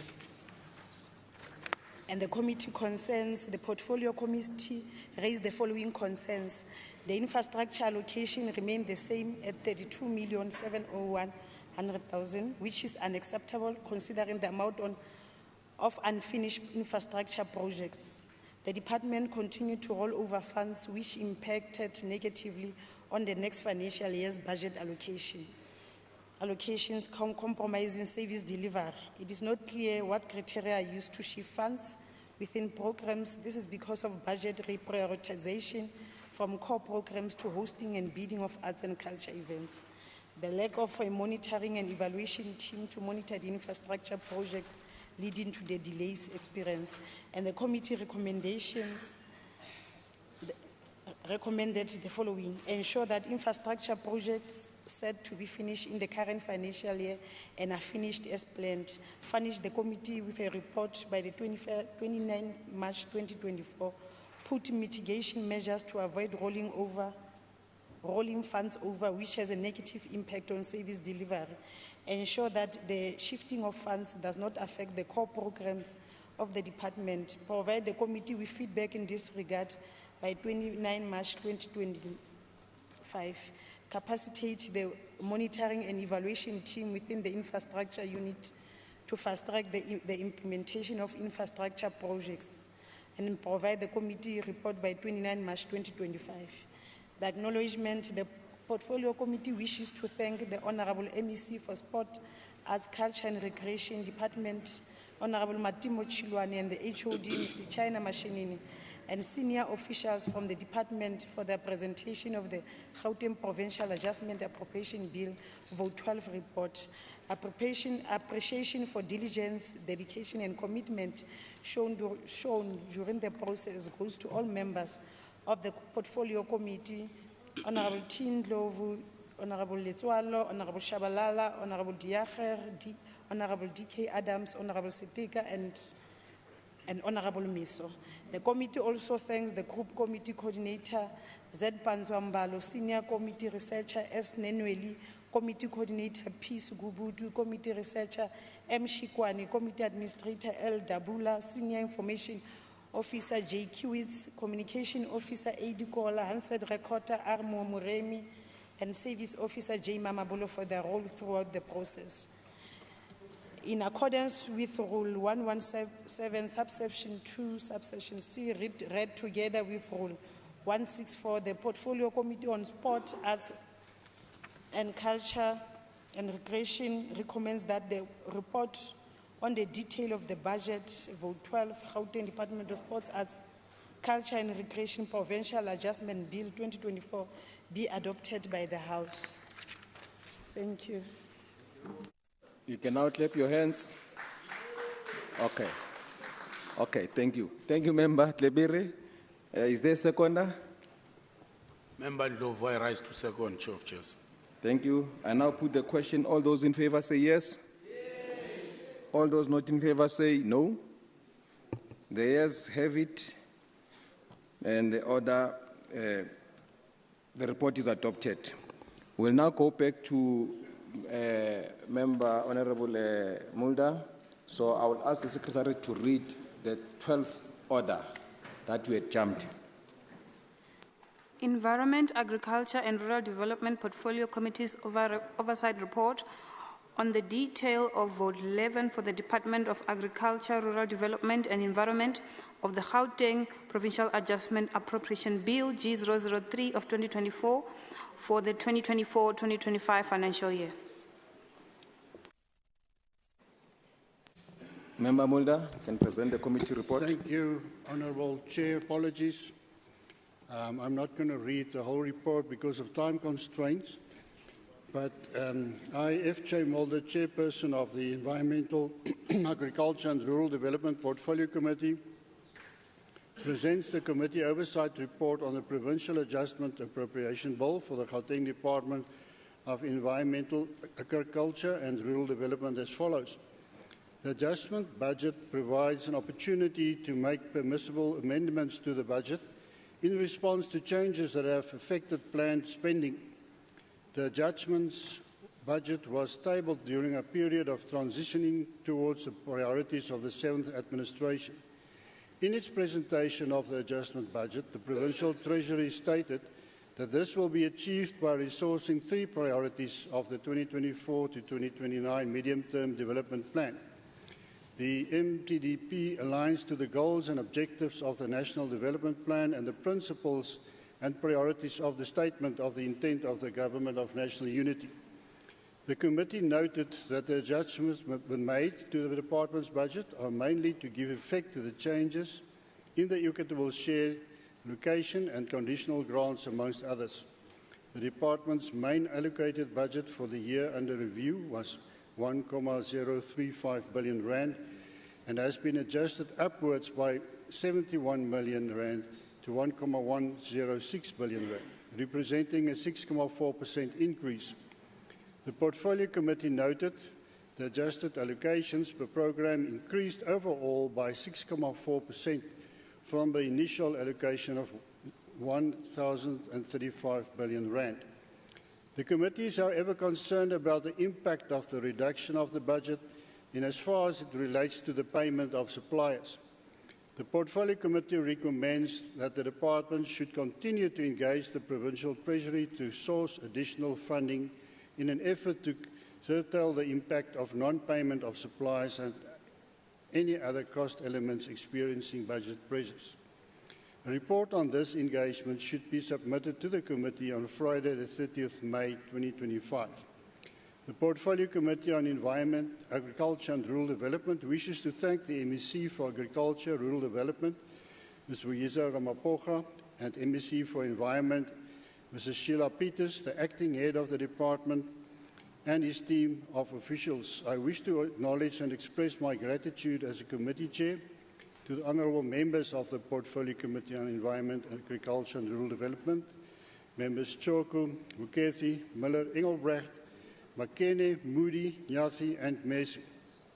Further appreciation goes to the alternate members of the committee, namely honourable members Teka and De Jager.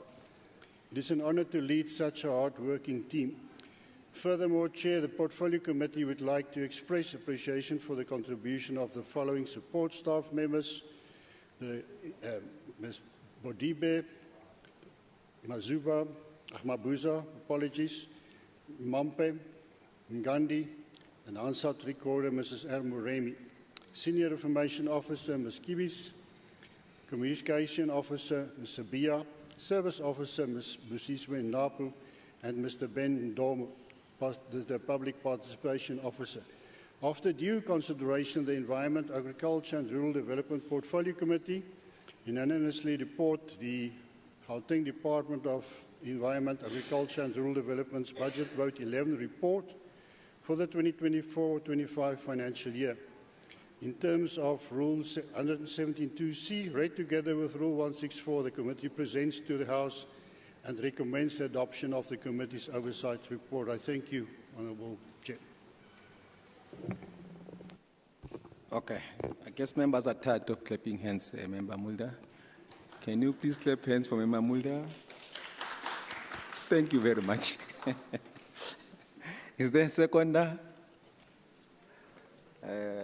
Yeah, you can come in. I can't see your name, sorry. Thank you, Member Miller. I second the report. All those in favour say yes. All those not in favour say no. The ayes have it. The report is adopted. Will the Secretary read the 14th order?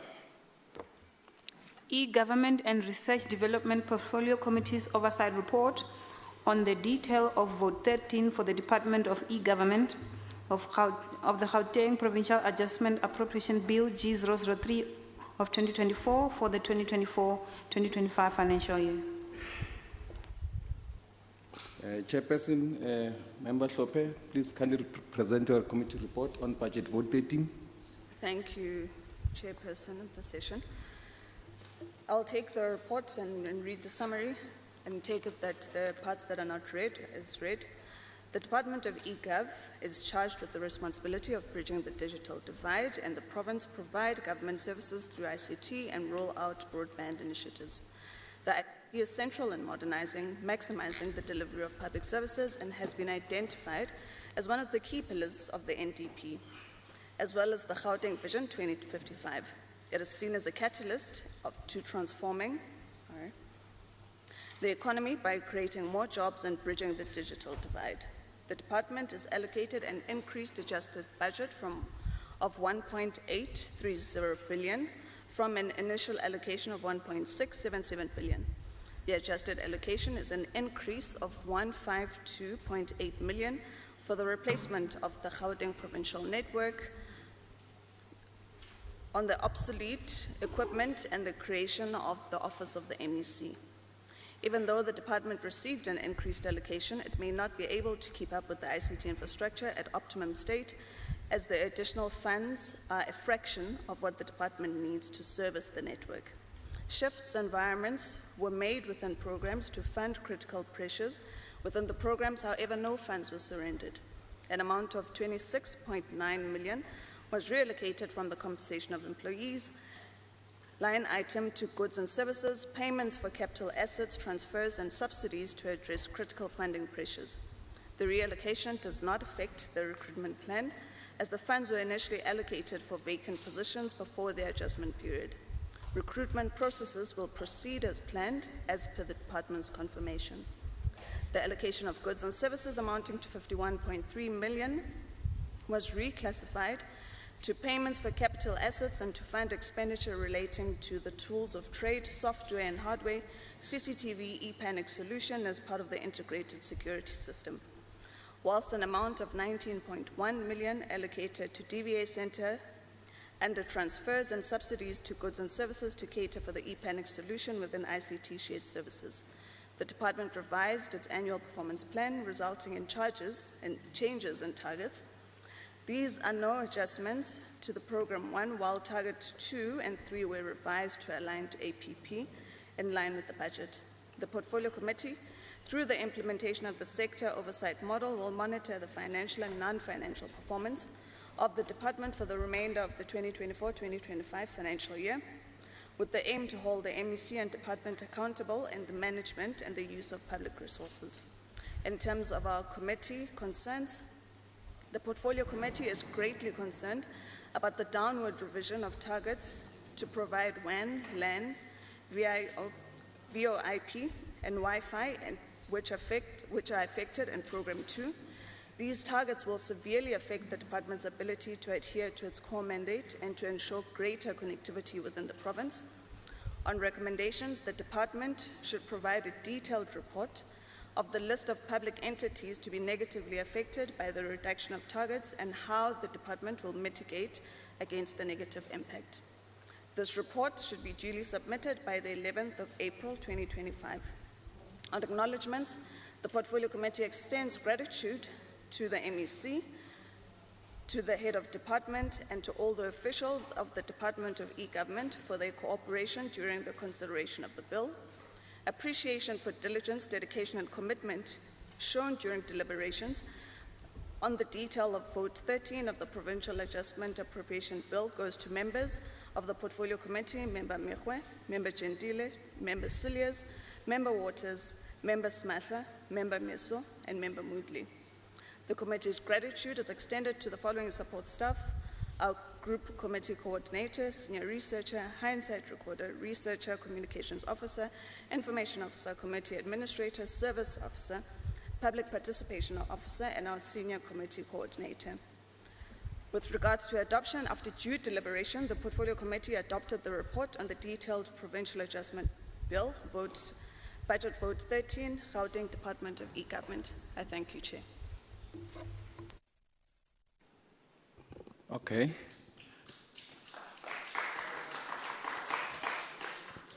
I think in the Rules Committee, you must make it a rule that after all committee reports, because they are not a party-informed report, it's a multi-party report. so that all show appreciation after the report has been read. Angithi yethu sonke report, it's all our report, isn't it? Yes, we must show appreciation. Okay, is there a seconder? Member Gentile? Thanks, Chair of Chairs. I second the report. Okay, thank you. All those in favor say yes. Those not in favor say no. Okay, the yeas have it. The report is adopted. Will the Secretary please read the 15th order? Thank you, Chair. Finance Portfolio Committee Oversight Report on the detail of Vote 14 GPT of the Gauteng Provincial Adjustment Appropriation Bill G003-2024 for the financial year 2024-2025.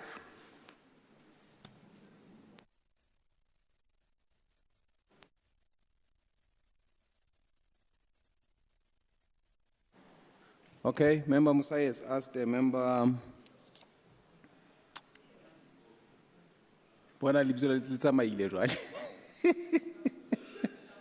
The Deputy Chief Whip to present the report on their behalf. It's a couple fun. No, thank you so much, Deputy Chair of Chairs. On behalf of Chairperson Musai, I'll present the report on behalf of the committee. The Gauteng Provincial Adjustment Appropriation Bill provides for the appropriation of adjusted amounts of money from the Provincial Revenue Fund for the province in respect of the financial year ending 31 March 2025, and to provide for matters incidental thereto. The bill is endorsed by Section 31 of the Public Finance Management Act of the PFMA 1999, which enjoins the MEC for Finance to table an adjustment budget in the provincial legislature. The bill is in line with Section 31A and G of the PFMA, which stipulates that an adjustment budget of a province may only provide for the appropriation of funds that have become available for the province, unforeseeable and unavoidable expenditure recommended by the Provincial Executive Council of the province within a framework determined by the minister. Any expenditure in terms of Section 25, money to be appropriated for expenditure already announced by the MEC for finance during the tabling of the annual budget. Of course, the shifting of funds between and within votes, or to follow the transfer of functions in terms of Section 42, the utilization of savings under a main division with a vote for the defrayment of excess expenditure under another main division within the same vote in terms of Section 43. The rollover of unspent funds from the preceding financial year. Considering, Deputy Chair, the prevalent fiscal constraint, the GPT reprioritized its existing budget baseline, identified deficiency gains, and made a trade-off to align the budget to the MDP priorities and to clear the mid-year. Budget shortfalls. The adjustment budget also prioritizes unforeseeable and unavoidable expenditure, approved rollovers, funding for compensation of employees, and debt management. To this effect, the adjusted appropriation decreases by 5.2 million from 817 to 812 million during the adjustment budget process.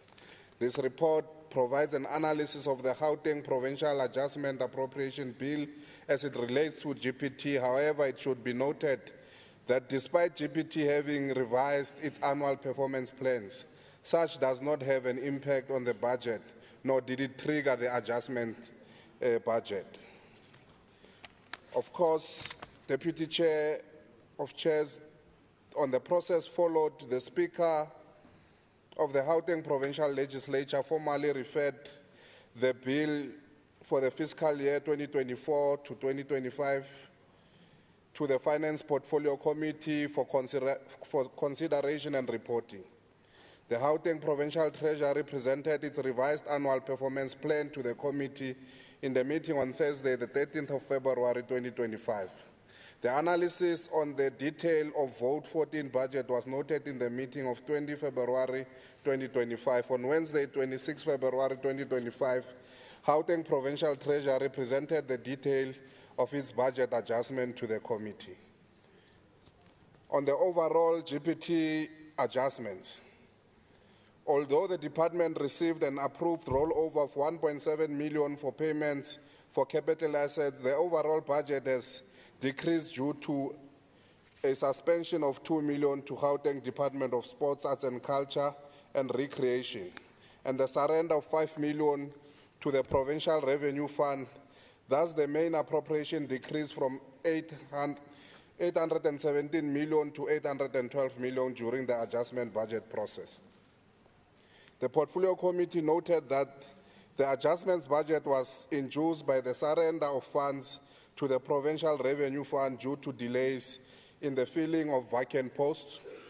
Besides the surrender of funds to the Provincial Revenue Fund, it should also be noted that the department performed shifts, reallocations, suspensions, rollovers, and reprioritizations as provided for by the Section 31 of the Public Finance Management Act 1999 as amended. Under economic classification, GPT reprioritized 17.2 million from compensation of employees towards the funding of anticipated overspending and unforeseen expenditure on goods and services transfers, and subsidies, payments for capital assets, and payments for financial assets.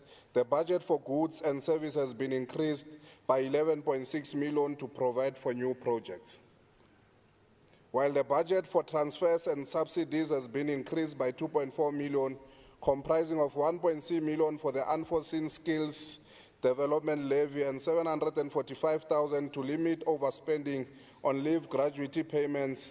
Similarly, the budget for payments for capital asset is increased by 3.2 million through the reprioritization from compensation of employees and an approved rollover of 1.7 million from previous financial year.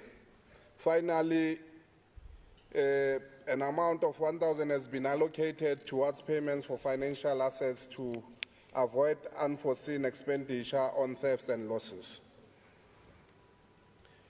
On the detailed program on adjustments, to align budget to spending priorities, funds amounting to 6.9 million are shifted from compensation of employees to goods and services under this program. Through shifts and program reprioritized 1.8 million from compensation of employees to transfer and subsidize. Of this amount, 1.6 million is allocated to departmental agencies and accounts for the unforeseen skills levy, and 128,000 is to fund household leave gratuities and injury on duty claims. To control the anticipated overspending under goods and services, the budget has been increased by 1.2 million through a variant of funds from Program 6 to limit the anticipated overspending on computer services, items such as on IVS connectivity enhancement, MFM dashboard, support and maintenance, eVault support and maintenance as well. The budget for payments for capital asset has been increased by 3.2 million through a variant of funds Program 2 and 6, and a rollover of 1.7 for the procurement of laptops for communications, graphic designers, teleprompter services, and camera equipment. Program 2, that speaks to sustainable fiscal resource management. A 3 million variant is performed from compensation of employees to payments for capital assets that fund the procurement of laptops for communication, graphic designers, teleprompter services, and camera equipment. Program 3, that speaks to financial governance. An amount of 6.3 million is shifted from compensation of employees to defray excessive expenditure under goods and services. Transfers and subsidies and payments for financial assets of this amount, 6 million, will fund projects such as Quick View modernization, How Train Management Agency pilot systems, and data analysis. 270,000 is earmarked for transfers to household for leave, gratuity payments, and on-duty claims, injury on-duty claims, while 1,000 is allocated towards the payment for financial assets to budget to cap overspending on thefts and losses. Moreover, Chair, an amount of 2 million is reallocated from compensation of employees of the Gauteng Department of Sports, Arts and Culture and Recreation. 1 million is surrendered to the Provincial Revenue Fund. Program 4 that speaks to provincial supply chain management, the program shifts an amount of 3,000 from compensation of employees to households to fund payments for leave, gratuity and injury on duty claims. To cap anticipated overspending on goods and services, the program receives a variant of 1.5 million from Program 6 to new projects such as the market research subscription, panel of investigation services, and lab testing of products. In Program 5, that speaks to municipal financial governance, the program shifts 3 million from compensation of employees to goods and services and transfers to households of this amount. 2.9 million is towards anticipated spending on projects such as municipal economic review, outlook, and cost of supply study, and the budget for transfer payments to household is increased by 29,000 to fund payments for leave, gratuity, and injury on duty claims. Furthermore, the program surrenders 1.8 million in compensation of employees to the Provincial Revenue Fund attributed to vacant posts. Program 6, that speaks to Gauteng audit services, an amount of 197,000 is shifted from compensation of employees towards household budget to pay for leave, gratuity, and injury on duty claims. The variant of 2.9 million is performed from compensation of employees to limit projected overspending under Program 1 and 4 for IVS connectivity enhancement. Member Mokhobe, can you please move to the last part where I ask for adoption? All right. Let's fast track it now. Just on a quick note, on recommendation, the committee recommends the following: that the GPT responds by the 30th of April 2025, that the GPT should provide a rationale for not revising its organizational structure to exclude the vacant post older than 4 years, which would not hamper from attending its mandate. Of course, Chair, the committee would want to acknowledge the cooperation of the MEC of Finance, Mr. MEC Lebohang Maile, the head of department, and Mnyani, as well as senior officials of the GPT. Also acknowledge the Finance Committee members, Member Tlevere, Member Cecily Nyani, Member Hicklin, Member Robertson, Member Kaba, Member Evans, Member Ngoveni, Member Makwala, Member Ali, Member Moore, Member Shiroten, Member Maloka, and of course the Chair, Member Musai. Of course, we'll also acknowledge the staff led by the Group Committee Coordinator Ntate Modibe and Committee Coordinator Ntate Ntsani. Of course, arriving at the adoption of the report in terms of Rule 1172C, read with Rule 164, the Finance Portfolio Committee presents to this House and recommends the adoption of the committee's oversight report on the detailed budget for Vote 14 Gauteng Provincial First Provincial Adjustment Appropriation Bill. Thank you. Thank you, Member Mokhobe. Is there a seconder? Member Tlebere? I second, Chair, the report. Okay. All those in favor say yes? Yes. All those not in favor say no? Okay, the ayes have it. The report is adopted. Will the presiding officer read the 16th order? Thank you, Chair.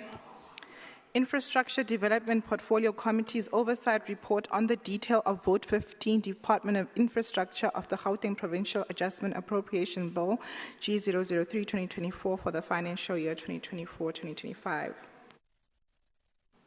Member Ndlovu, ungayithatha isikhathi eside now.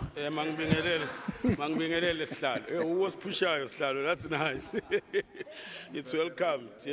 Thank you very much. I, Member Ndlovu, hereby present the oversight report on detail of Vote 15, Gauteng Department of Infrastructure Development and Property Management Adjusted Appropriation Bill. Deputy Chair of Chairs, as you said, I will not read part of the reports, and I request that the House take them as read.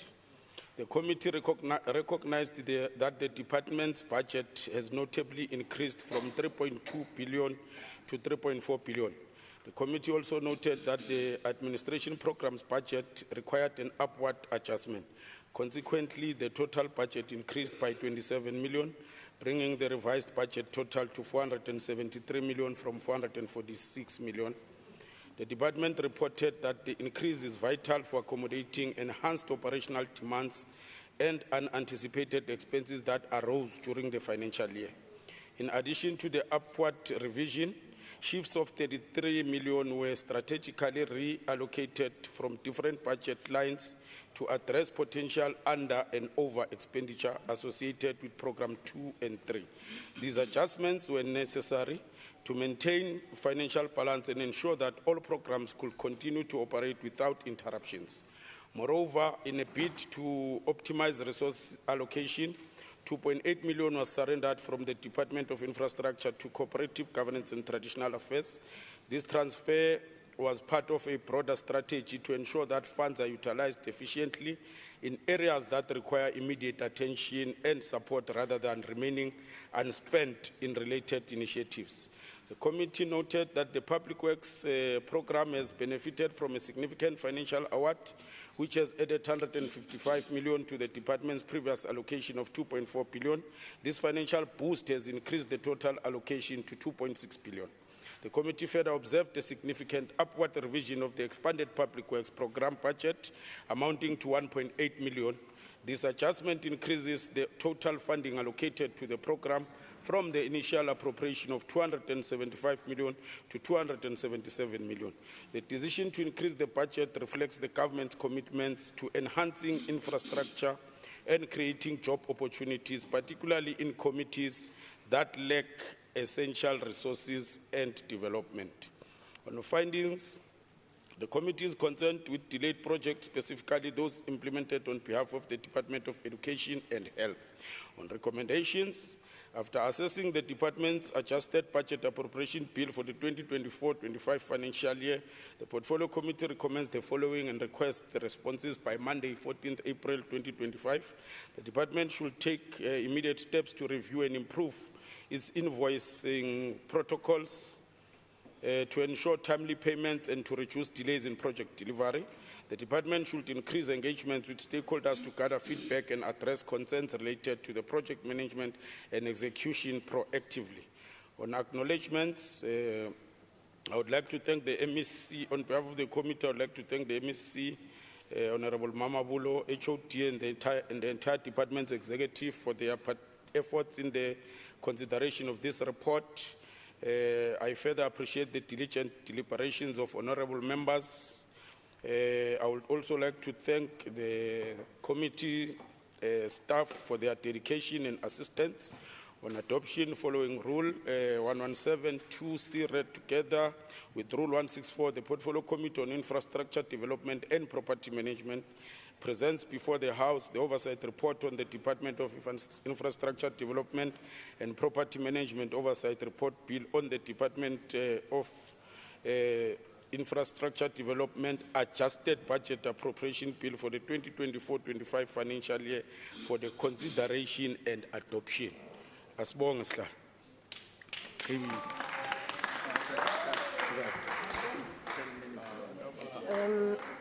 Thank you very much, Honorable. Excuse me. Thank you very much, Honorable Ndlovu.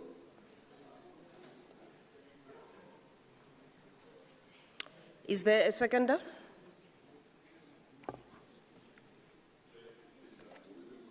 Yes, Honourable Member. Proceed.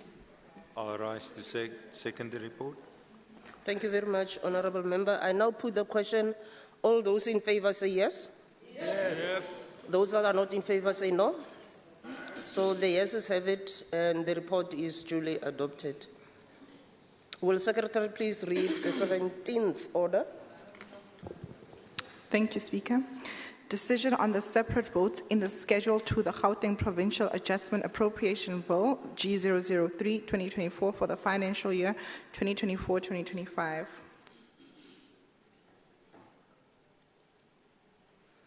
Honourable members, I will now put the question on the separate votes in terms of Rule 223, subsection 5.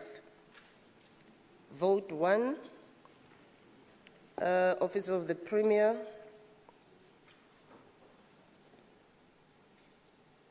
I have an indication here, honourable members, of members who would want to make declarations.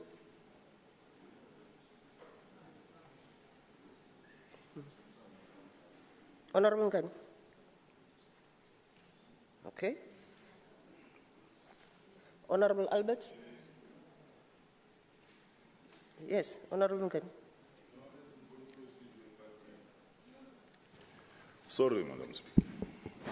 As Umkhonto weSizwe Party in Rule 223.5, would like to support the Gauteng Adjustment Appropriation Bill G003-2024. Umkhonto weSizwe Party wishes to support this bill, notwithstanding its reservation and displeasure at the following: provincial government consistent sabotage of black-owned businesses by refusing to settle their invoices time-wise, continuous failure to fund black-owned SMEs which demonstrate the lack of commitment to economic transformation. Lastly, Umkhonto weSizwe vehemently object a proposed VAT increase of 2 percentage points. It views this as an assault to the poor by insensitive government that has betrayed the aspiration of our masses in this country. Thank you. We support the bill. Thank you, Honourable Ngani. Honourable Alberts? A. Alberts? Okay. Honourable P. Makwala? They're not here. Okay, I now put the question on vote 1. All those in favour say yes.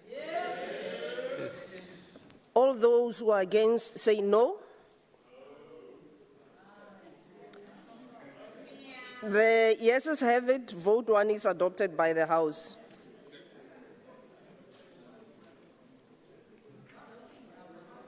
Vote 2 of the Gauteng Provincial Legislature. I now put a question. I don't have any declarations here, a request for declarations. I now put the question on vote 2. All those in favour say yes. Yes. All those against say no. The yeses have it, and the vote 2 is adopted by the House. We now proceed to vote 3. I have 2 requests for declarations. Honourable A. Alberts. Okay. Honourable F. Ngobeni. Okay. I now put the question on vote 3. All those in favour say yes. Yes. All those against say no. Yes. The yeses have it. Vote 3 is adopted by the House. We move to vote number 5, Department of Health. I now put this one request for a declaration. Honourable Paul. Hi. Okay. I now put the question on vote 4. All those in favour say yes. Yes. All those who are not in favour say no. Yes. The yeses have it. Vote 4 is adopted by the House. Okay. Vote number 5, Department of Education. I have requests, 2 requests for declarations. Honourable A. Alberts. Honourable F. Ngobeni. I now put the question on vote 5. All those in favour say yes. Yes. All those against say no. The yeses have it. So vote 5 is adopted by the House.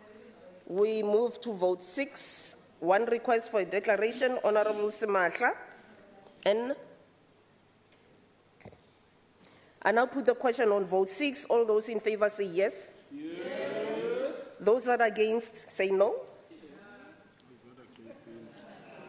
The yeses. The yeses have it. Vote 6 is adopted by the House.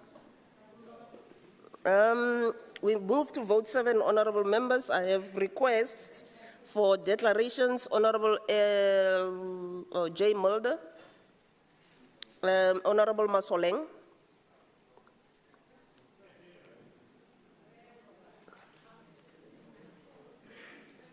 Honorable Masoleng, you made a request for a declaration. Proceed.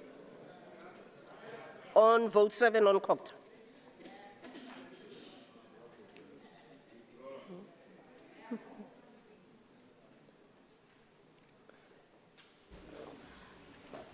I'm fine, Speaker. Okay. I now put a question on vote 7. All those in favor say yes. Yes. All those that are against can say no. Oh, the yeses have it. Vote 8 is adopted by the House. Okay. We proceed to vote 8, honorable members. There's a request for a declaration by Honorable R. Abrahams.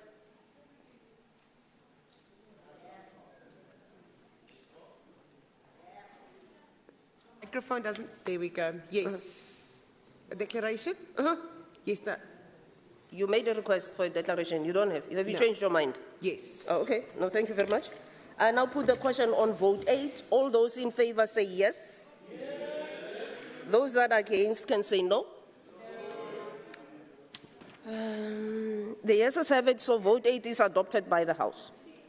Vote 9 on transport and logistics. There is a request for a declaration. Honorable Masoleng. Changed their mind. Thank you very much. I now put the question on vote 9. All those in favor say yes. Yes. Those that are against can say no. Okay, the yeses have it. Vote 9 is adopted by the House. Vote number 10, Department of Community Safety. 2 requests for declarations. Honorable Mulder is not here. Honorable J. Mulder is not here. Honorable M. Koma. He's not. Okay. I now put the question on vote 10. All those in favor say yes. Yes. Those that are not in favor can say no. No. Okay. The yeses have it. Honorable members, vote 10 is adopted by the House. Vote 11. Again, I have 3 requests for declarations. Honorable J. Mulder is not here. Honorable B. Engelbrecht for declaration. Madam Speaker, the Gauteng Department of Agriculture, Rural Development and Environment spent 73 million on the EPWP Green Army, employing 6,000 people temporarily, only for the program to collapse in November due to lack of funds. This was never about sustainable job creation. It was about an election gimmick designed to boost the Premier's image before the polls. The reality is stark. With the department in financial crisis, suppliers remain unpaid, projects are stalled, and even basic expenses like Microsoft licenses have been deferred. We spent 73 million, and now the department is broke. Suppliers unpaid, and those 6,000 workers are back in the unemployment line, no better off than before. What skills did they gain? What lasting impact did this money have? Nothing. The Premier wasted millions on short-term optics while small business struggle and service delivery suffers. This is not job creation. This is exploitation. Exploitation of the unemployed for political gain. Exploitation of public funds to sustain an illusion. And exploitation of small businesses that now face financial ruin due to non-payment. It's for this reason, Madam Speaker, that we do not support this budget. Okay. Thank you very much, Honorable Engelbrecht. Honorable McKenna B. McKenna, declaration. Okay, thank you. I now put the question on vote 11, honorable members. All those in favor say yes. Yes. Those that are not in favor say no. Okay. The yeses have it. Vote 11 is adopted by the House. Vote number 12, Department of Sports, Arts, Culture and Recreation. There's a request for a declaration by Honorable T. Sitika. Hope I pronounce the surname properly. Khayo. Okay.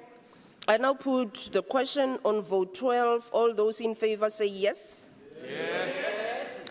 Those that are not in favor say no. The yeses have it. Vote 12 is adopted by the House. We proceed to vote 13 honorable members on Department of E-Government. There's a request for a declaration by Honorable Semasha. Thank you.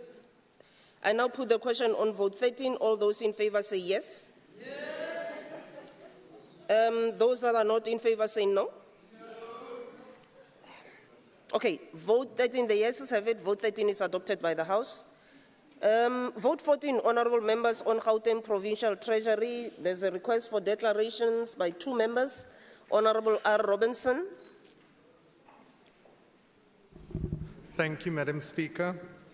3 weeks before the new financial year, we are standing here to adopt an adjustment budget that has already been spent and in many instances overspent. It actually makes a mockery of the entire process of budgeting and the oversight role that this legislature has to play constitutionally and legislatively. We are simply, and I won't sit down, I'll stand until I'm done. Madam Speaker, this is not a rubber stamping exercise and is actually very, very important. So for that reason, we will not be supporting this item. Thank you, Madam Speaker. Okay. Thank you, Honorable Robinson. Honorable Makwala is not here. So I now put the question on vote 14. All those in favor say yes. Yes. Those that are not in favor say no. No. The yeses have it, honorable members, so vote 14 is adopted by the House. Vote 15 on the Department of Infrastructure Development. There's a request for a declaration by Honorable El Masilela. Thank you very much, honorable member. I now put the question on vote 15. All those in favor say yes. Yes. Those that are not in favor say no. No. The yeses have it. Vote 15 is adopted by the House. Will the Secretary please read the 18th order? Thank you, Speaker. Decision on the schedule to the Gauteng Provincial Adjustment Appropriation Bill G003-2024 for the financial year 2024-2025. Thank you very much. Honorable members, I now put the question in terms of Rule 223, subsection 6, on the schedule to the Gauteng Provincial Adjustment Appropriation Bill G003 of 2024. All those in favor, please say yes. Yes. All those that are not in favor, please say no. No. The yeses have it. Scheduled to the Gauteng Provincial Adjustment Appropriation Bill G003 of 2024 is adopted. Secretary, would you please read the 19th order? Thank you, Speaker. Motion in terms of Rule 117(2)A, read with 222, and Rule 224 on the adoption of the Gauteng Provincial Adjustment Appropriation Bill G003-2024 for the financial year 2024-2025. I now call on MEC Maile to move for the adoption of the Gauteng Provincial Adjustment Appropriation Bill G003 of 2024. MEC? Thank you very much, Madam Speaker. I, Member L.I. Maile, MEC for Finance and Economic Development,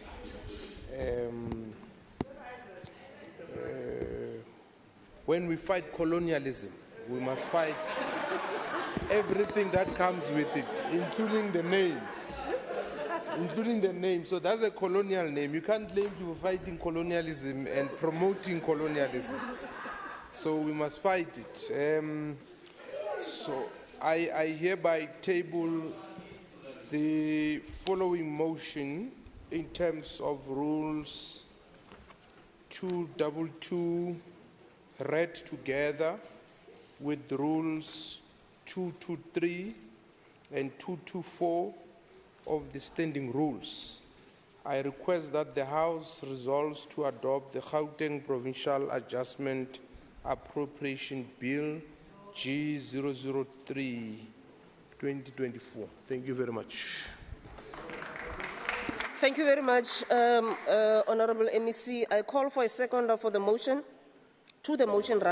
for adoption of the Gauteng Provincial Adjustment Appropriation Bill G003 of 2024. MEC.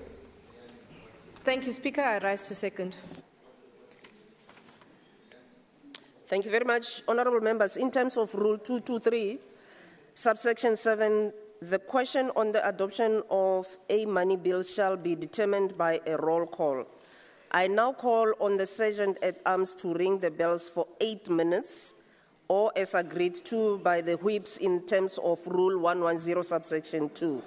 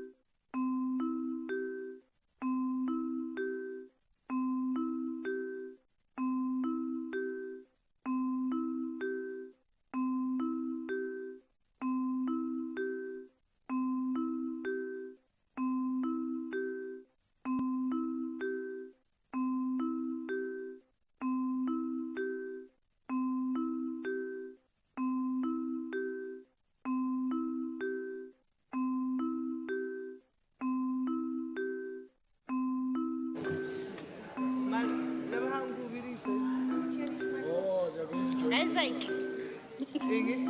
They.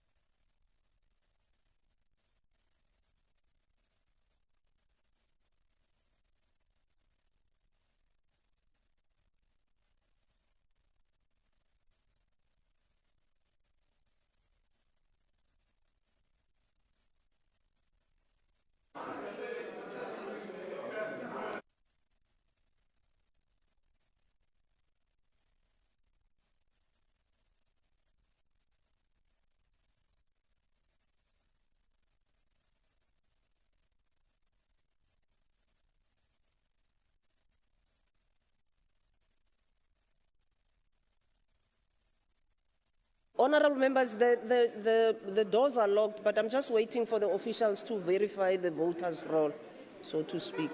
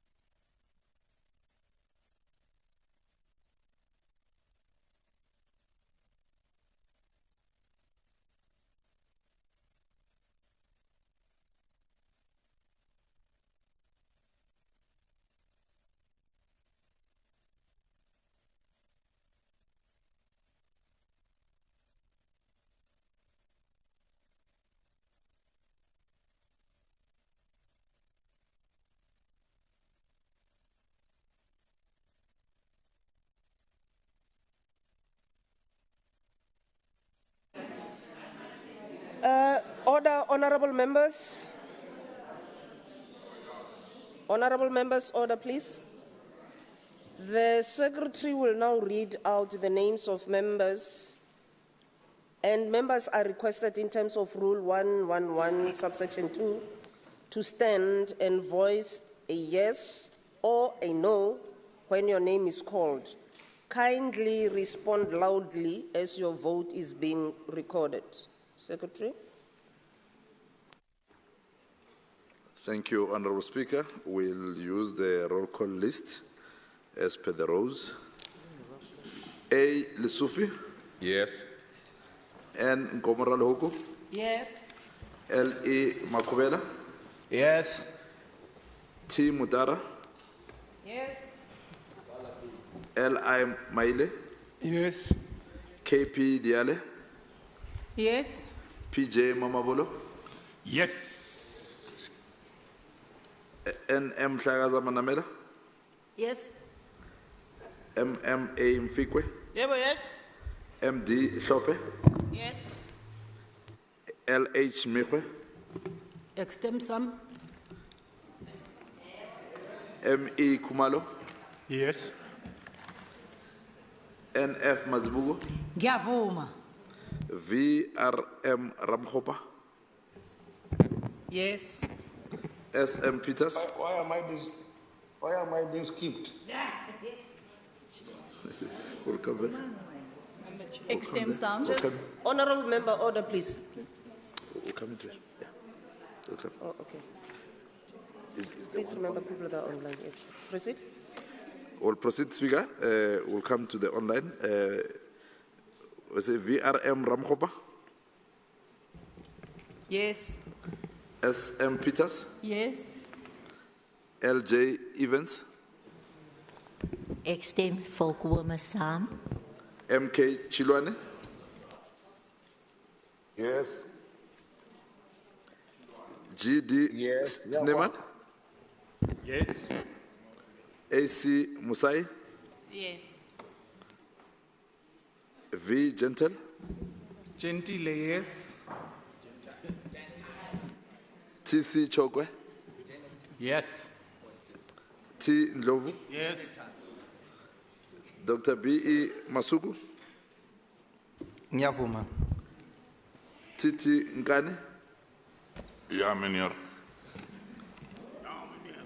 AB Kawa, Yes. MS Kosana, Yebo.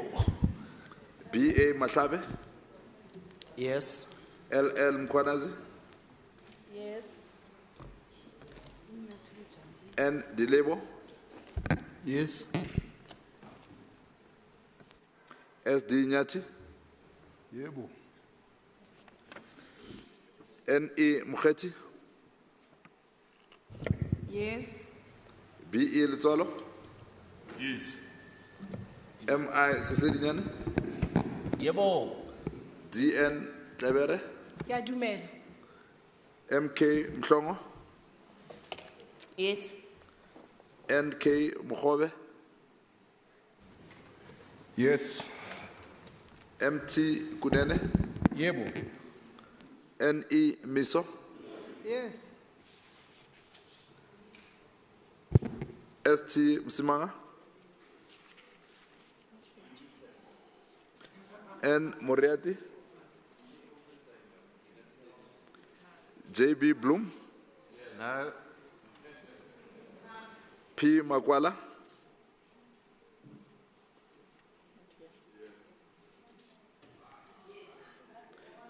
ADW Albert, ADW Albert, DK Adams, BW Lamini,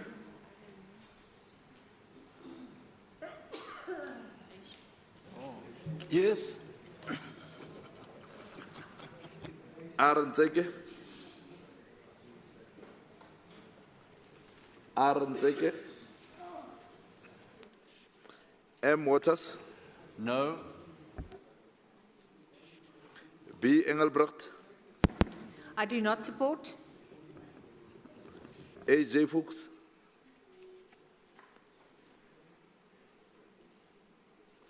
M Serota, No. MS Koma, Yes, yes. Ya kwa Galamo. Yeah. Yes. RF Ngoweni, Yes. RF, JC Moody, JR. E More,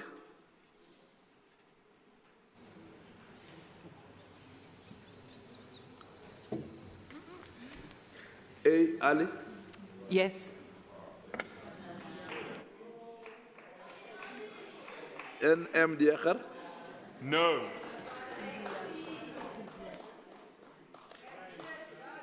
A Silas, No. EPWC, No. YM Sun, No.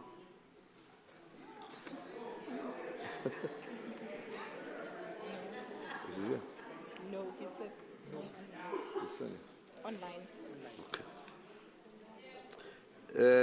C Speaker, Bosch, that is a no from YM Sun. Thank you. C Bosch, No. MS Shabalala, No. JM Maloka, B Makene, Yes.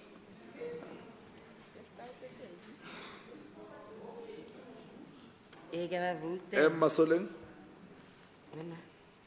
Yes.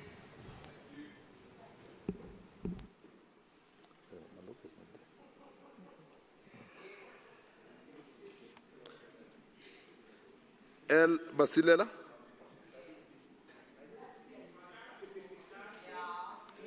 F Ngobeni, F Ngobeni, Yes.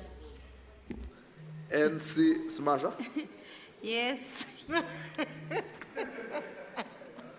K Paul, Conscious is not conscious. Yes.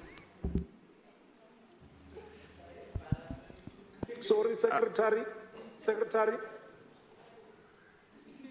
Sorry, Secretary, you have passed me. I'm voting yes. It's Philip Makwala.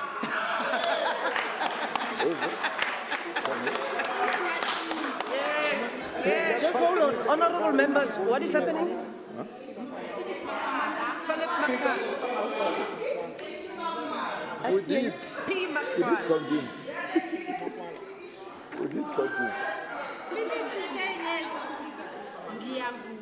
Okay, let's proceed with the vote, please. All right. R. Robinson. No.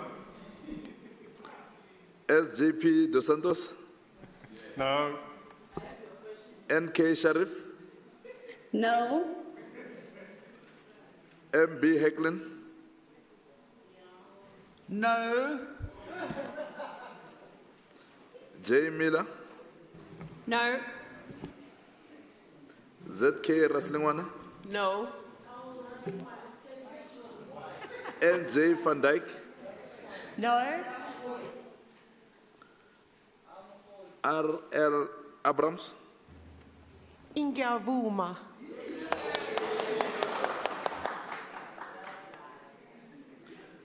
FJ Milder.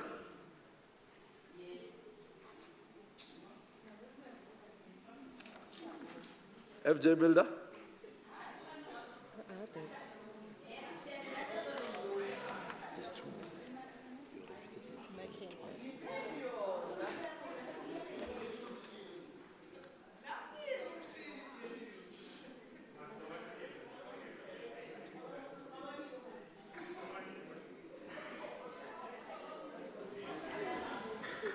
Honorable members, is there any member who was not counted?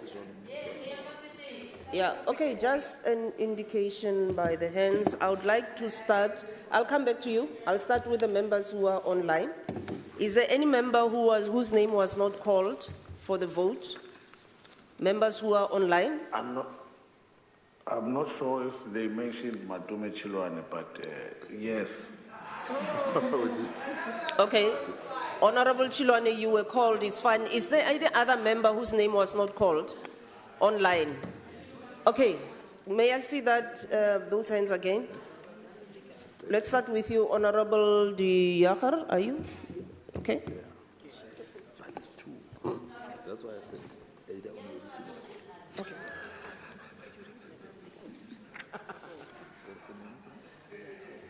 We did Yakhar too.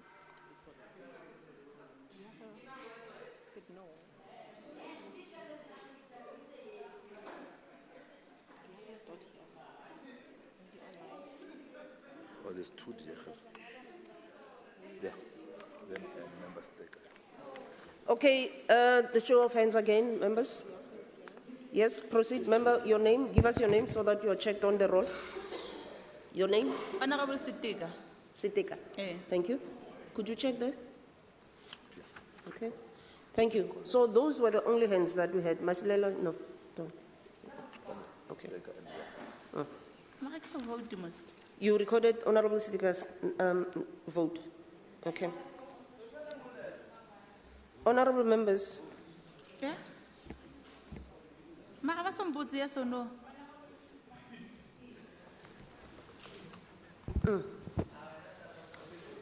Honorable Speaker.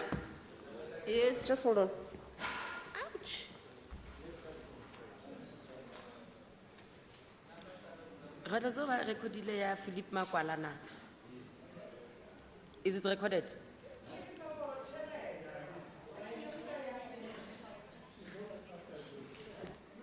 Can you proceed to the next one? Okay. Can you proceed to the next one? Yes. Honorable Jakhar.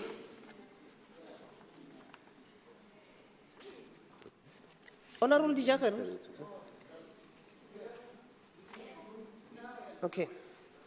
So those were the only members who were not called, and it has been rectified again. Yes.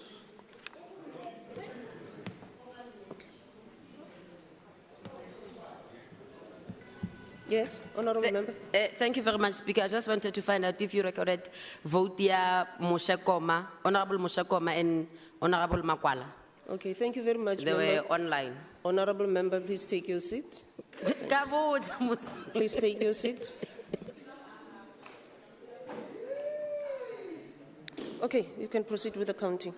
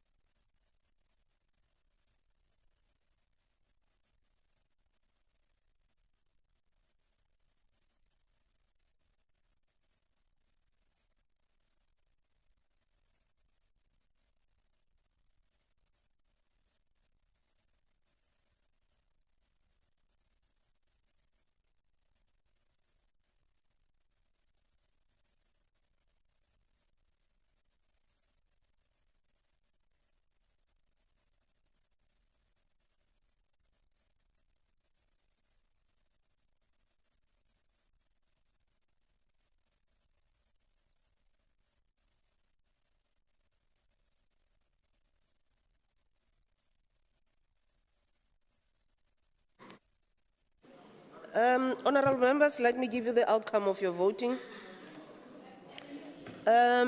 51 members voted in favor of,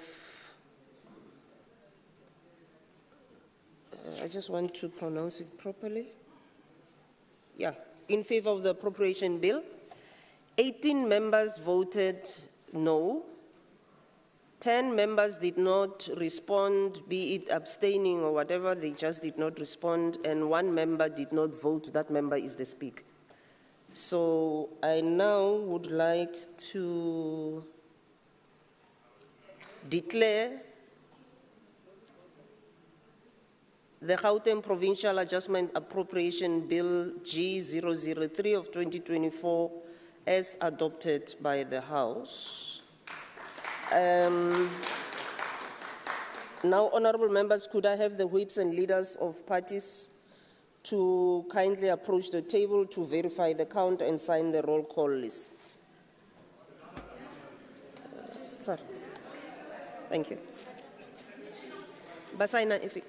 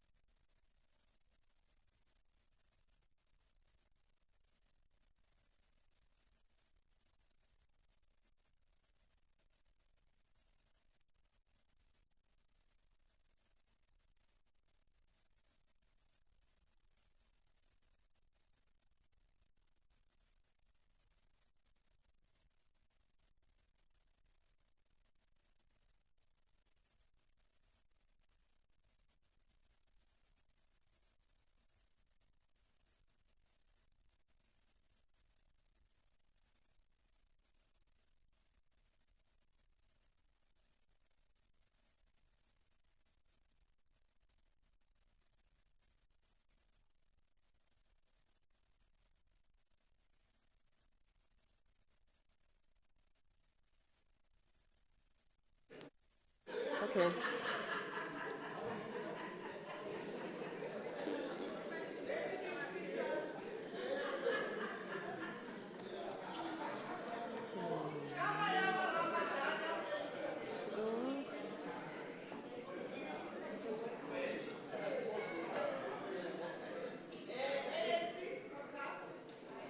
Okay, order, honorable members. Order, order, honorable members, order. Honorable Masilela, Clema, honorable members, the date for the next sitting is Tuesday, the 18th of March at 10 o'clock. I would like to thank all of you for your participation in today's proceedings. The House is now adjourned.